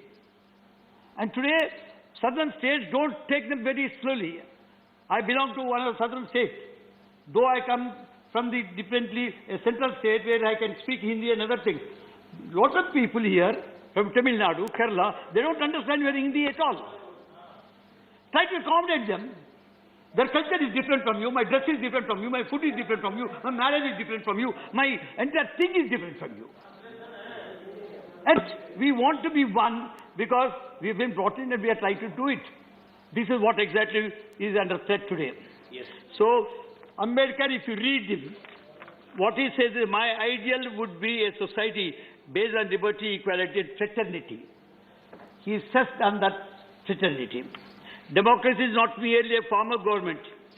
Only because you have a power, you are taking away all the powers of the state government and still say we are running the government and we have the figures. And I thank, not only thank, congratulate Sarkarji.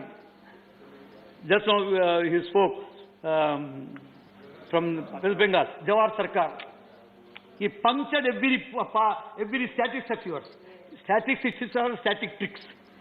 These static tricks of yours have been punctured by him here when he quoted you. One by one, points have gone down, although you have been claiming to be both. I'm not getting it. Here, I'm telling you, democracy is not merely a form of government. It is primarily a mode of associated living. How you live and how you take us all together is important, which we have never seen in the BJP. If a chief minister from Telangana writes to you a letter asking people to revolt against the center, taking the plows in their hands, and it comes in the entire banner, and new special issues are taken out. Why this pass? Why did we come to that kind of a pass where a chief minister has to petition against you? You are speaking on agriculture, no doubt, about the agricultural distress. You are speaking about federalism, no doubt, because you are trying to take away his power. But you are also speaking about your mindset, because he has been very close to you. He has been acting, we have been voting today we have decided we should not be with you, we shall never be with you. Why? Why this path? Why this kind of a change? You must ask yourself, not to ask we ourselves. Whatever it is, as far as I said, Article 5 of the Indian Constitution deals with the provisions related to citizenship. The BJP government has attempted to destroy the secular nature of the Indian Constitution by changing the citizenship law on communal lines through the passage of CAA and NRC. See, this is what exactly we are trying to talk to. You might have passed the bill. People might have protested, might have told you, but you are not taking recourse to it. Sir, whatever it is, this is taking me to the center trying to take usurp all the powers. Sir, federal structure is also under threat, like the very idea of India. The central government, through the passage of several bills, is trying to destroy the essence of Indian federalism. Although the word federalism is not there, but we think we are a federal government and we strongly believe it is a federal government. The proposed legislation not only takes away the power, I'm quoting to you, I give you an example of electricity power bill, which is coming. Sir, that legislation, the proposed legislation, not only takes away the power vested in the state government, but also give an undue advantage to those states that have the BJP government as the ruling party. Please look into the clauses, you will find. I would have asked Patra to make a study and tell you.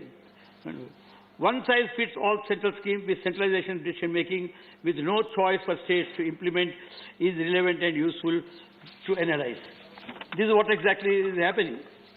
As I said, the proposed amendment in electricity bill allows the entry of private players in the power sector.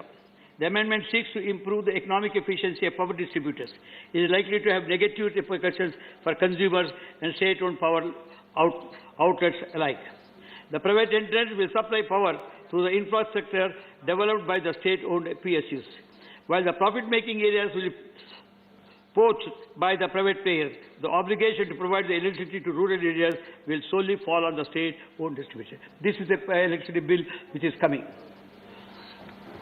Since the creation of our state, Telangana, the power capacity has increased multiple.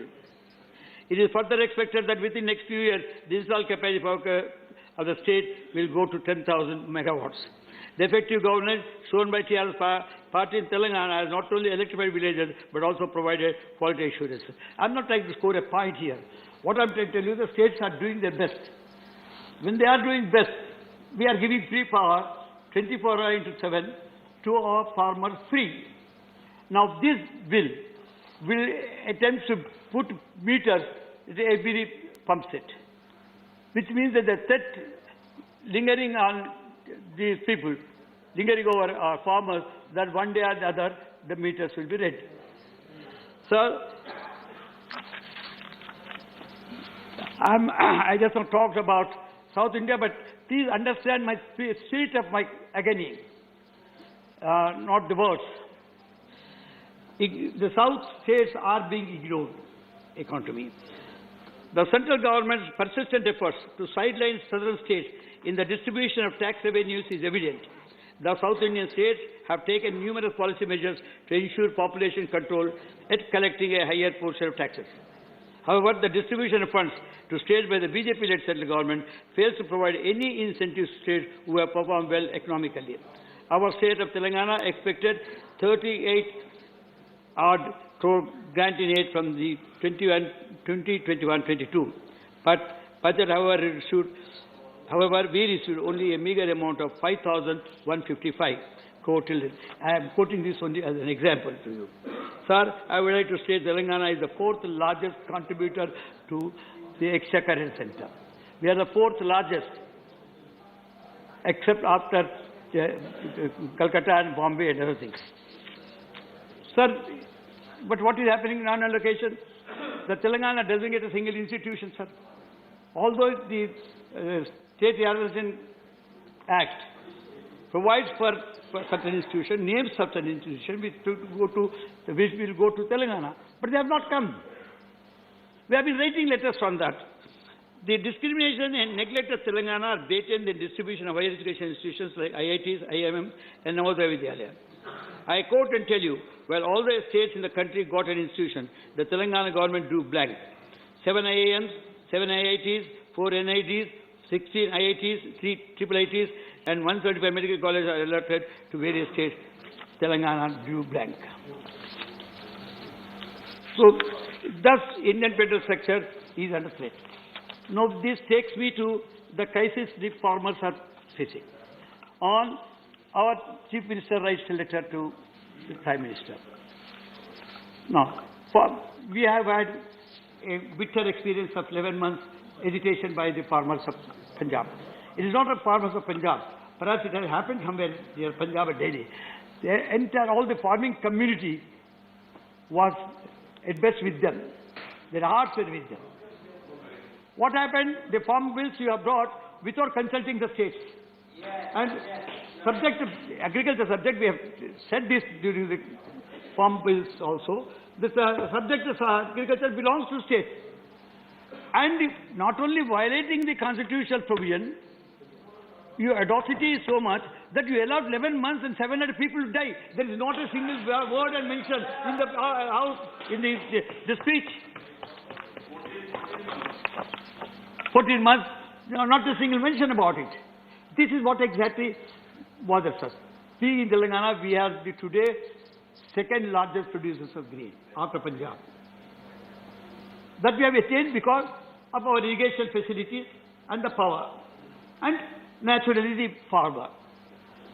And now we go to the side of the farmers who are on agitation. Sir,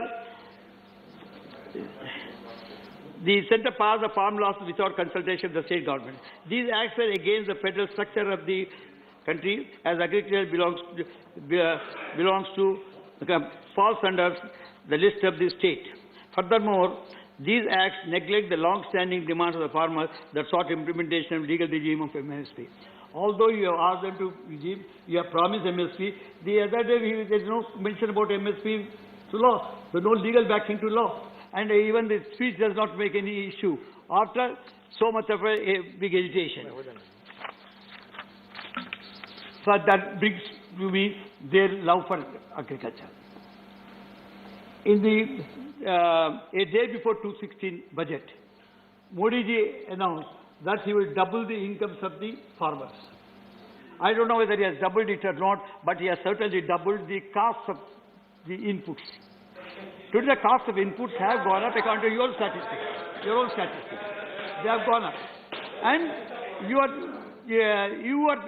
saying that you have doubled is just but a joke. The allocation of funds from the union budget has substantially declined and reached less than 2% at one stage. Understand this, what is happening. Today the growth rate is 3.9. If you want to reach the double figure, you must go to 12% to 14% growth rate. Where is 12 and 14, and where is the 3 point down this year? Otherwise you would never reach it 3.3. The year that you reached it was 3.3. Manya Dr. Kesar Rao ji, your time is already over. Oh, then I'll have to go very important, sir. One is the important, no, I'll take 1 minute, I'll take 2 minutes. Sir, employment, everybody, the world knew the employment is the greatest challenge that the nation is having. But is there a single mention about unemployment in this, sir? Why? That means you are totally blind. You are totally oblivious of what is exactly needed in this country and what the people are asking for. So, since employment, I'll say, closure of business houses, and because I head one of the standing committees which is concerned with industry, MSMEs, which is the employment giver. Closure of business houses and laying off of employees has led to sharp increase in unemployment rate. India's unemployment rate went up to 7.9% in 2021. In urban areas, it reached 9.30% in December 21, while in rural areas, it went up to 72. So it is important to note that the unemployment rate was already quite high, 6.3 even before the advent of COVID. So you can't take the excuse of COVID at this point of time. I'll not, the procession of unemployment can be understood, sir. People still say that we have 11 lakh vacancies in the jobs. And what is taken out today is 60 lakhs. Believe me, it is not 7 lakhs. 60 lakhs, this unorganized sector also needs to be taken into consideration. 60 lakhs of people have gone out of the jobs in this area. It is much more. You see, as I said, statistic, there is not a single agency which can give us with credibility what exactly is the position today in the country. Sir, this takes me to the one sentence is about a failure to make in India. Is it scheme, is it slogan, is it Jumla? However, make in India is in manufacturing unit that you are asking. MSM is a manufacturing unit. It is manufacturing unit which are in lakhs with us. We are giving 11 lakh jobs there. And you should have encouraged them. And what yesterday the minister says is a credit guarantee scheme is being, credit guarantee scheme is there for the last 4 years. You only brought it, I'm telling you, agreed. But still don't quote as your speech quote. Please conclude now. Sir, last is our chief minister, not out of frustration, after very thoughtful hours, has decided to throw open the idea of searching for a new constitution for this country. Because we know, under you, even the basic structure of secularism, basic structure of our commitment to the nation, or basic structure like governor's office, like this state list, and also the relative principles which need Thank you, Dr. Kesar Rao ji, please. Are under threat. So he has thrown open. Please. With all respect, Thank you. I respect you, and you are senior member. You know me also. I know you nearly 40, 50 years.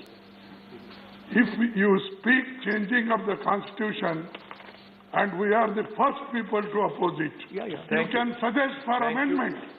But you can't say that the basic constitution is going to change. Please conclude. And they want to do it. And it is a favorable to them. The RSS people want change of constitution. They demanded.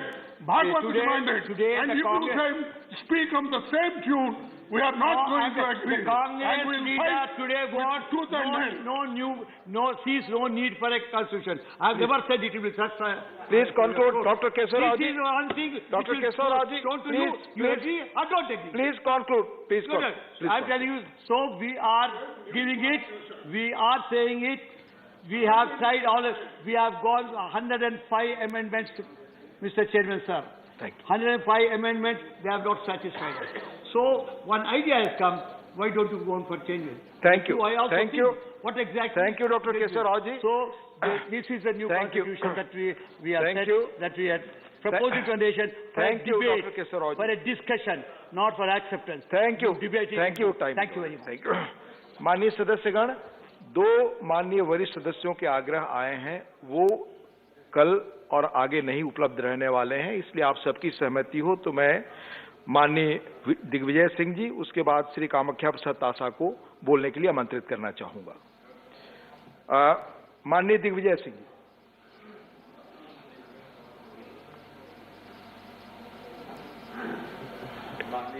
सभापति महोदय, बहुत बहुत धन्यवाद।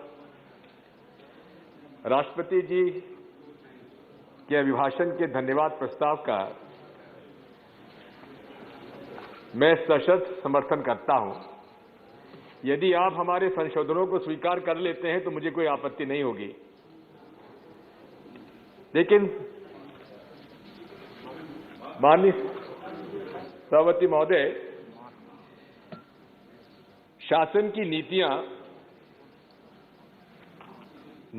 नीतियों पर की गई कार्रवाई, वो आगे की योजना, ये इसमें उसका उल्लेख होता है। लोकतंत्र में जो पार्टी शासन में होता है उसकी विचारधारा क्या है, उसी पर शासन की नीतियां निर्भर करती है। 2014 में मोदी जी की सरकार आई, वादे किए काला धन वापस आएगा, महंगाई कम करेंगे, बेरोजगारी बढ़ेगी, 15 लाख जेब में आ जाएंगे। 15 लाख का तो वो अमित शाह जी के जो जुमला था, तो जुमला मान लीजिए, लेकिन इनका तो उल्लेख आपने 2014, 2015, 2016 के राष्ट्रपति अभिभाषण के अंदर उसका उल्लेख किया है आपने, तो कौन सा आपने उसकी पूर्ति की है? माननीय सभापति महोदय, इनकी सोशियो इकोनॉमिक पॉलिसीज क्या थी, इसका मैं उल्लेख ब्रीफली करना चाहता हूं। हमारे लीडर ऑफ अपोजिशन साहब ने बड़े विस्तार से इस बात का उल्लेख किया है। 7 साल में अमीर और गरीब की खाई बढ़ती चली गई है। अमीर अमीर होता चला गया, गरीब गरीब होता चला गया। साथ में अगर आप देखेंगे कि समाज में धर्मांधता के कारण कटुता बढ़ती चली गई। एक तरफ जहां इकोनॉमिक पॉलिसीज में आपने गरीबों के हित में कोई काम नहीं किया, वहीं समाज की समरसता और हमारी यूनिटी इन डाइवर्सिटी को आपने डिस्टर्ब किया है, जिसका मैं सप्रमाण आपके सामने प्रस्तुत करूंगा। माननीय सभापति महोदय, किसी भी शासन के टैक्स रेवेन्यूज का अगर आप उसका एग्जामिन करेंगे तो डायरेक्ट टैक्सेशन वो है जो कि टैक्स देने वाला है, दे सकने के लिए सक्षम है, उससे आप डायरेक्ट टैक्स लेते हैं, और इनडायरेक्ट टैक्स आप आम जनता से लेते हैं। मैं आपके सामने प्रस्तुत करना चाहता हूं कि 2014-15 में जितना टैक्स कलेक्शन था उसका 55.39% डायरेक्ट टैक्स हुआ करता था। यानी कि यूपीए सरकार में हम अमीर लोगों से ज्यादा टैक्स लेते थे और आम जनता से 44.61% लेते थे। यानी कि 10.78% अमीर लोगों से ज्यादा लेते थे और गरीब लोगों से कम लेते थे। लेकिन सूट बूट की सरकार आई और सूट बूट की सरकार में 2021-22 का मैं आंकड़ा आपके दे रहा हूं कि डायरेक्ट टैक्स 55.39% से घटकर हो गया 46.43 और इनडायरेक्ट टैक्स बढ़ के 44.61 से बढ़कर हो गया 53.57। यानी कि अमीरों से कम टैक्स और गरीबों से, आम जनता से अधिक टैक्स। ये मूल रूप से मोदी सरकार की विचारधारा है आर्थिक नीतियों की। अनएम्प्लॉयमेंट रेट 2014 में थी 5.6% और जैसा कि केशव राव साहब ने कहा कि कोविड के पहले ही 6.3% हो चुकी थी और आज 7.55% है। यानी कि बेरोजगारी बढ़ती चली गई, उस पर का भी कोई उल्लेख नहीं किया गया। यही नहीं है, अमीर और गरीब में जो गैप 1% जो है वो टॉप का जो पॉपुलेशन है उनके पास वेल्थ है और बॉटम 50% में बाकी वेल्थ है। सबसे ज्यादा अगर कहीं, जिसे कोजिनी कोएफिशिएंट कहते हैं, सबसे ज्यादा विश्व में जो विकसित या जो मेन 5 ग्लोबल इकोनॉमीज हैं उनमें सबसे ज्यादा अमीर गरीब में कई फर्क है तो भारत में है। आप देखेंगे कि इनडायरेक्ट टैक्स में कैसे बढ़ोतरी की, लगातार पेट्रोल डीजल की कीमतें बढ़ाते रहे, सब्सिडी कम करते रहे और सब्सिडी भी कम करके आम आदमी पर कर के माध्यम से बढ़ाकर उन्होंने उन पर बोझा डाल दिया। अभी यदि आप देखेंगे इस बजट में 27% सब्सिडी मोदी सरकार ने कम की है। सब्सिडी किसके पास जाती थी? आम आदमी के पास जाती थी। टैक्स, कॉर्पोरेट टैक्स पर कोई फर्क नहीं पड़ा। हम तो कहते हैं कि जहां कोविड के जमाने में भी अधिक से अधिक पैसा जिन लोगों ने कमाया है, जिनकी वेल्थ में बढ़ोतरी हुई है, उन पर सुपर रिच पे टैक्स क्यों नहीं लगाते? आप वसूल करिए, लेकिन आम जनता पर आप बोझ डाल रहे हैं, आम जनता को हर चीज महंगा करके दे रहे हैं। ये आपकी नीति है। मैं ये भी कहना चाहता हूं कि अभी कल ही राहुल गांधी जी ने इस बात पर उल्लेख किया है, यूपीए सरकार में गरीबी रेखा से लगभग 23 करोड़ लोग हम लोगों ने परिवारों को दिया और उसके बाद आपकी सरकार आने से लगभग 20 करोड़ लोग वापस गरीबी रेखा के अंदर चले गए। यानी कि गरीबों के अहित में ये सरकार काम करती रही है। किसान विरोधी भी है, जहां गरीब विरोधी है वही किसान विरोधी भी है। जैसे ही सरकार बनी सबसे पहला कदम क्या लगा? पहला ऑर्डिनेंस, लैंड एक्विजिशन एक्ट समाप्त किया जाए। लेकिन ये भूल जाते हैं मोदी जी कि किसानों का संगठन और किसानों की शक्ति को अनदेखा कर देते हैं और उन्होंने किसानों के शक्ति को ना समझते हुए लैंड एक्विजिशन एक्ट को खत्म करने का ऑर्डिनेंस लाए, लेकिन हम लोगों के विपक्ष की तरफ से विरोध होने के बाद उसको वापस लेना पड़ा। यही हालत जो किसान विरोधी 3 बिल आए उन पर भी किसानों ने विरोध किया और अंतोगत्वा उनको वापस लेना पड़ा। किसानों की आमदनी दुगनी करने वाली बात रही, वो आपके सामने 2022 आ गया, इसका कहीं उल्लेख नहीं है। इसी प्रकार मजदूरों का भी 29 प्रो लेबर लॉज को समाप्त कर दिए, डिस्कशन होने नहीं दिया और 4 लेबर कोड आप लाके आपने बिना ट्रेड यूनियंस के चर्चा के आपने मजदूरों का हक मार दिया, गरीब का हक मारा, किसान का हक मारा, मजदूर का हक मारा। इससे आपकी मनोवृत्ति समझ में आती है। संसदीय परंपराओं के विपरीत आपने काम किया है। जहां केंद्र सरकार की पॉलिसी है कि प्री लेजिस्लेटिव कंसल्टेशन की पॉलिसी के अंतर्गत कोई भी कानून आता है उसके लिए पहले आपको स्टेक होल्डर से चर्चा करना चाहिए, ये पॉलिसी है, लेकिन आपने उसको लागू नहीं होने दिया। यदि वही किसान विरोधी बिल का प्री कंसल्टेशन पॉलिसी के अंतर्गत आप चर्चा कर लेते, और हम लोगों का तो प्रस्ताव क्या था, अमेंडमेंट क्या था? अमेंडमेंट यही था कि आप सेलेक्ट कमेटी को सौंप दीजिए।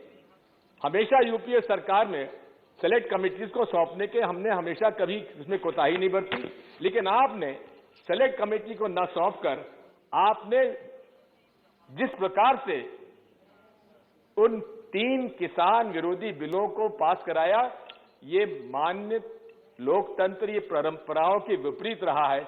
इसलिए हम आपके साथ कहते हैं कि ये सरकार गरीब विरोधी है, अनुसूचित जाति जनजाति विरोधी है, किसान विरोधी है और मजदूर विरोधी है।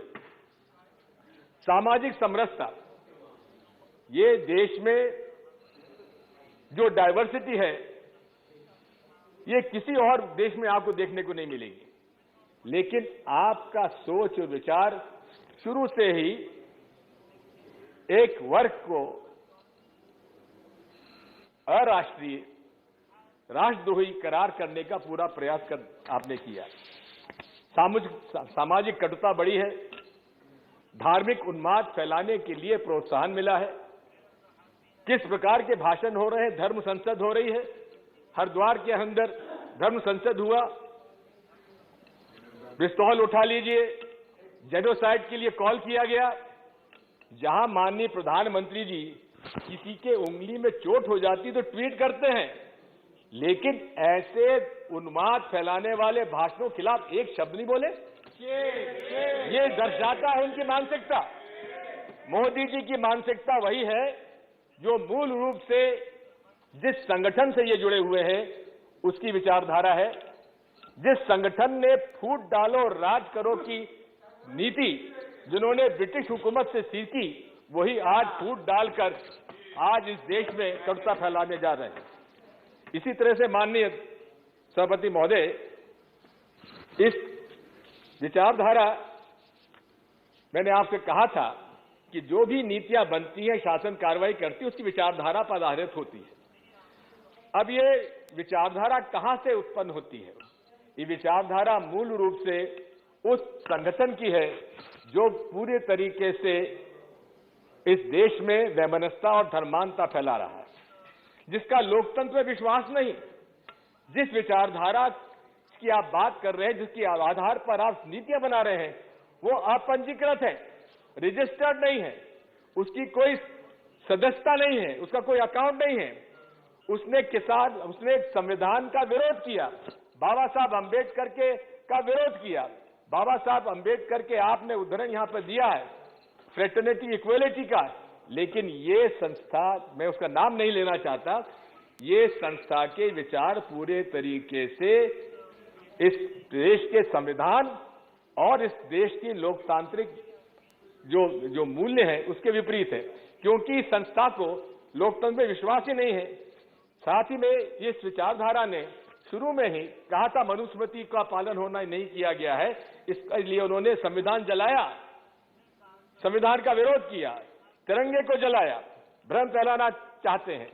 अमृत महोत्सव की बात कर रहे हैं, लेकिन अमृत महोत्सव में आजादी की लड़ाई में भाग लेने वालों का उल्लेख तक आपने नहीं किया। ठीक है, आपको नफरत है, कांग्रेस से नफरत है, महात्मा गांधी से नफरत है, पंडित जवाहरलाल नेहरू, सरदार पटेल से भी नफरत हो सकती है, लेकिन शहीद भगत सिंह का नाम तो ले लेते। आप अशफाकुल्लाह जी का नाम तो ले लेते, आप चंद्रशेखर आजाद जी का नाम तो ले लेते, शायद उनसे भी आपको नफरत रही है। श्यामा प्रसाद मुखर्जी के बारे में कहते हैं कि उन्होंने कश्मीर के मामले में 370 में उन्होंने विरोध किया था। हाँ, विरोध किया था 1952 में, लेकिन जब 370 संविधान का अंग बना तब वो कैबिनेट के अंदर थे, कैबिनेट में उनका समर्थन था। इसलिए आप गलत कहते हैं कि article 370 was opposed by Mr. Shyam Prasad Mukherjee. He supported. आप समाप्त करें please, I'll take 2-3 minutes, sir. समाप्त करें। सर, ये फांसीवादी सोच है, और फांसीवादी सोच जो होती है, ये मूल रूप से उसका कार्य करने का तरीका होता है कि फला व्यक्ति और फला समूह ये हमारा दुश्मन है, और दुश्मन के खिलाफ जो होगा वो राष्ट्रभक्त है, और जो दुश्मन का समर्थक होगा वो राष्ट्रद्रोही है। और ये राष्ट्रद्रोही के मामले में ही अगर आप समझेंगे, देखेंगे माननीय, कि किस प्रकार भीमा कोरेगांव केस में, एक उदाहरण आपको देता हूं, भीमा कोरेगांव में किस प्रकार से ये षड्यंत्र रचा गया कि नरेंद्र मोदी जी की हत्या करने के लिए कुछ लोग इकट्ठे हुए, और 17 सोशल एक्टिविस्ट के खिलाफ उनके खिलाफ मुकदमे दायर किए गए, लेकिन 3.5 साल हो गए माननीय सभापति महोदय, आज तक भी चार्जशीट पेश नहीं की गई। ये नेशनल इन्वेस्टिगेटिव एजेंसी का ये काम करने का 2-3 minute sir, 2-3 please let me confuse please. तो मैं आपसे कहना चाहता हूं कि आप इस सरकार के लिए जो आप पैरवी कर रहे हैं माननीय राष्ट्रपति महोदय, इसने हर लोकतंत्री मूल्यों का इन्होंने हनन किया है। लेकिन माननीय सभापति महोदय, जो व्यक्ति आज प्रधानमंत्री हैं, उन्हीं पर से तो शासन की जिम्मेदारी होती है, और नरेंद्र मोदी जी का काम करने का तरीका आप देख रहे हैं कि वे नाटक नौटंकी में माहिर हैं। यहाँ पर सबसे चुनकर आए sir, I am not yielding sir, आए तो सदन पे आके उनके सदन पे आके आपने सीढ़ियों को दंडवत किया, संविधान को आपने नतमस्तक हुए, लेकिन आपने पूरे 2 मिनट नहीं प्लीज सर, प्लीज मेरा आपसे अनुरोध है कि माननीय मंत्री जी यहाँ पर विराजमान है, एक हमारी तरफ से हाथ जोड़कर माननीय प्रधानमंत्री जी को सलाह दीजिएगा कि थोड़ा बहुत सलाह हम लोगों की भी मान लिया करें, क्योंकि ये प्रजातंत्री व्यवस्था में जब तक आप सलाह मशवरे से काम नहीं करेंगे एक तंत्र राज नहीं चल सकता। इसलिए मैं आपसे कहता हूं, आप सबसे अनुरोध करता हूं कि हमारे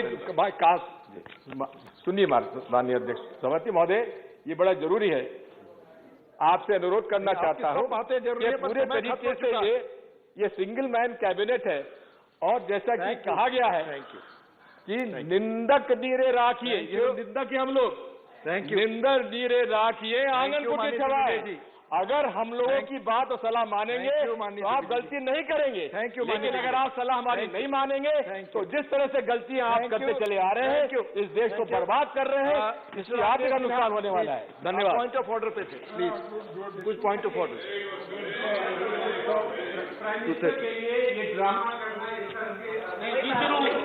शब्दों का उपयोग करना,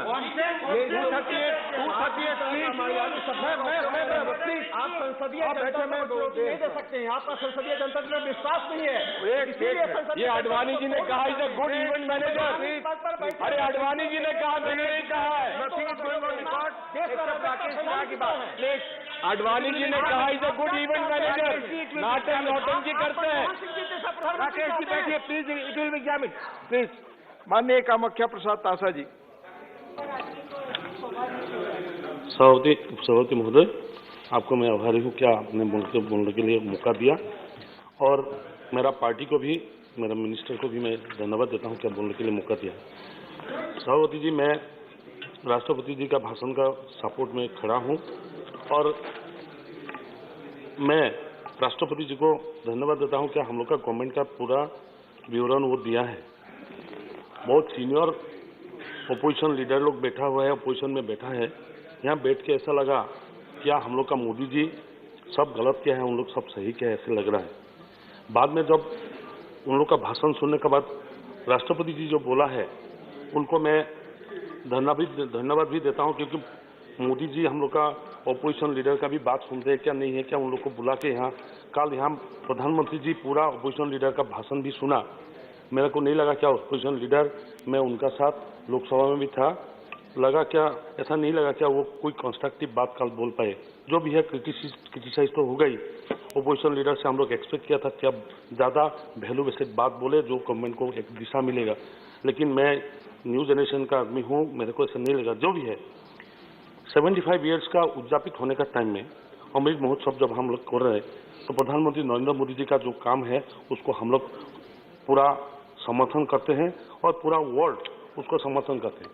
कोई ऐसा लीडर है जो विश्वगुरु बोलने का टाइम में इंसल्ट किया है, उन लोग को पता नहीं है क्या विश्वगुरु बोलने का क्या मतलब है और विश्वगुरु का रास्ते में कैसे गया प्रधानमंत्री जी, उसको भी फॉलो करना चाहिए। मैं किसी को यह नहीं करना चाहता हूं क्या 130 करोड़ जो जनता है उसको नमन करते हुए प्रधानमंत्री जी ने जो वैक्सीन का बात किया, मैं सुना आज कोई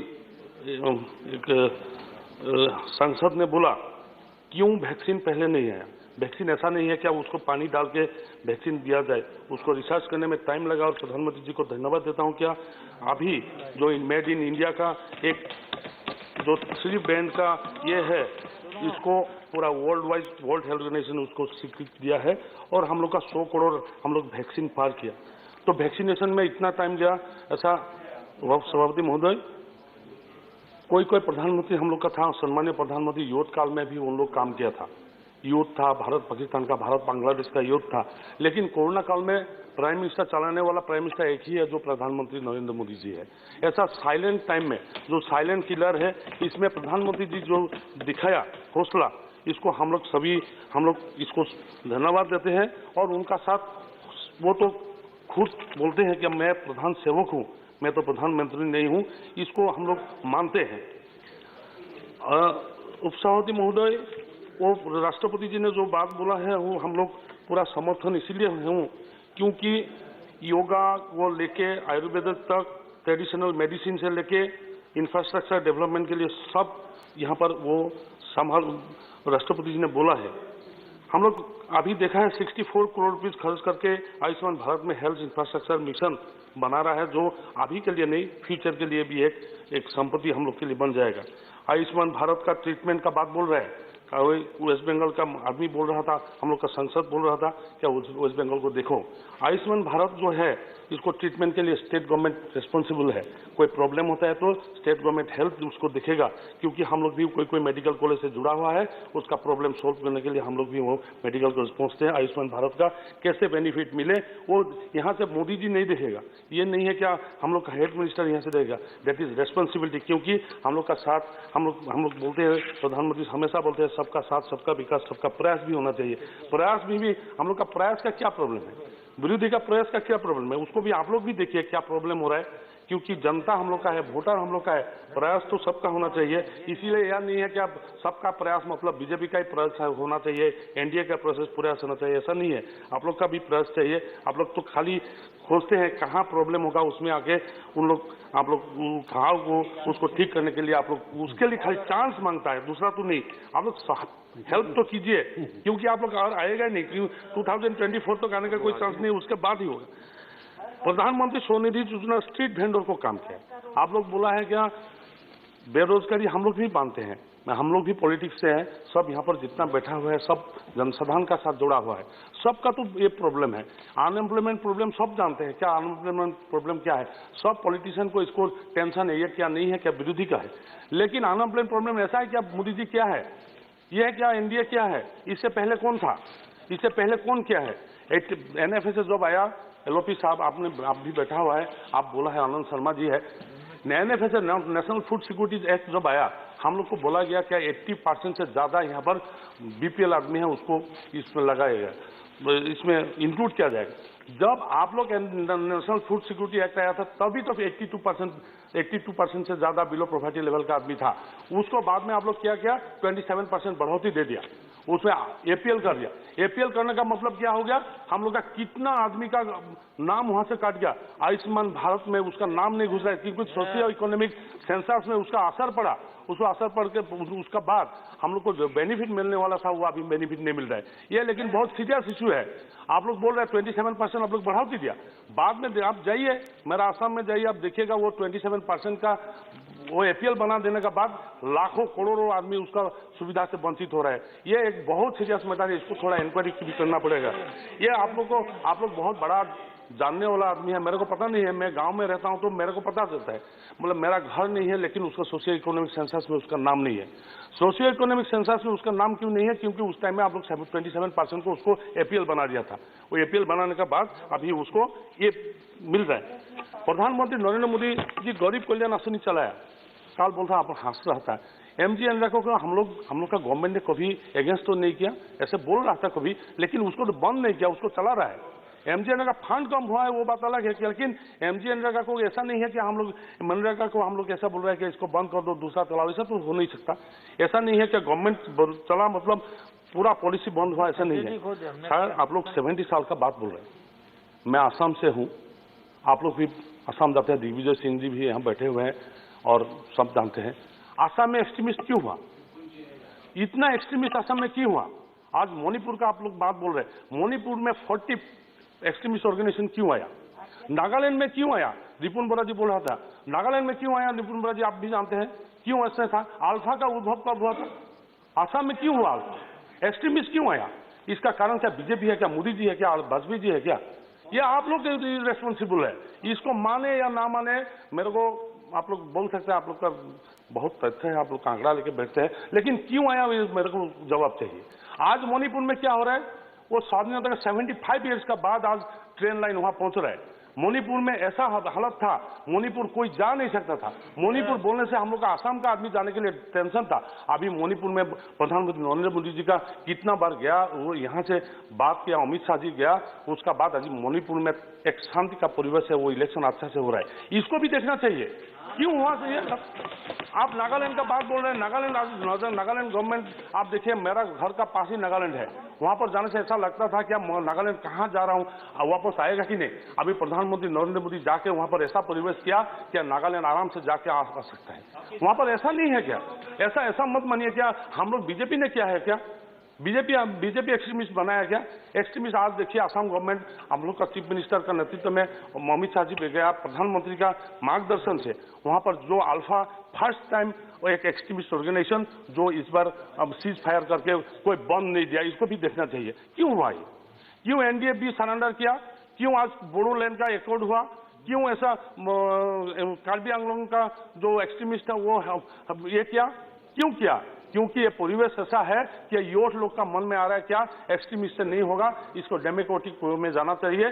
प्रधानमंत्री जी पहले लैंडलॉक था नॉर्थ ईस्ट, इसमें जा रहे हैं। नॉर्थ ईस्ट में ज्यादा आदमी नहीं है, नॉर्थ ईस्ट में 5-6 करोड़ होगा, जो उत्तर प्रदेश का एक डिस्ट्रिक्ट में ज्यादा है, लेकिन टेंशन कितना था, जैसा जम्मू कश्मीर था ऐसा नॉर्थ ईस्ट था। नॉर्थ ईस्ट जाने से हम लोग को पूछता है आप कहाँ रहता है, आप कहाँ जंगल में रहता है क्या? हम लोग का जोरहाट भी टाउन है, ऐसा जंगल में तो नहीं रहता हूँ, लेकिन उल्फा कितना है ऐसे यहाँ से पूछता था। अभी तो वहां पर डेली फ्लाइट जा रहा है, इम्पोर्ट डेली फ्लाइट जा रहा है। क्यों ऐसा परिवेश आ रहा है? नागालैंड में अभी गाड़ी जा रहा है। मैं गवर्नमेंट को रिक्वेस्ट करूंगा कि इंटरस्टेट बस भी चलाया जाए, यहाँ पर इंटरस्टेट बस भी चलाया जाए। वो बंद हो गया था। जरा जी आप जयशंकर जी आप भी है इंटरनेशनल, वो अभी जो रेलवे मिनिस्ट्री ने बोला, रेलवे मिनिस्ट्री क्या बोला, अभी नॉर्थ साउथ ईस्ट को हम लोग जोड़ने वाला है बाय ट्रेन लाइन। ऐसा देखिए रानी गाइडलू स्टेशन में हम लोग गया। मैं इसीलिए ये बात बोलना चाहता हूँ, हम लोग को आप लोग सिखाना चाहिए, ओपोजिशन भी सिखाना चाहिए। खाली गलत ही बोला क्या? मेरा गांव का रास्ता अभी ठीक हो रहा है, सबका साथ सबका विकास हो रहा है। सबका साथ सबका विकास माने मेरा पंचायत का नंबर है 57 गोरमुड़ बागीचा गांव पंचायत, उसमें बीजेपी का है, लेकिन 54 में कांग्रेस का है। वो कांग्रेस का वहां पर 2 करोड़ रुपया जा रहा है, लेकिन मेरा बीजेपी भी पंचायत में 1 करोड़ भी नहीं जाए। तो उसको मतलब क्या है? सबका साथ सबका विकास है, ऐसा होता है क्या? बीजेपी को दे दो और कांग्रेस को मत दो, ऐसा तो नहीं है। आप जाइए आसाम में, माइनॉरिटी एरिया में जाइए, माइनॉरिटी हम लोग को वोट नहीं डालता है, उसमें बांग्लादेशी बोल के हम लोग बोलता है, वहां पर भी पंचायत में काम कर रहे हैं। वो सबका सबका विकास नहीं है तो क्या है? हम लोग ऐसा एक उदाहरण दे दीजिए, हम लोग का गवर्नमेंट में कोई माइनॉरिटी, कोई हम लोग को वोट नहीं देने वाला आदमी का, गरीब का कोई चावल का कार्ड कटा है, रेशन कार्ड एक भी कटा है, एक भी घर उसका कटाया है, एक भी सुविधा उसको कटा है, ऐसे बोलिए तो। प्रधानमंत्री जैसे बोलते हैं सबका साथ सबका विकास। हम लोग जो पासबुक का बात उनको पूछा, प्रधानमंत्री जी ने बोला नहीं ये बैंक नहीं करेगा, बैंक को करने दो, तुम लोग मत करो, क्योंकि तुम लोग करने से बायस हो जाएगा। बैंक को करने, जो बीपीएल आदमी है उसको पासबुक खुलेगा। अभी उसको डायरेक्ट बेनिफिट सेक्शन वहां से चल रहा है। ये जो किसान का बात आप लोग बोल रहे हैं, कौन खोदेगा? आप लोग का स्टेट चल रहा है, उत्पादन कैसे दुगुना होगा? प्रधानमंत्री जी अपील कर सकते हैं, अपील किया दुगुना करो, कब दुगुना करो? एमएसपी दे रहा है, एमएसपी देने में आपको लेने में क्या प्रॉब्लम है? मेरे को हम लोग का वहां पर एमएसपी इतना नहीं चलता। अभी फर्स्ट टाइम प्रधानमंत्री जी का निर्देश से आसाम में जो ग्रेन्स है वो एफसीआई और 5 ऑर्गेनाइजेशन ने खरीद कर रहा है। इसको देखना चाहिए, पहली बार कभी नहीं हुआ था। अब हम लोग का एमपी, आसाम का एमपी बैठा हुआ है, उसको पता है। अभी चावल ले रहा है, एफसीआई ले रहा है, वो 5 ऑर्गेनाइजेशन ले रहा है। इसको हम लोग गवर्नमेंट को धन्यवाद देते हैं क्या इसको बाउंड किया। पहले क्या था, ये ग्रेन्स लंबा था, ये छोटा है, इसमें मॉइस्चर ज्यादा है, ऐसे बोल के वो लोग खरीद नहीं करता था। अभी वहां से लेकर वहां परचेस कर रहा है, जो 1940 रुपीज 1940 रुपया 1 क्विंटल में दे रहा है। ये पहली बार एक परिवर्तन आया। मेरा ये मैं दादाजी के पास, हाँ दादाजी का पास पहली बार कोई नेशनल ऑर्गेनाइजेशन ये खरीद कर रहा है। और देखिए अभी आप लोग ऐसा नहीं है, आसाम आप लोग, आसाम का बात इसीलिए बोल रहा हूँ, बिहार प्रॉपर्टी था, उत्तर प्रदेश में तो राजधानी है, वो तो बात अलग है। लेकिन मेरा जो जगह मणिपुर का ही बात बोले, वहां से मैरी कॉम जी आया, उनको कितना प्रशंसित किया। लवलीना बड़गुहाई मेरा वहां से आया, उनको प्रधानमंत्री लाके कितना प्रशंसित किया। सानू भाई हम लोग का जो वेट लिफ्टर है, उनको भी कितना किया, टॉप किया। टारगेट टू द पोडियम, इसको भी कितना सराहना दिया। आप देखिए, मेरे को लगता है आनंद शर्मा जी आप भी बोलेंगे, शायद खारगे जी बोलने से तो ऐसा गुस्सा लगता है, मेरे पास में रहने से तो मैं बेहोश हो जाऊंगा ऐसा लगता है। आप हंसना भी चाहिए कभी कभी, इतना गुस्सा आता है आपको देखने से, हम भी डरता है। आप भी मेरे को बोलिए तो, आप अगर प्रधानमंत्री होता तो क्या करता है यहाँ पर? आप लोग बनेगा ही नहीं, हो बात अलग है, कांग्रेस तो बनेगा ही नहीं, हो बात अलग है, लेकिन आप इस टाइम में होता तो क्या करता? कोविड के टाइम में क्या करता था ना? मैं ऐसा बोला, आप होते तो क्या करते? आप गरीब, मैडम स्पीकर सर, गरीब आदमी को चावल मिल रहा है। जब बंद हो गया, उस टाइम में बंद हो गया था, बार बार नोटबंदी का बात बोल रहे हैं। कोई गरीब आदमी नोटबंदी से दुखी नहीं है, जिसका पास काला धन था वही दुखी है, दूसरा मैं नहीं जानता हूँ। ये मेरे को नहीं लगता है नोटबंदी में, आप लोग बार बार नोटबंदी बोलते हैं, हम लोग हंसता है, क्यों हंसता है? हम लोग का पास था ही नहीं उसका पैसा, जिसका पास था वही दुखी था, उसको दुखी है क्योंकि वो शायद अलमारी खोल के देखता था, वो इतना पैसा है क्या करेगा, हम फिर उसको लगा देता है, नहीं तो पानी में बहा देता था। हम लोग का बीजेपी का पास किसी का मन नहीं था, इसीलिए खुश है, हम लोग का बीजेपी का आदमी खुश है। ऐसा मत बोलिए, क्योंकि नोटबंदी देखिए, ऐसा मेरे को बोलिए, कोई ऐसा गरीब आदमी बोला क्या नोटबंदी खराब है? आप जाइए सर्वे कीजिए तो, मैं किसी जगह पे नहीं मिला नोटबंदी को खराब बोलते हुए, ऐसा आदमी नहीं मिला। बोला अच्छा हुआ, हम लोग मांगने से नहीं देता था, अभी तो बैंक में दे रहा है, ऐसे बोल रहे हैं। इसीलिए ऐसा मत बोलिए, बंद नहीं हुआ, छोटा नोट उस टाइम में खुला था। प्रधानमंत्री को धन्यवाद, क्या उस टाइम में फाइनेंस मिनिस्टर निर्मला जी को भी धन्यवाद देता हूं, क्या चाय बागान में 800 चाय बागान में 10 लाख लेबर काम करता था, सबको कैश पैसा उस टाइम में देता था, छोटा नोट बना के देता था। अभी इंफ्रास्ट्रक्चर डेवलपमेंट में मैं देखिए, एक स्पीकर सर, सभापति महोदय, इसमें सन्नता का बात पहले मणिपुर में ट्रेन लाइन पहुंच रहा है। अभी ये कितना बड़ा चीज है, कितना खुशी है। ये जिरीबाम से चल रहा है जो रानी गाइडलू स्टेशन में, उसमें पहली बार ट्रेन चल रहा है। इसमें देखिए हुरी अरुणाचल प्रदेश में आज ट्रेन लाइन जड़ित हुआ है। आज भारतीय रेल व्यवस्था पूरा इंडिया में, जो येलो बोर्ड है, येलो बोर्ड देखने से हम लोग को अच्छा लगता था, येलो बोर्ड अभी नागालैंड अरुणाचल में पहुंच रहा है। येलो बोर्ड देखने से ऐसा लगता है पूरा इंडिया में हम लोग घुस गया है, नहीं तो ऐसा लगता था कि यहाँ हम लोग इंडिया में नहीं है, ऐसा महसूस भी होता। मैं आसाम में था, मेरे को भी महसूस होता था। आप लोग गुवाहाटी से वापस आते, जब डिब्रूगढ़ जाएंगे, जब डिब्रूगढ़ से और इंटीरियर जाएंगे तो और आप लोग को महसूस होगा, क्योंकि ऐसा नहीं था। कुछ दिन पहले चाइना बॉर्डर में एक लड़का को गुम हो गया था। हम लोग का गवर्नमेंट का प्रोफेसर जयशंकर जी यहाँ पर मौजूद है, प्रधानमंत्री जी का इच्छा से वो लड़का वहां से वापस आया। ये कितना एक अच्छा चीज है। ये विश्व गुरु नहीं है तो क्या है, पहले होता तो वो गायब हो जाता था, उसको लेकर झगड़ा होता था। एक लड़का वहां चला गया, उसको वापस आया। हम लोग का एमपी, लोकसभा का एमपी कपिल गाव जी को वही धन्यवाद मैं देता हूँ। मैं इम्फॉल में आप देखिए मोरे लाइन अभी जो जा रहा है, आप लोग भी उसको धन्यवाद देना चाहिए हम लोग का गवर्नमेंट को। अभी साउथ ईस्ट को जोड़ेगा। पहले नॉर्थ ईस्ट, आप लोग देखिएगा नॉर्थ ईस्ट को आप लोग को आंकड़ा दे देगा, पहले सबसे ज्यादा इकोनॉमिकली वाइबल स्टेट था। अभी उसको काट ऑफ हो गया, सन्नत का बाद उसका बंद हो गया था, फिर अभी चलने लगा। इसको अभी शताब्दी एक्सप्रेस यहाँ पर अगरतला से जिरीबाम चल रहा है। 2 ब्रिज जो माकाओ और बोराक रिवर में प्रधानमंत्री जी ने उन्मोचित किया। अभी मेडिकल कॉलेज वहां पर चांदपुर, थोंबाव और चांडेल में मणिपुर में चल रहा है। मणिपुर क्यों ऐसा, मैं मणिपुर का बात बोल रहा हूँ। मणिपुर में डेली कुछ ना कुछ होता था। 1 लीटर पेट्रोल का दाम वहां पर 500 रुपया होता था, कभी रास्ता बंद होता था, कभी क्या होता था, कोई ठीक नहीं था। अभी उसको शांति तो लाया। शांति लाने के लिए प्रधानमंत्री का जो प्रचेष्टा है नरेंद्र मोदी जी का, इसको भी थोड़ा सोचिए। वो गामछा लेकर घूमता है, पूरा नॉर्थ ईस्ट उसको अच्छा पता है। ये खराब नहीं पाने का। मनमोहन जी हम लोग का गुवाहाटी से था, पूछेगा कभी गुवाहाटी जो घर में था वो कितना बार गया होता, कितना बार गया वो घर में, जो घर का एड्रेस वो दिया था कितना बार गया, उसको पूछना चाहिए। आप लोग भी उसको सलाह देना चाहिए था। बेटा सुनो, ठीक है, मैं क्षमा मांगता हूँ, मैं क्षमा मांगता हूँ। इसीलिए क्यों बोला, मैं इसीलिए कंपेयर किया। हम लोग भी देखिए सर, अनिल जी, मैं आपको मैं बोला, सुनिए ना आप अनिल जी, मैं इसीलिए बोलता हूँ, we are proud of Manmohan Singh ji. हम लोग मनमोहन सिंह जी को लेकर प्राउड फील करते हैं। ठीक अनिल सर, मैं प्राउड फील करता हूँ। क्या मनमोहन सिंह जी हम लोग का असम से, मैं उनका सीट से आया, मैं नहीं बोला। वो इतना विद्वान आदमी है, उतना विद्वान आदमी है, उसको असम से एक प्राइम मिनिस्टर था। इससे गौरव का बात क्या हो सकता है, बोलिए। मैं कोई खराब नहीं बोल रहा हूँ। मैं वो प्रधानमंत्री असम से था। मैं बोलने का बात, मेरा बोलने का बात, मैं बोलने का बात यह है या गुजरात से एक जाके प्रधानमंत्री बना, गुजरात से जाके एक प्रधानमंत्री जाके मणिपुर जा सकता है, नागालैंड जा सकता है, त्रिपुरा जा सकता है, अरुणाचल प्रदेश जा सकता है, वहां से क्यों नहीं गया? आप लोग क्यों सलाह नहीं दिया उनको? क्यों तब नहीं बोला? क्यों तब एक्सट्रीमिस्ट खत्म नहीं हुआ? वो बात मैं बोल रहा था। इसीलिए मणिपुर का बात मैं बार बार बोल रहा हूँ।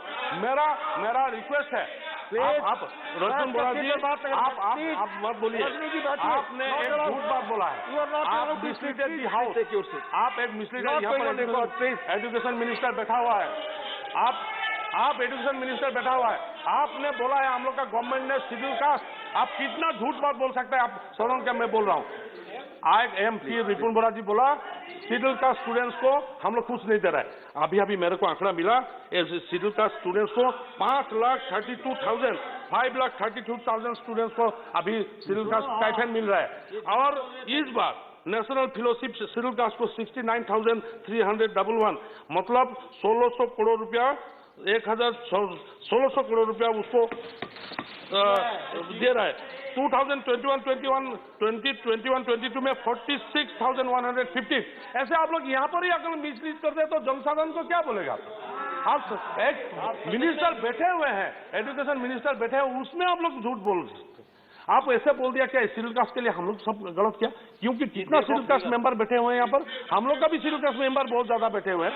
मैं आपको इसीलिए बोला, आप थोड़ा पहले आप बोल के गया सर। आज हम असम के हम लोग का मुख्यमंत्री जी, काबिल मुख्यमंत्री जी और पहले पूर्व मुख्यमंत्री यहाँ पर मिनिस्टर है आयुष मंत्री जी जाके आयुष का पूरा नॉर्थ ईस्ट को ऑर्गेनिक हब, जैसे प्रधानमंत्री जी ने बोला, नॉर्थ ईस्ट को पूरा ऑर्गेनिक हब कर रहा है और आयुष के एक महत्वपूर्ण राजधानी बनाने के लिए तोला हुआ है। तो सर्बानंद सोनोवाल जी यहाँ पर मंत्री है, वहाँ पर वो काम कर रहे हैं। देखिए ऐसा सिचुएशन है, मेरा चीफ मिनिस्टर, मेरा शांति अभी आया है, मेरा चीफ मिनिस्टर सुने, आयुष का वहां पर बात कर रहे हैं। जो लिवर लिंकिंग था, पहले नदी से जुड़ा हुआ था, गंगा से जाके बांग्लादेश होके ब्रह्मपुत्र के में आता था, अभी वो ट्रांसपोर्टेशन व्यवस्था शुरू किया है। अभी पहले था गडकरी जी, उसके बाद मनसुख भाई मंडाविया, फिर सर्बानंद सोनोवाल जी इसको काम कर रहे हैं। ये गति दे रहा है, एक गति शक्ति जो प्रधानमंत्री ने दिया, ये सही में गति शक्ति एक भारत को वाइबल भारत बनाने के लिए व्यवस्था किया है। इसको आप लोग मानना चाहिए, माने या ना माने आपका बात है, लेकिन हम लोग तो मान रहे हैं, पूरा इंडिया मान रहे हैं। ये आपको मैं हम लोग चाहता था एक्सट्रीमिस्ट ना हो। अभी मेरा मुख्यमंत्री वहां पर बोल रहा है क्या PSO मत लेके घूमो। ऐसा एक स्थिति आ गया असम में, जो ऐसा असम था, कब बम फटता था, कब किडनैप होता था। अभी अपील हुआ है सबको, अभी आप लोग की पता है क्या, उसको मत PSO मत लो। हम लोग थोड़ा बड़ा आदमी बोल के हम लोग छोड़ा नहीं, हम लोग छोड़ देगा कुछ दिन बाद। PSO लगा हुआ है, हम मिनिस्ट्री ऑफ होम